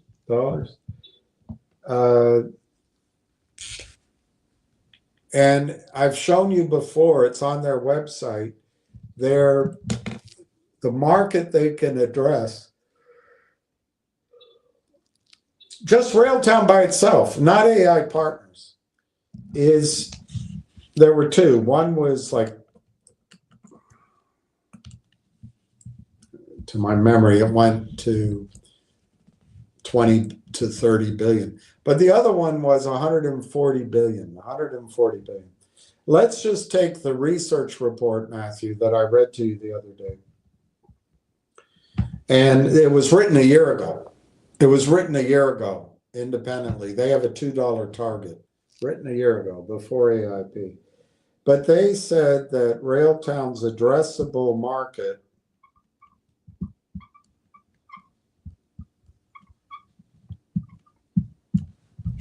was $3 billion. $3 billion.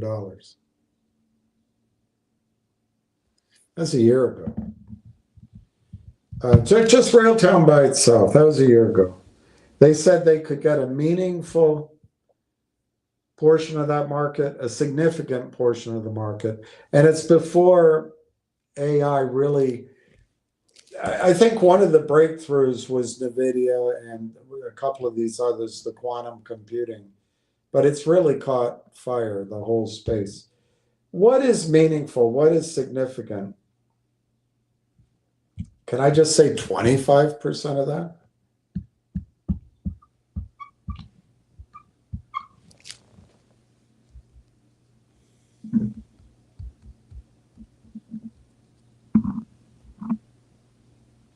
That sounds significant. 750 million. Let's not multiply it by 150 or 100, but let's just multiply it by the average of 91 deals at 25 times.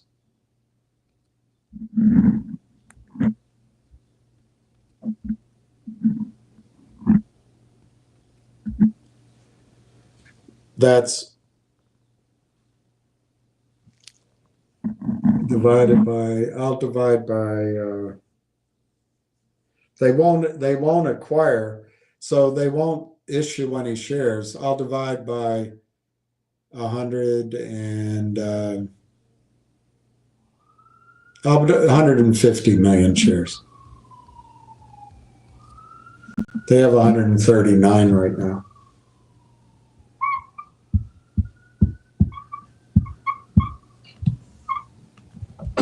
That's $125.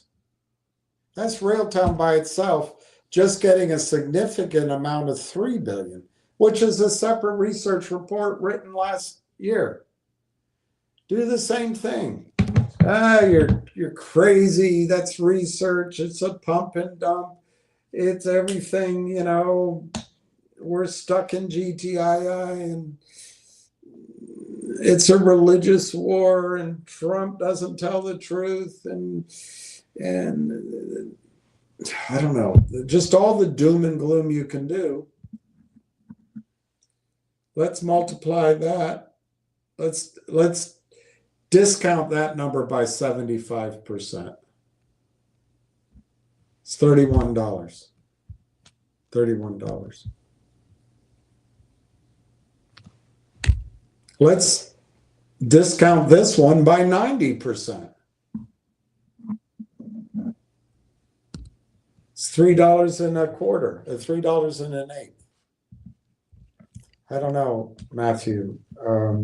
If the deal fell through, it would not change the fact that you can make 10 times your money. It would change maybe the long run high number. The deal's not going to fall through, though. I don't think it's going to fall through. It's always happened to others, too.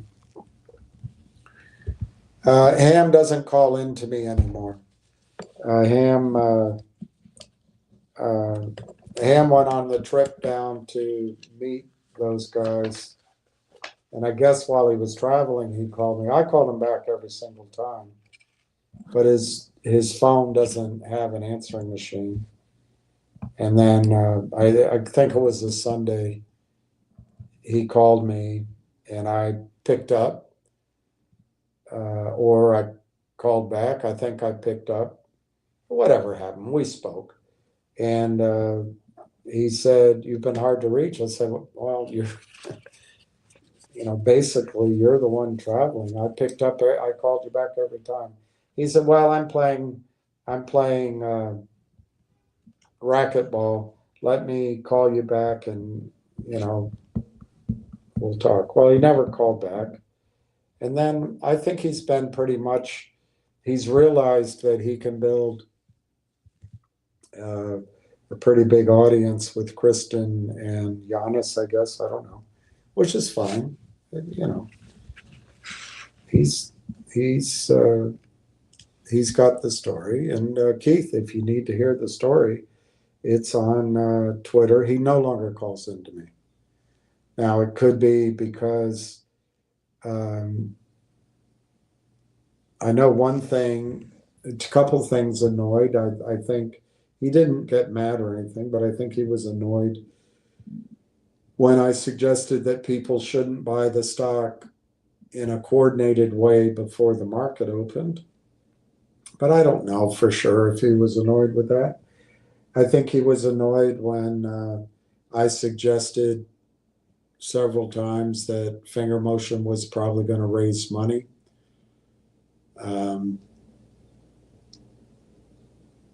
He might have been annoyed when I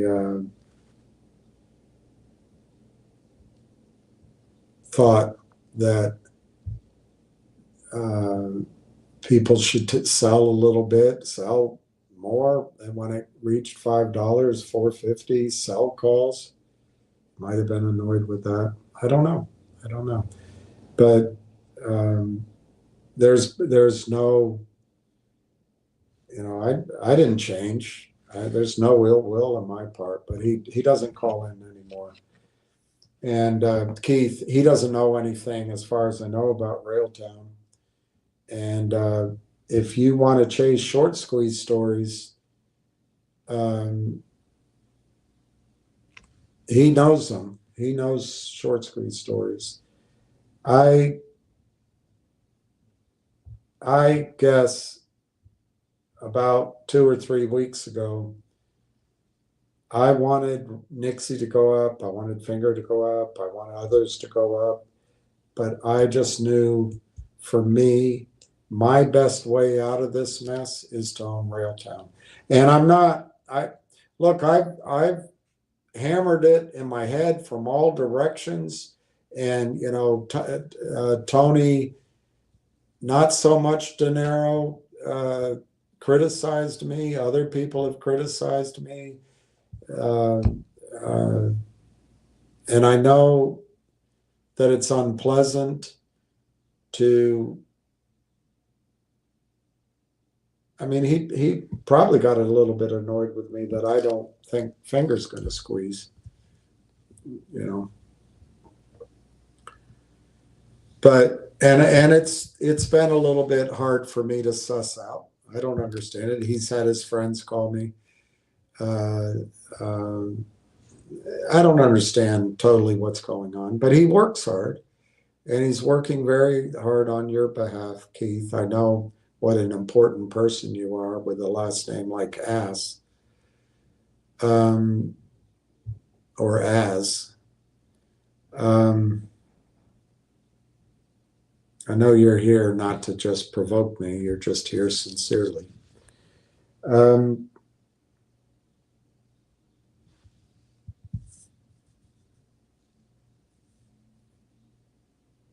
I don't know how to put it to you, Keith. I don't think finger motion is going to squeeze. I think G-Bucks has that chance. I think G-Bucks has, potentially, if I had to guess what news is coming tomorrow on the G-Bucks, it's going to be the gold deal. Because I just showed you. I went back through the news stories, and that's the one I think it could be.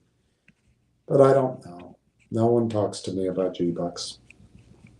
And so if G-Bucks were to go to $4 or $5, that could catch. That could catch, and it could start to run. It's happened before. And that would be a brilliant stock to then sell and for me and come back to Railtown. My problem is, I mean, now that it's today, and if that's going to be announced tomorrow, the odds are Railtown's not going to announce the closing of their deal tomorrow. It would be too much to ask, right? But if it happens, I'm going to have to say to myself, well, 2 weeks ago, you made the best decision you could. It looks like you could have waited and you could have sold G-Bucks at some high number and buy more rail. And I'm just going to go, darn it. But it wasn't the wrong decision because Railtown could have announced any day over the last 2 weeks. When Railtown announces that the MOU has turned into a binding LOI, people are going to be able to buy. There is the matter of the 40-day shareholders meeting, so maybe it goes up in stair steps. But I'm just going to be happy with what I have of Railtown. I may have missed out on G-Bucks. We'll see. But I did sell, same process with Nixie. So I built it with Railtown. But thank you for pointing out that Ham hasn't called in, and thank you for monitoring. Ham doesn't call in, and he does not call me anymore. How does the market continue to rise when we're break? I told you the market would rise. I found my card. Now I can't see it. Where is it? Is that it? I've been telling you the market is going to climb a wall of worry for, here it is. My target on the S&P, and this was months ago, 8,500. On the Dow, 65,000. On NASDAQ, 30,000. Russell, 4,000. Gold, 5,000. Silver, 120. And I said that I might be too high, but I wanted to be dramatic. I still think that's going to happen. And I said it could happen this summer. Why does the market keep going up even with war? Because war is money. War is the Western financial system reclaiming dominance financially in the world. War is rebuilding Gaza, rebuilding. War is higher oil prices, which, believe it or not, is good for the banks up to a point. War is full employment, all sorts of things. But ultimately, the reason the market's going up is a lot of the guys wearing red socks went to cash and they shorted, and they're missing out on the rally in the market. You've got G7 going on. That could be good, I guess. And the other thing is there were rumors that there was going to be a peace. I don't think there's going to be a peace.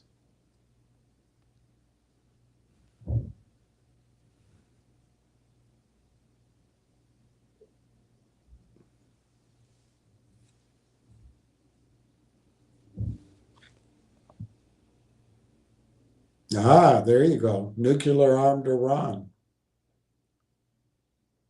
Israel is making the case. Oh, I see what it is. I see what it is. No, I misunderstood that. Israel isn't making the case. It's just that by attacking, yeah, same argument we made earlier. All right, and we're almost done. That's great because I gots to pee. Oh, I didn't know that. Sunday at 8 p.m. the market's open, and Nixie is trading on Sunday. That's neat. I wonder if it's trading on a different exchange or something. I don't know. All right, Jamie Renzo. Oh, go on then. You must be a Brit. You must be a Brit. Oh, go on then. All right. Yay, 12,000.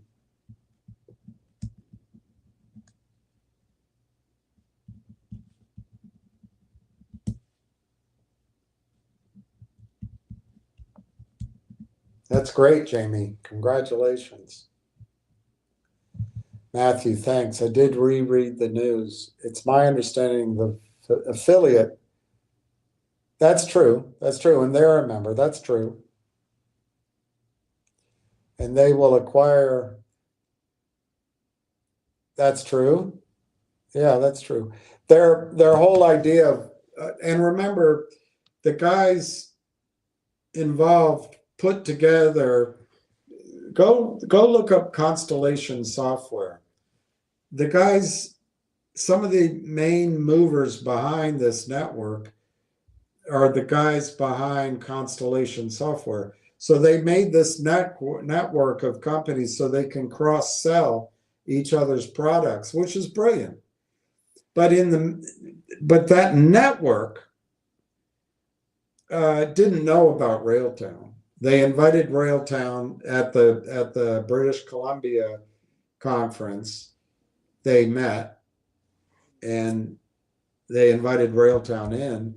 And then they saw what Railtown had. Railtown saw what they had, and they combined. But had Railtown never come in, their whole goal was to, as a core company, is to roll up the best of these 163 and then incubate the rest.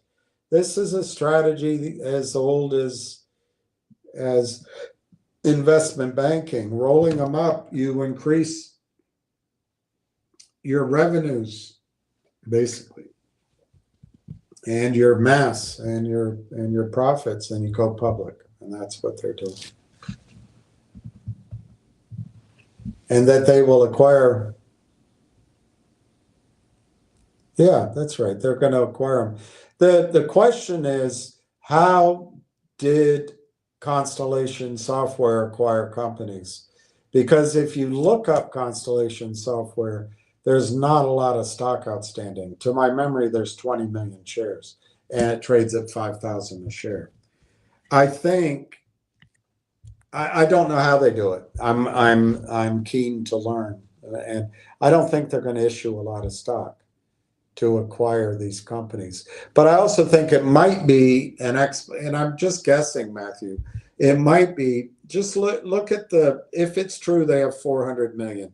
That means probably 20% of 163 companies do 80% of that revenue. So if they're focusing on the best companies first, let's say it's 30 companies. I don't know. I'm just guessing all this. Maybe that explains why it took 4 months rather than 1 month to approve this deal. Maybe because they've done this before, unlike the guy at Logic who announced that he was going to do 7 to 8 deals, he did 1. Because the problem is, if you do them one at a time, it scares away the other CEOs. Because if you do one, then the value creation, it's like those Russian dolls, ever smaller, smaller, smaller, smaller. But if you can get that core in all at the same time, you can price it for what it's worth, and you come out of the gate kicking ass, kicking AZZ. And that's what I think. My prediction is we're going to find out that the CEO, pretty smart, he realized if he announces they got the deal done, Railtown buys AIP Partners. Okay, great. And now we're going to go acquire the best of the best. And they do one deal. And they go to that CEO, and the CEO says, I want 1 million shares at $5 for my company. And he says, well, sounds a little high, but all right, we can do that. But then it comes when, because the shorts hear about it, the stock's trading at $1. Well, now I want 5 million shares for my company at $1. All right, well, we agreed to it. We'll do it. Now they got one under contract. They still have, in my example, 29 to go. Now he goes to the next company. And that guy, he had already been talking to that guy, and that guy was willing to sell his company for 500,000 shares at $5. And he looks at it now and he says, oh, wait a minute. You just did this deal for $1, but there's more shares outstanding. So I don't want to do, I no longer want to do my company for 500,000 shares at $1. I'll do, at $5. Oh God, my brain. At $5, I'll do, I don't know how to get this right.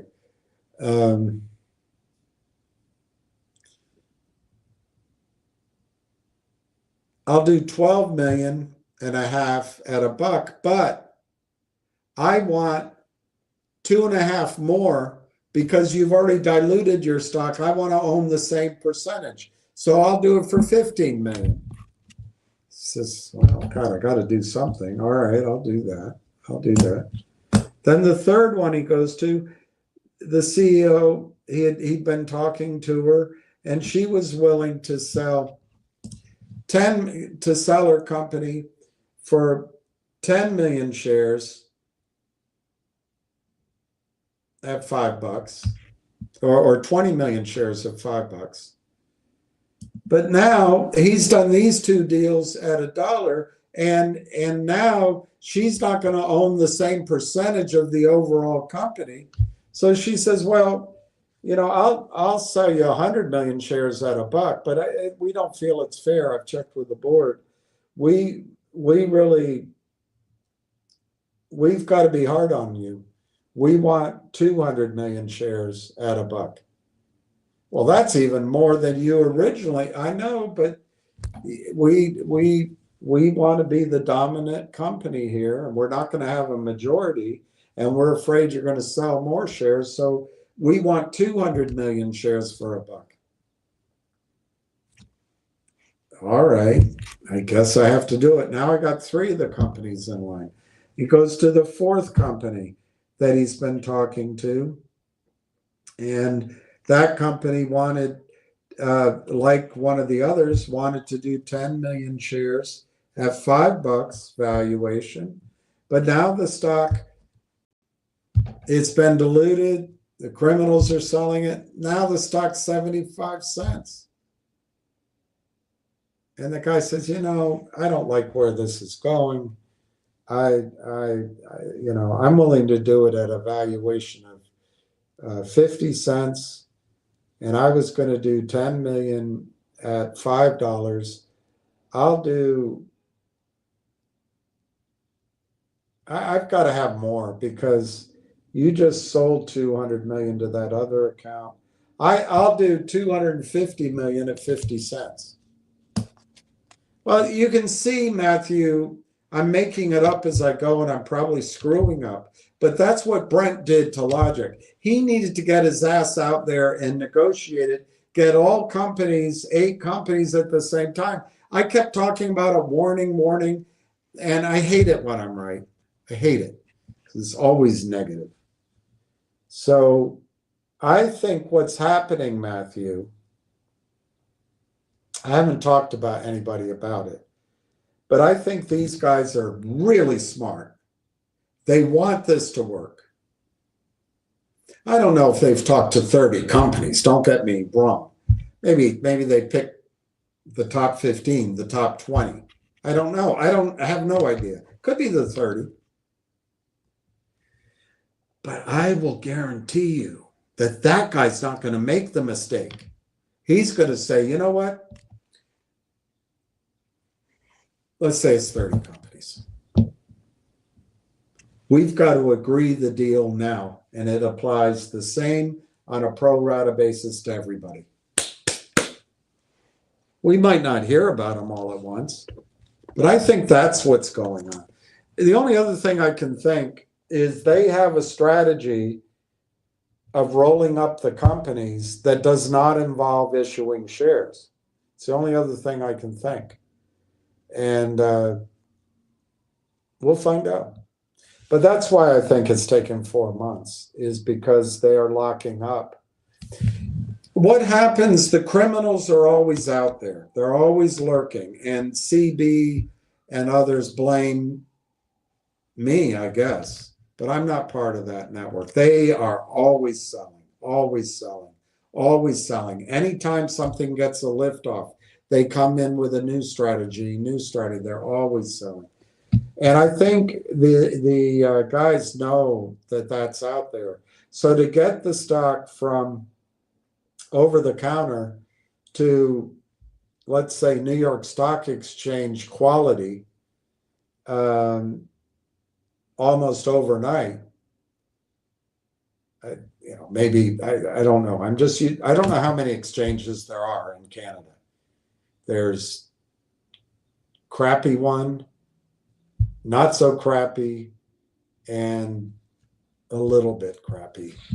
There's the Toronto, the Neo, and the Vancouver.